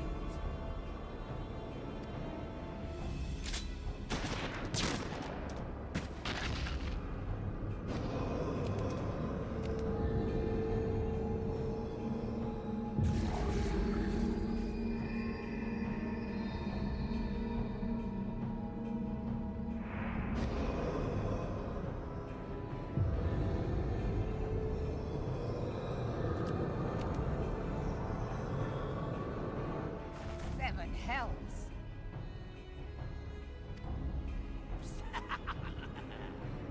Strike me down if you will. It is futile. I have mastered the gift. I am eternal.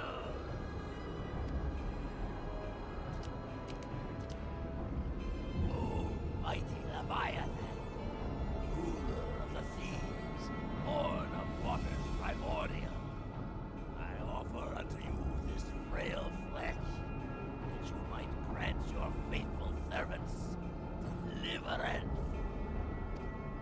I beseech you, come forth!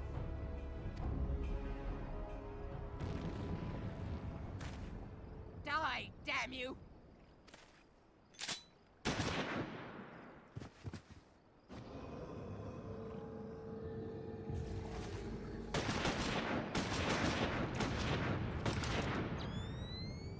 Foolish shorewalker! You cannot kill that which is eternal!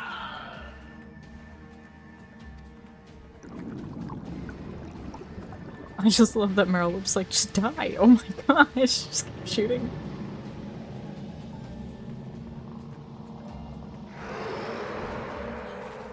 Heavens forfend. Damn it all!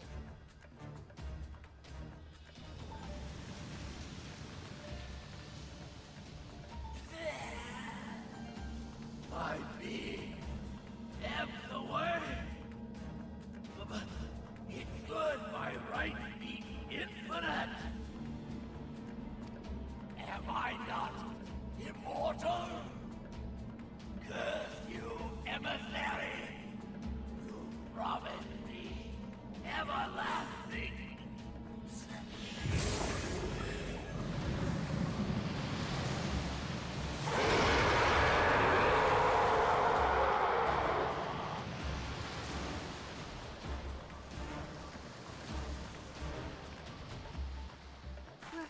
Where did he go?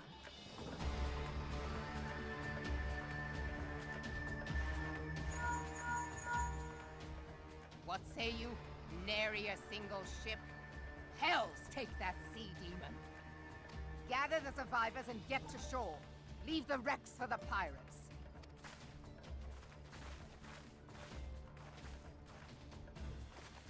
Leviathan wastes no time. The diversionary squadron is lost. Yeah, he really doesn't. He literally went under the water and then destruction. Like, For a mercy, 'twould seem the primal now makes for open sea. But why does he not press his advantage? Unless... God save us. He means to unleash a tidal wave.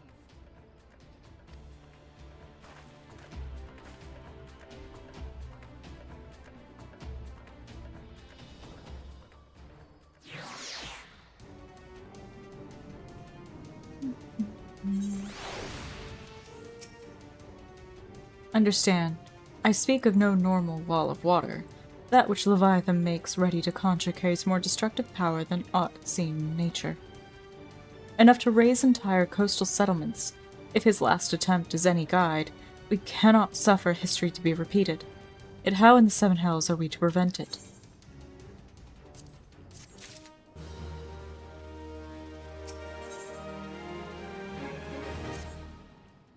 Though our plight cries out for action, we must take thought. So long as Leviathan remains in the open sea, he is effectively beyond our reach. Our fleet is second to none, of that you may be sure, but Limlane herself would struggle to best the Lord of the Whirl in his element. In a straight fight, he would make meat and match wood out of us. Holy shit. We need another plan, that much is plain. Let us return to Limsa and see if we cannot think of one. I shall await you in the command room.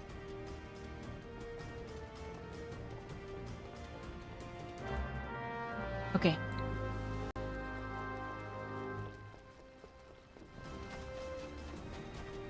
Unfortunately, as much as I would like to continue playing right now, I think we go to Limsa and probably call it there.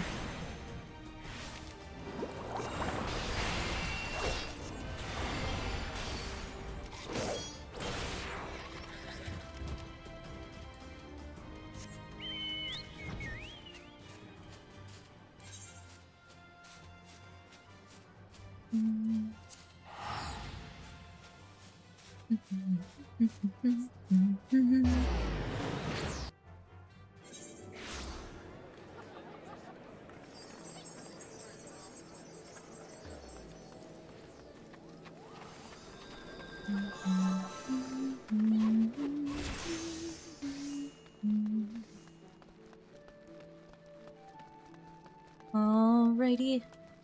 So when next we stream 14, we will be going fishing.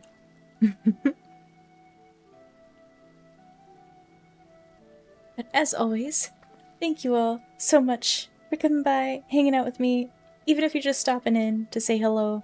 It really does make my day. Thank you guys so much. As always, W. Millie, thank you so much for being a monthly supporter on Ko-fi. It is greatly appreciated. If you are new here, subscribe on YouTube. Follow me on Kick. Hang out with us more. It's a good time. Become an espresso shot today. Either way, everybody, please, please, please, stay safe, stay sane, and take care. And I'll see you next time. Bye!